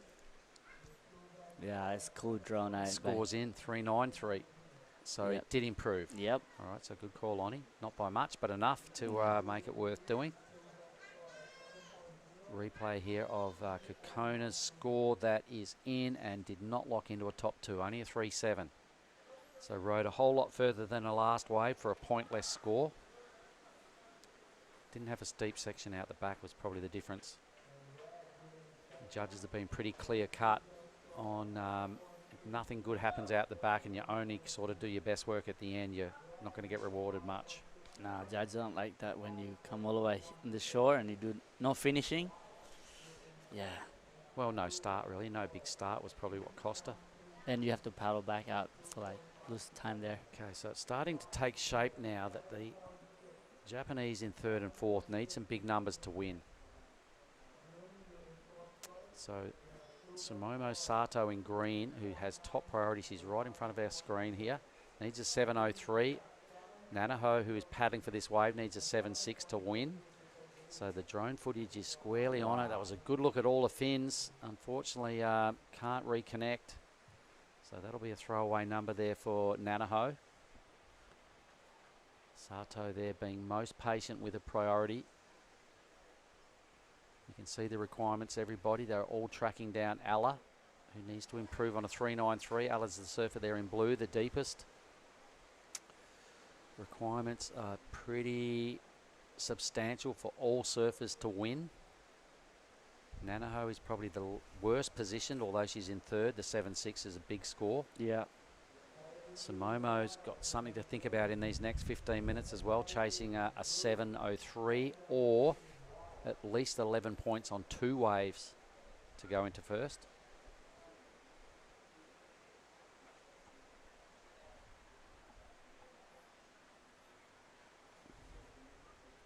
So what's the plan after the men's final today, Oni? Surf time? Let me break it down. I'm gonna go cook surf. Gonna have my coconut.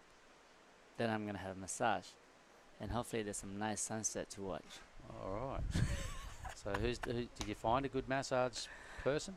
Yeah, I did. As Was that the old boy walking around here this morning? no, I haven't really tried that guy, but there's a lady here, Aziza or something. Yeah, I It's know. really Aziza. good. Yeah, no, she does do a good job. Yeah. Yep. But I think I love my massage. It's good. Got to. Learning from the master right here. Best Mr. thing Mark. for your body, you know. Bit of stretching, a massage. Good way to rejuvenate and get rid of some aches and pains. Yeah. On the move here, 14 minutes. A little swell line approaches. White is really deep. I'm not sure that's going to become a wave. Had a little mini hump in front of it that just did not connect on time. What about you, Mr. Mark? What are your plans for the Me, rest day? I'm going to go down right after this and have a chat with the winner Yep. really quickly. And then I'm going to watch the men's final keenly. I'd like to take some crew up to the King's Village and have a look around at some point. Oh, yeah, that sounds fun. All right, now let's stay with Nanaho. Oni, what do you reckon? Bam. Wow, I like that. Can she make it through another one? Boosh. I like it. Yep, right in the lens of the drone there with that first hit. Once again, gave us a good look at the bottom of the board. She really put it on rail. Kind of got a second decent hit here as well. So this is what the judges are basing their numbers on. This is what they see. All right, I kind of like that. It's not a big number, but it probably potentially her best wave. I think it is. So she was chasing a 7.6 previous. I think that number is going to come down a little bit because I think it'll probably lock in as her better score.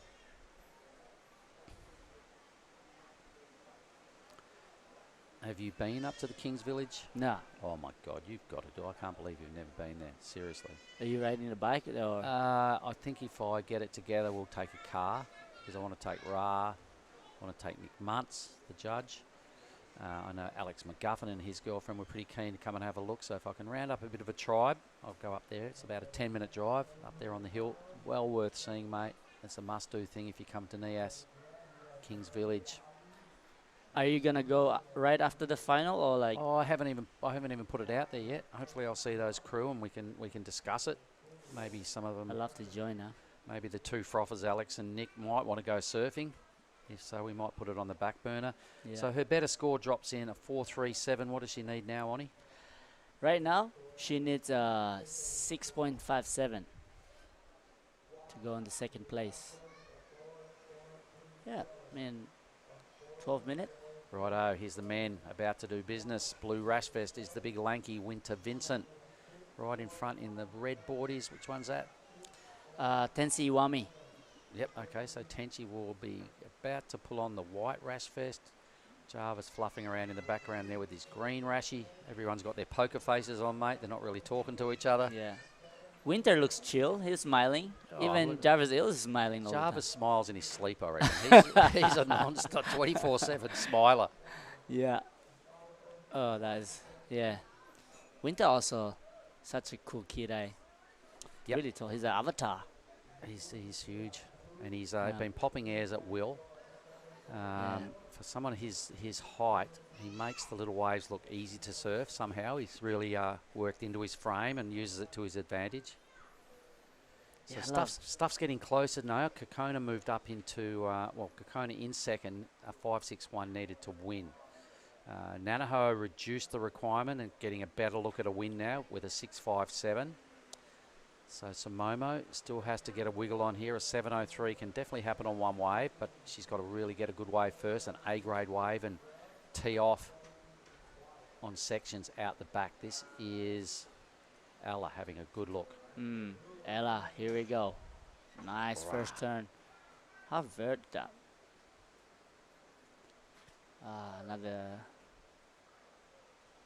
Another 3, maybe. Couple of good slaps. Now it'll be interesting to see the front on view to see exactly how vicious those turns looked. The drone can sometimes make things look a little better, but let's have a look now. This is it, judge's view. Not bad, not the ideal connection. A little fluffy second move and then runs out of puff. So she needs to improve on a 3.93. I'm not sure she did on that front on view. First hit was probably not the connection she really was looking for.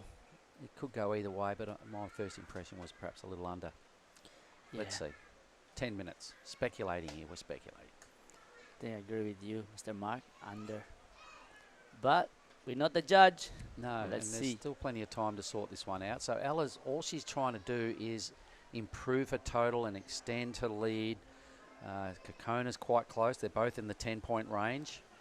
So Ella's clear thinking is just get something and, do what she does best. That top turn hack, when she gets it right, looks really impressive, but I don't think she connected with the lip on either occasion there. Score is in and it is a little under. It is, what is it? That's a 3.9. So a little under. Boom, green. Yeah, I like this one. Wow, sorry, liked it too early. Samomo. Should've wait. Yep. So another little mini disappointment there for Samomo, but Ella again, that's a nothing. So Samomo sat there for a long time with that priority and kind of didn't come together.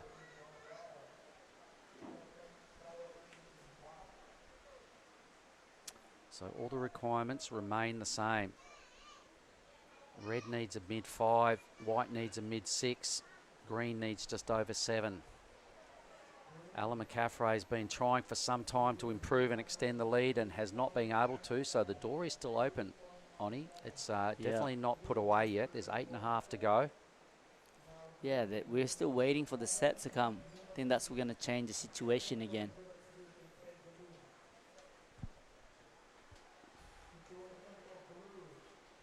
Yeah, I think Ella is asking for the situation. They can't hear it out there.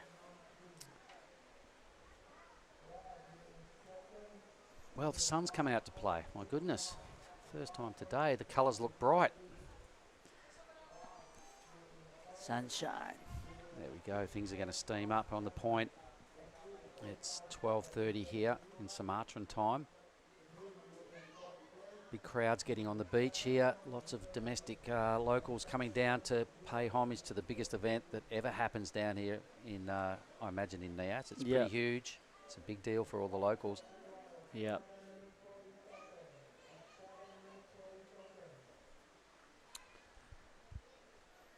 So, Oni, have you done much surfing elsewhere apart from the point when you've ever come to Nias? Yeah, I came like 2013 here with Garut. It was like a big swell, monster swell came and I thought we were going to surf Nias, but actually we ended up surfing another point called Sabatu, just around the corner. The back. And I was like, that must have been huge. Huge. My God, sunset sort of waves, eh? Yeah, it was like big swell. And I was... Did you get smoke? Well, I paddled out by myself and Garut didn't want to paddle out with me. All right. I'll have to remind him about that this evening when we're... It's like, the funny story is that we locked ourselves inside the room because we don't want to go surf. Oh my God, you guys. You know what? We took out this little wooden boat that like doesn't even like have any safety on it.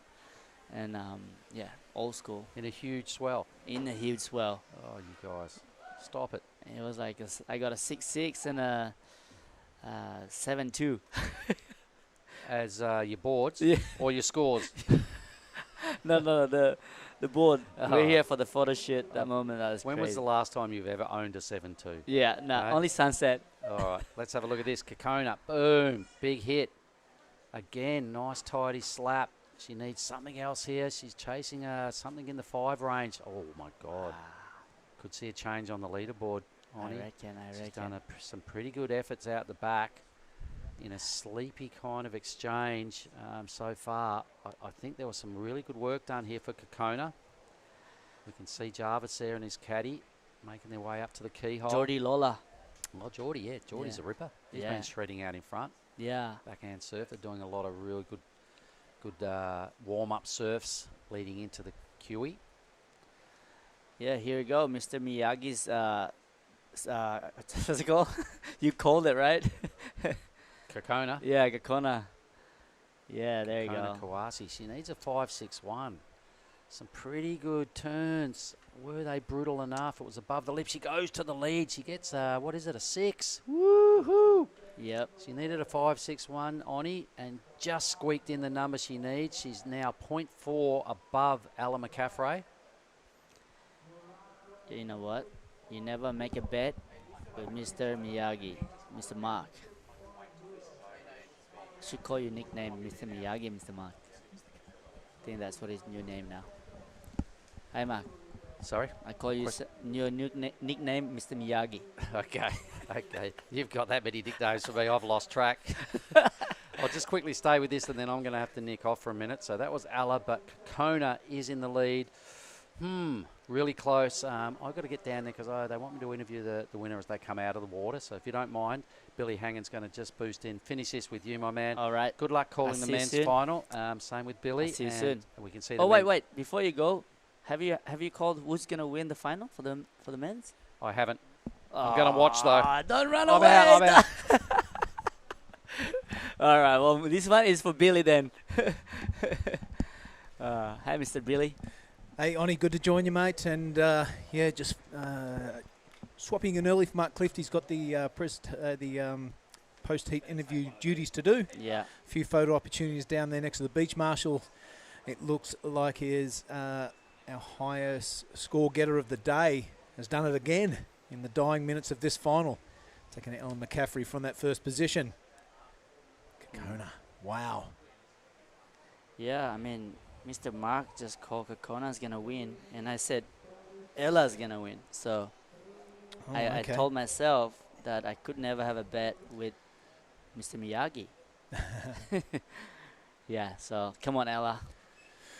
All right, there we see the American riding a wave. We didn't get the beginning of it. She's working her way through to the inside. Well, she's Will good it at offer hopping. anything? Yeah, good at the hopping. She's American, so she'll be used to that sort of Huntington sort of gear. A bit of speed now, a bit of flow, looking for a section to hit. She finds it and release the tail a little bit. Nothing too exciting, nothing too critical. A 4.33 is the requirement. Not too much, mate. All right, look, all these Japanese are watching for supporting all the Japanese surfers. Woo! Yeah, their teammate. Gambare kudasai. Hey. What's that mean? Good luck. Oh, good. Well, I like it. Well done. I think so. I hope I'm right. All right, 2 minutes 30 left in this final. It's the Pro Junior Women's of the QS 5000. 5,000. Yeah. Oh, yeah. No. We're waiting for scores to drop for Kokona, Ella, and Nanaho. Nanaho. Here we go, Nanaho. Oh, wait. Sumoto. Sumomo Sato. Here we go. Wow. Yeah, way down there, a massive 7.43 to go to first. Second really doesn't matter. It is the final. We want to take that first position. That's a massive score and a massive ask on a wave like that. You see the Japanese there beside themselves. It really has been the march of the Japanese women up into the Pro Juniors. Waiting for scores for all surfers. There is 1 minute and 45-ish seconds remaining. Yeah, I mean, 1 minute to the who is All right. the. Scores are in. Ella McCaffrey remains in a second position. Kokona remains in first position.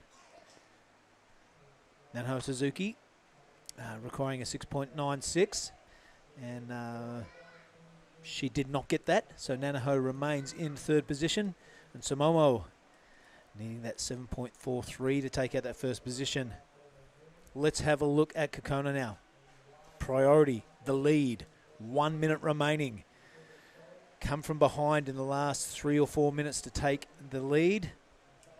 What an exciting final. Yeah. I'm excited. Finally. Next. Who are you going to win for the boys? Who we got up next, mate? Let's quickly run through it because we are into 40 seconds. We want to stick with the live action. Red, Momojo Yohagi, Winter Vince, Tensei Iwami, and Jarvis Arrow. Oh, let's go, Winter Vincent. And let's get back to the action. It's only 35 seconds remaining, mate. It's Kokona in red. She has to hang on to the lead. A lot on the line. QS 5000 Pro Junior Women. She is holding off a rampaging Ella McCaffrey. It's been scintillating form this whole event. Can't see her on the priority board. That means she's kind of still paddling out the back. So it would be advantage to the Japanese surfer. There she is, in the surfer in blue, just coming into the screen. Fourth priority. 5 seconds to go. There are the Japanese compatriots loving life because we hear the countdown in the background. There's the siren. It looks like it's congratulations to Kokona Kawase. Coming from behind to take the win. How good. Wow. She's been surfing so good the whole event. So Really has, yep. No doubt. No doubt. All right, we see the celebrations of the Japanese people in the athlete area. As we see Kokona celebrating, and why not? Had a fantastic finals day today. Coughed up an 8.33 in the early rounds, and there she is, 2023 Nias Pro Junior Champion. Congratulations from Suzuki. And looks like Ellen McCaffrey behind her, just catching a little white water in. Commiserations to her. She had a great campaign. Nothing to be hang your head about. But it is congratulations to that girl in the red. Exciting stuff, mate. And then we will be heading into the final of the men. Monojo Yahagi will take on Winter Vincent in the blue. Tenchi Iwami, absolute superstar. And speaking of superstars and champions, Jarvis Earl rounds out that final in the green. That's going to be a cracker. But let's enjoy the moment right now as we see Kokona Kawase coming in. Victory is hers.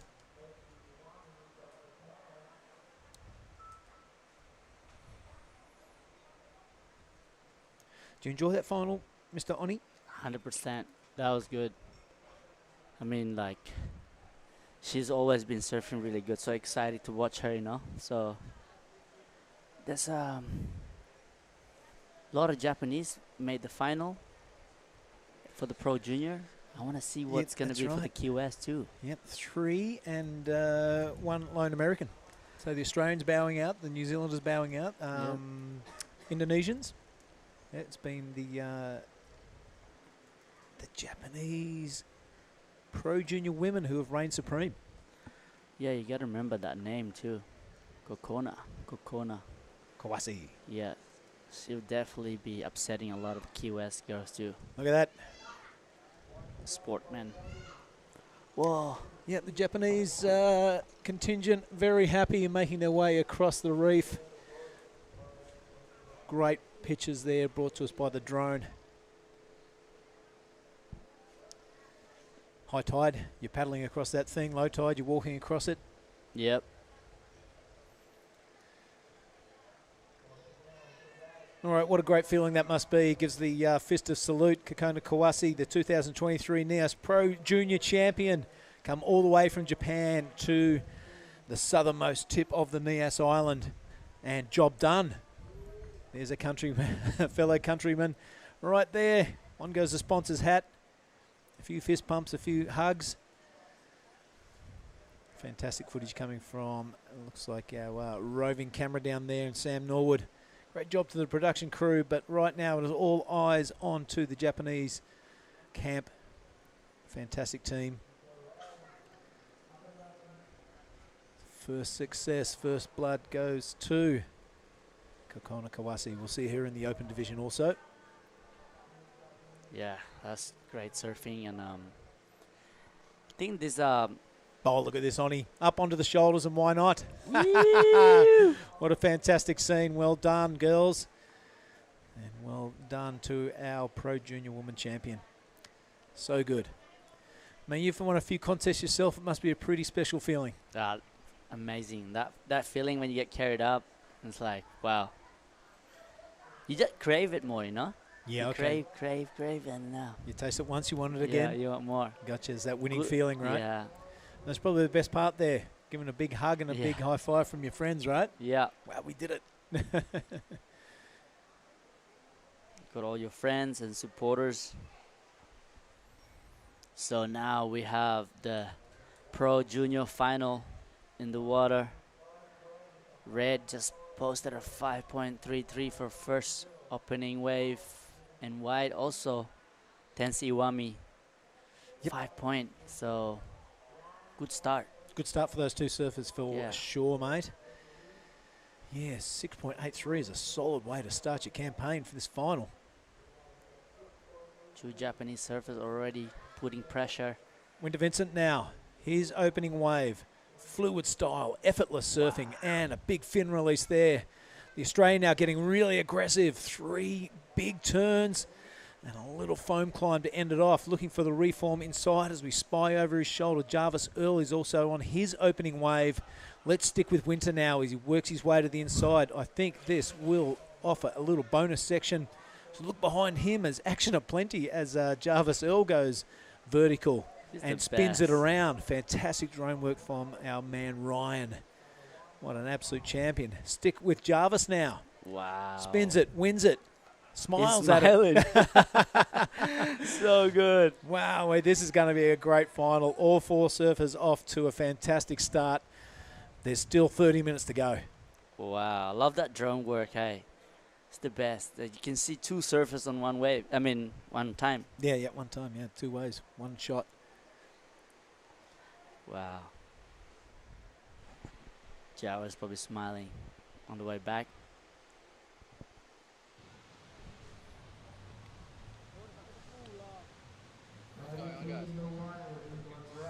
All right, looks down there. Looks like Mark Cliff. The feeling must be electric down there, mate.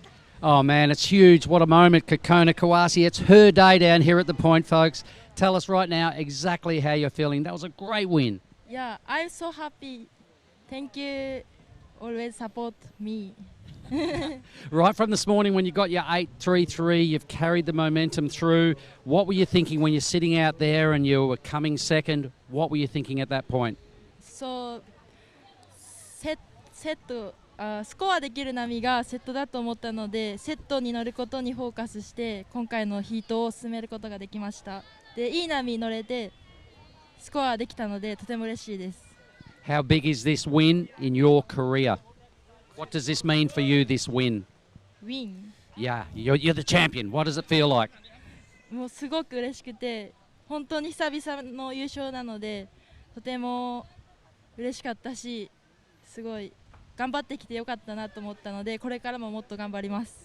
All right, well, I'm not sure what she exactly said, but would you like to give a shout out to friends at home, your sponsors, your family?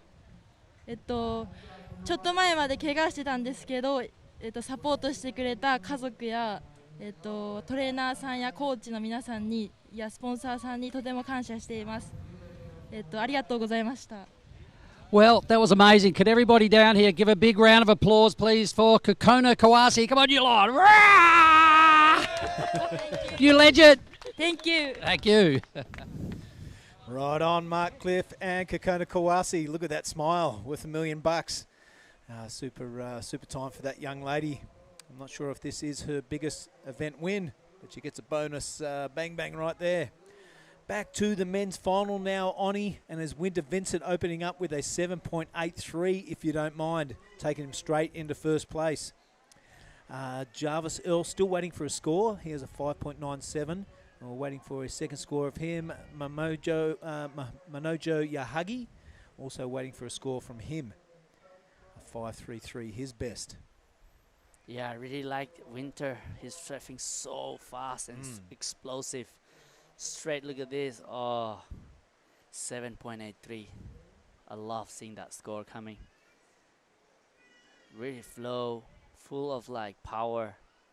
Look how light his feet is. It's like, where is this section? I'm gonna hit that thing. Yeah, he's a big, tall guy. It's hard to do, and keep that flow going is super impressive. Jarvis Earl is no problem keeping the flow going either. Watch this little spinner at the end. Yeah, don't mind if I do. Yeah, little flare of the back foot, a bit of a laugh because he knows his mates at home will be giving him a bit of a ribbing about that one. Yeah. Loving the surfing from the World Gym champion. Yeah, from Cronulla.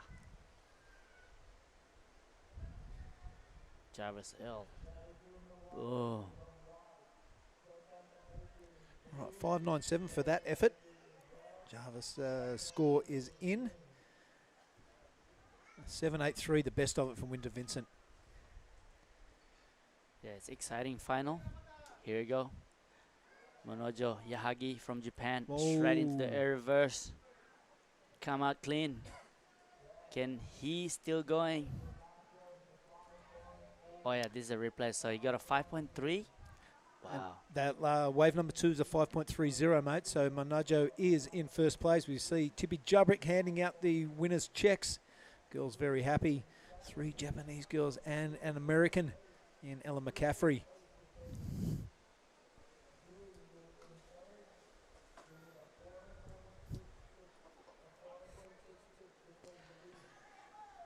Yeah. 25 minutes to go. Everybody posting good score already. So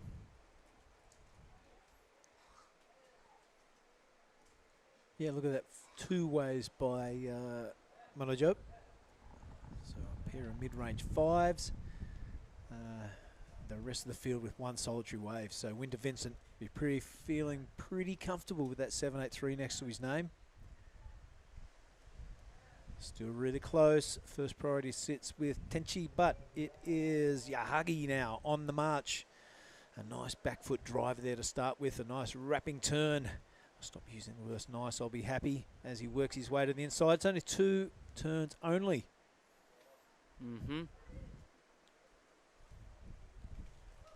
think. Ding, ding, ding. I'm excited to be in the water too soon. I'm itching right here. Right on. Now have a look at this. I don't mind this first turn. Finds a nice little pocket. This one he drives all the way around. Rebound off the white water. Nothing on offer after that, so nothing more he could have done. Did the best of what he was dealt. So look at the priority situation, and it is Tenchi Awami. First priority, Winter Vincent in second. So he's all eyes on blue for me. Yeah. If he gets a decent wave, he could make things very difficult for the rest of the field. Yes. Yes, that's true. He only need like 2.8, but I think he'll get big score coming up. Too confident. I feel really good watching winter surfing now. On a bit of a roll, you think? Yeah.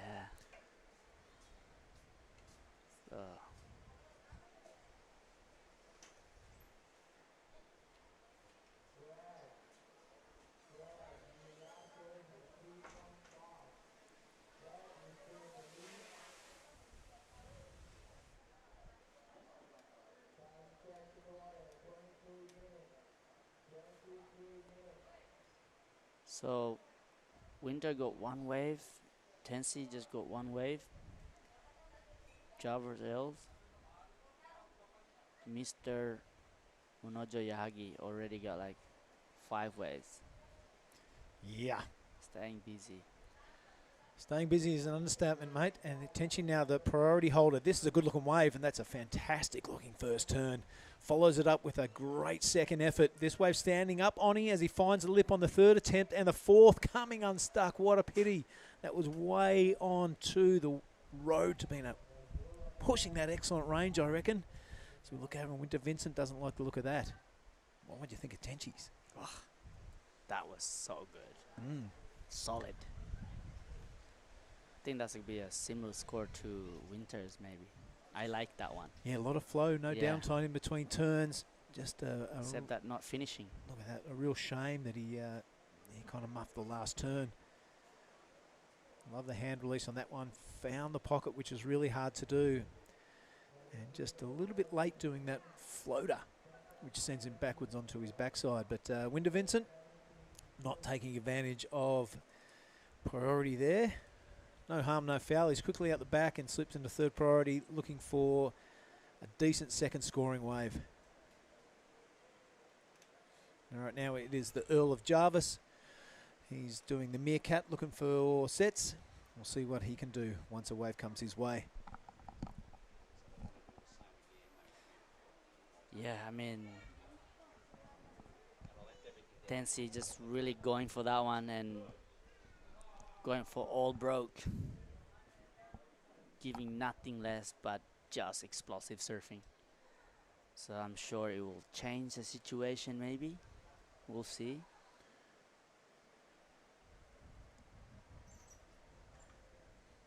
Yeah, you can see the extended scoreboard there on your screen. All right, let's look at Tenchi's 8.33. How do you like them, Bickies? I love that. So we were correct to get excited about things. Yep. 8.33 and a 5. That has catapulted him into the first position. It's his countryman below him in Manojo Yahagi. A pair of mid-range 5s. Then as Winter Vincent with a 7.83. He'll be looking to find a good backup score or even better high score because he needs... You would think at this stage of the final he'd need a score pushing into that excellent range because Tenchi is not going anywhere. He won't be happy with a 5 next to his name.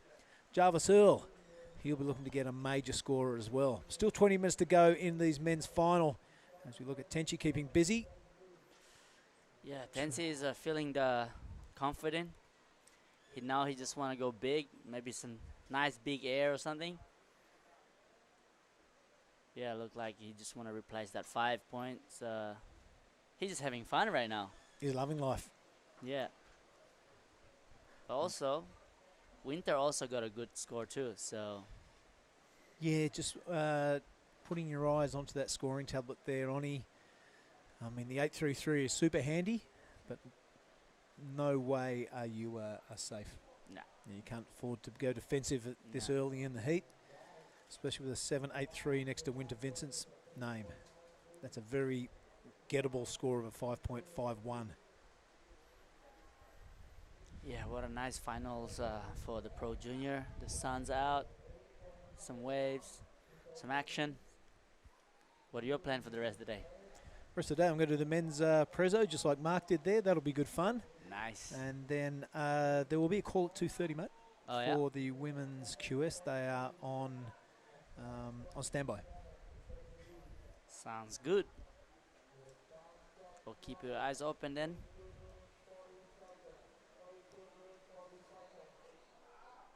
So, Jarvis Earl still haven't got a backup yet.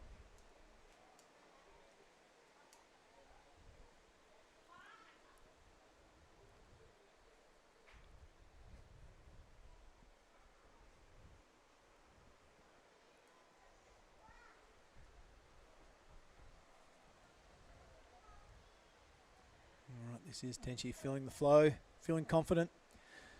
And with an 8.33 next to his name, why wouldn't you go for everything on the inside? You start your confidence and you flow up, Oni. Feels like you can do anything. Yes. Feels like you just want to catch more wave now. Yep. Push the turns even harder every time. Maybe try some different tricks. Yep. Because you know, like, oh, I got a 8.33 and a 5. Might as well just try some crazy tricks. Must have landed. All right. Yeah, what they are looking for is a heat total over 14. You know, call it excellent heat total. You know, a couple of excellent scores. So that's what we're aiming for. We're looking for a heat total around the 14, 15 mark, and we feel pretty comfortable.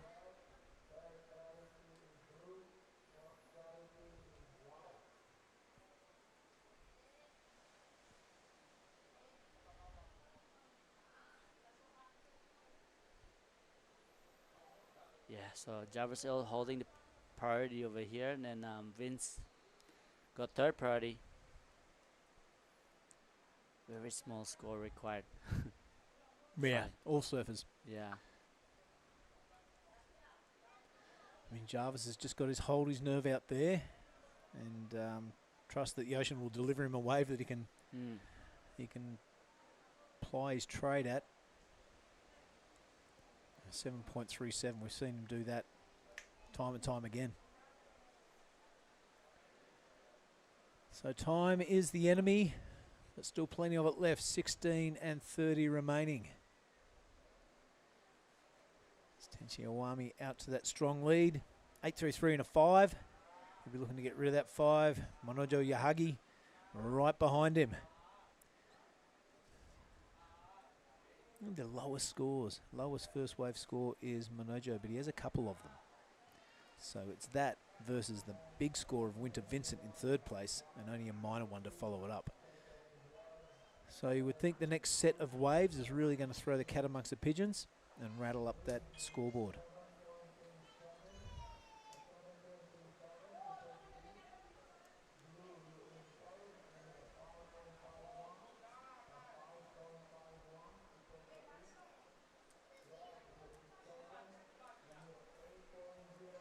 Oh, the ocean really just having a break, isn't it, for now?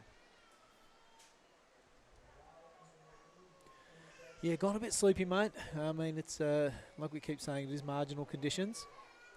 However, it's a machine, this Lagundri Bay. Speaking of people back in Bali and Kuta Beach and everything is like 1 to 2 foot and barely rideable. So while we are expecting better conditions later on in the week, we're thankful that there is something to play with today in the early stages of this QS 5000. Hope you're enjoying finals day for the Pro Juniors wherever you're watching around the world. Kokona Kawase has taken out the Pro Junior women in fantastic style, coming from behind in the last 5 minutes to take out Ella McCaffrey. It is without doubt the march of the Japanese Pro Junior women, evident there by 3 into the final, 3 Japanese women in the Pro Junior final. And look at this, we've got a couple of men from Japan in the Pro Junior men's. So the domination of Japan continuing in 2023. Winter Vincent and Jarvis Earl will be looking to put a stop to that. Jarvis Earl with that solitary wave, and Winter Vincent with that good opener. So with 14 minutes to go, Oni, anything can happen. Yep, exactly. So can be from third to first, fourth to first. We don't know. This is the final, right? So who's gonna take that win?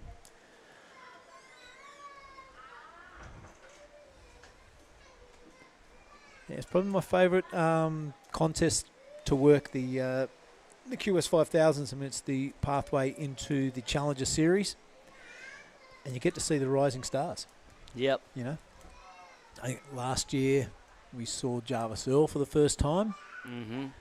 and this year we saw Winter Vincent for the first time in Cruy, and it's just bringing that talent into the world view.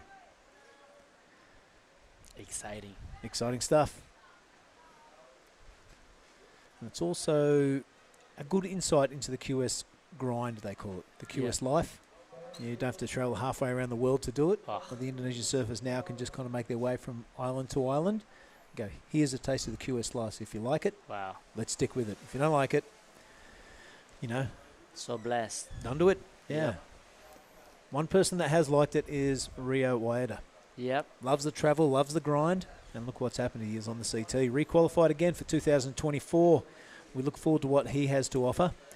And won't be today, but tomorrow he's promised he's going to come up and do a heat with me, Yep. which will be great to get his insights into the QS 5000 and just see what he did differently. There's a massive talent pool in Bali, but for one kid to rise above and get into the CT, I'm really curious to what he did. Yeah, his that's mindset. exciting. It'll be good to hear what he says.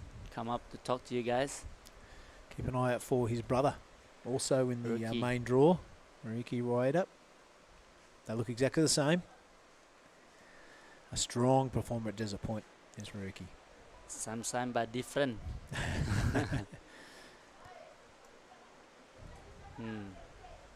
There is the pathway that they've built over the reef. Be careful if you come because it gets really slippery. You'll see a lot of surfers walking out this way. This is the way that Puck Hash goes out for his surf. He doesn't worry about going to the keyhole. He just paddles straight out. Kicking it old school. But there is the bay.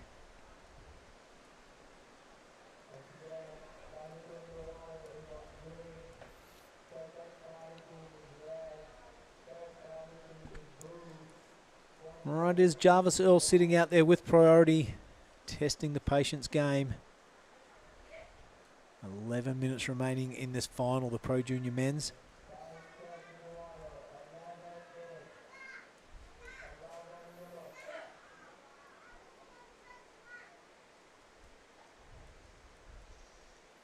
Looks like Jarvis and Winters talking to each other, having a good old chat. Doesn't mind a chat, Jarvis Earl. A great young fella.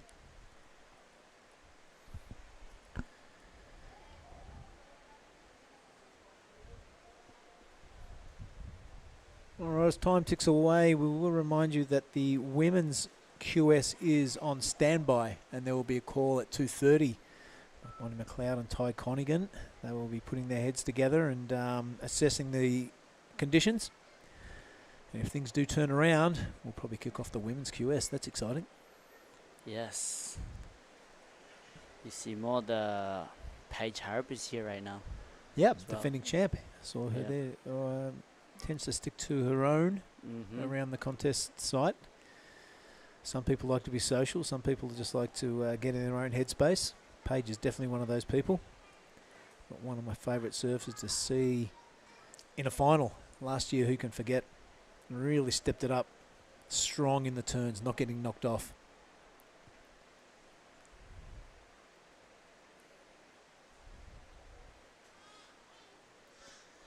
All right, we're sub 10 minutes. Jarvis Earl has 10 minutes to catch a second wave and deliver. Yeah. So what do? Do you go for two quick ones, or do you just wait for that set, wait for the winner? I would say I'll wait, Yep. Okay. but not too long, because time is your enemy. So I think if you see a nice wall, don't have to be a set, the medium-sized one. Mm.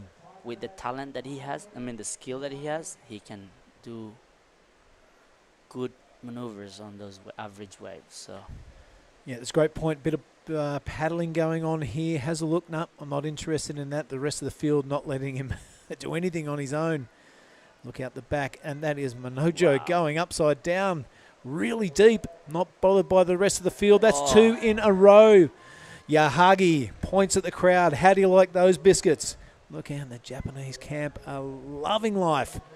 So from way downtown, Manojo Yahagi has delivered 2 rotors in a row to really throw the challenge up to Tenchi Awami and really put the pressure on Winter Vincent and Jarvis Earl. 8 minutes and 20 left. That's going to change things, Oni. that's a really smart move by Manojo Yahagi, because he was away from those 3 other surfers. He was sitting really deep, and the ones medium-sized range wave came. 2 airs in 1 wave. That's really good. So let's see what the judges say.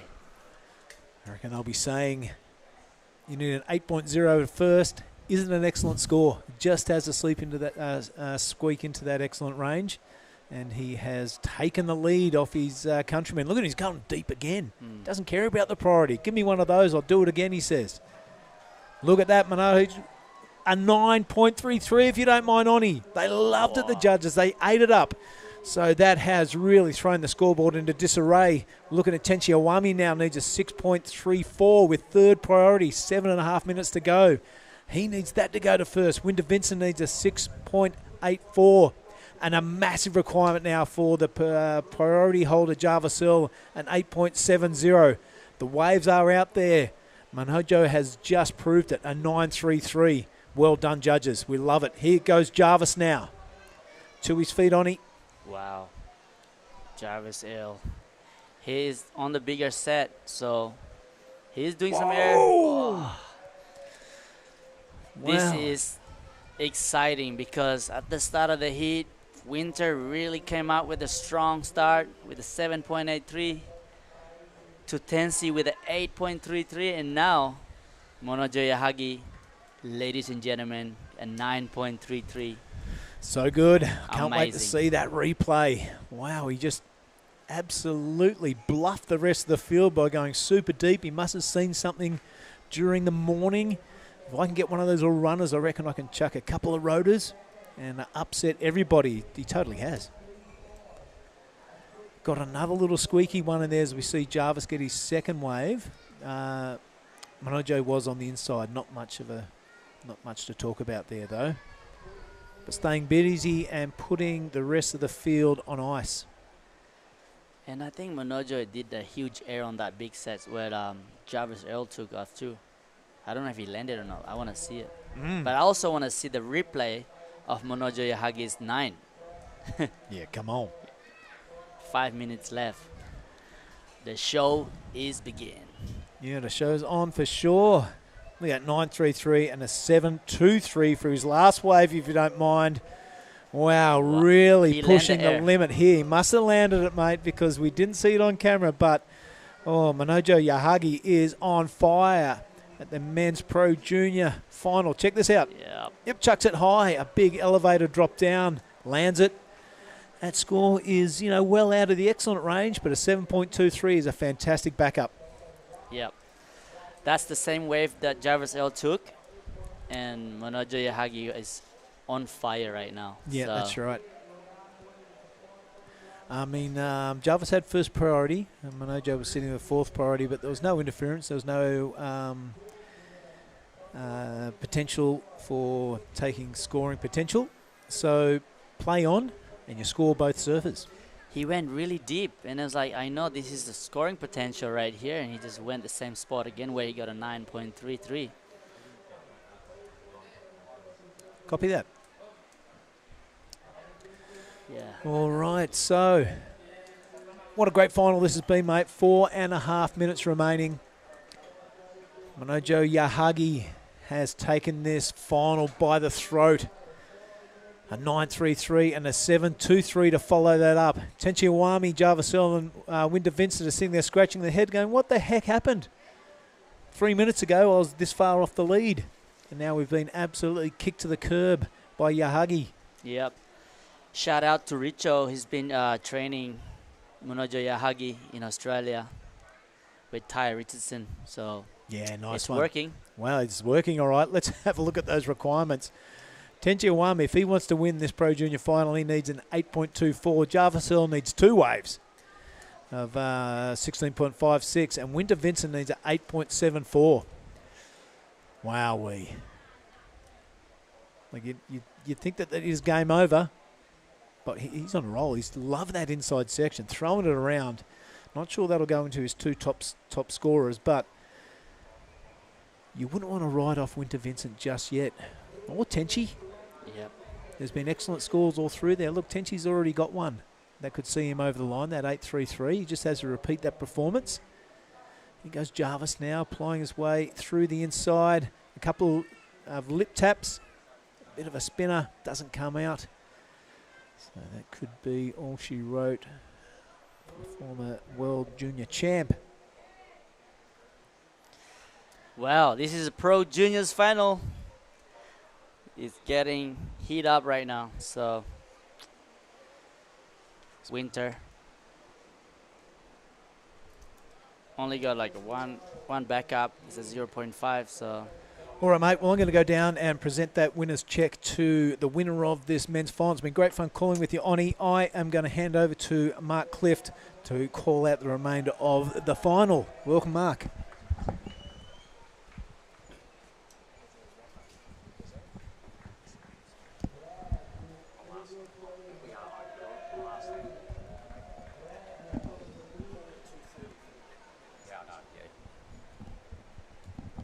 So, Oni, 2 minutes to go. Let's have a look at these numbers. They are huge. Yahagi, my goodness, a 9.33. What the hell did he do on that wave?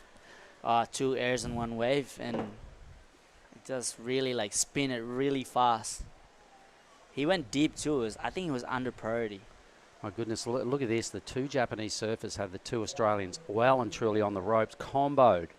Apart from Winter, who can do it if he gets his best wave of the whole weekend, the whole last 2 days.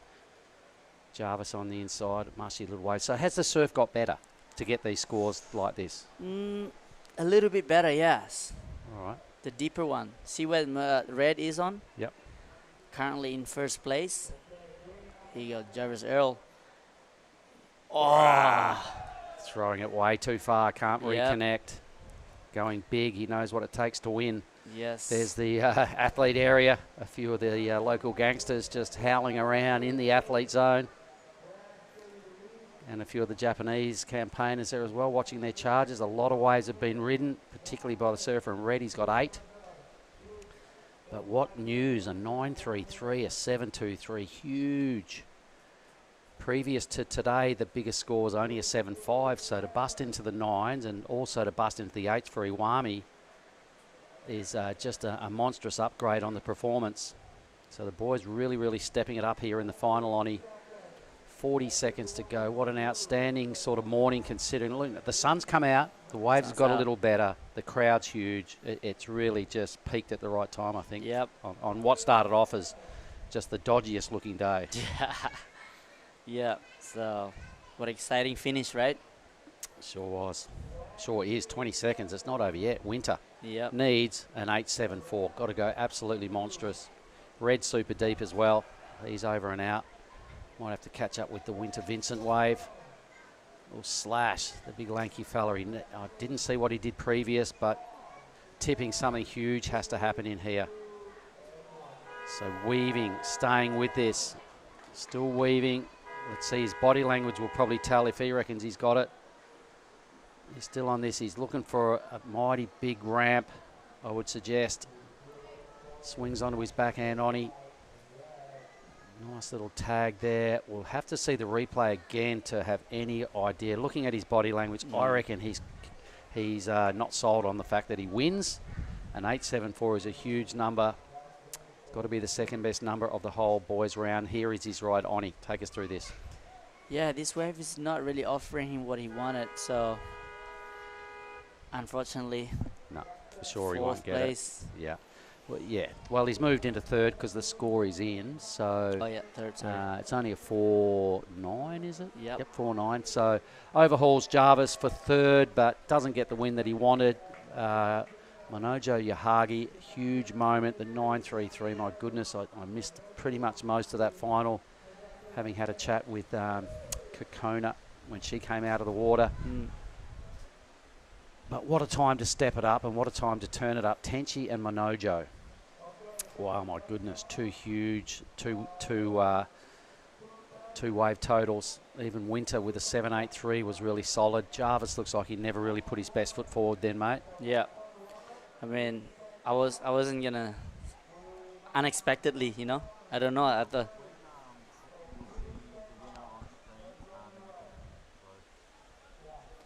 All right, so there's the champ. Just a bit of a victory lap now, right in front of the punters, in front of the athlete area. Imagine how he's feeling right now. A little spinner just for good measure. He's probably underwater now, just going, my goodness, I've just won. I'm the man. He looks into the beach. You'll see it lined with his Japanese counterparts. Yep.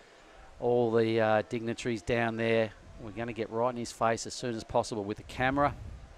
Sean Gilhooly will be cutting some footage as well, and Sam Norwood will have the live broadcast camera right on him in a moment. So for the crew online, although the event has finished for the day, stick with us. We're going to hear from Manojo. We're going to have a chat with Billy Hangen. So here come his team now to cheer him up the beach, no doubt. Be careful of them rocks, fellas. I'd probably wait till he got Oh, really, Naba. Anyway, here they go. They're going to try and do the job. They need someone to grab his board, I'm tipping. They are. They're going to go for it now. There's a lot of fist pumping going on. Got someone there with a GoPro in his face. They want his board. They've got it. The chair.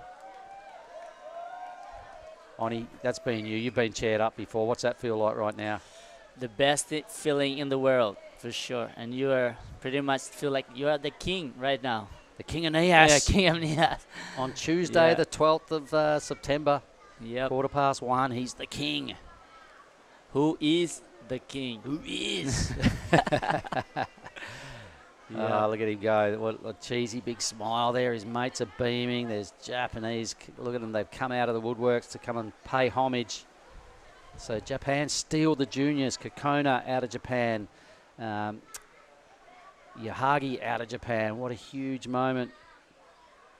The Japanese are coming hard, ladies and gentlemen. They are charging big on this QS series. They want in on the challenger. They want to challenge for world titles in the future. Yeah. I mean, they just beat the world junior champ. Yeah. Jarvis Arrow. Yeah, he did. The first and second. So, all right, we're going to get him down in front of the athlete area here. It's all going to go down. We're going to hear from him in a moment. So stick with us, all the people online. Let's pay a little bit of homage to the winner here, Manojo Yahagi. He's just soaking it all up right now. This is really cool.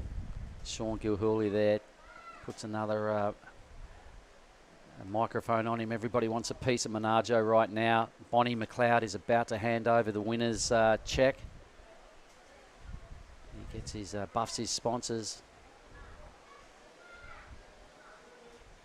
Here goes the official first placing. All right, so we are going to throw down to you right now, Billy Hangen, talking to the winner of the Pro Junior Men's in Manojo Yahagi. Go for it, Billy. Yeah, thank you very much, Mark.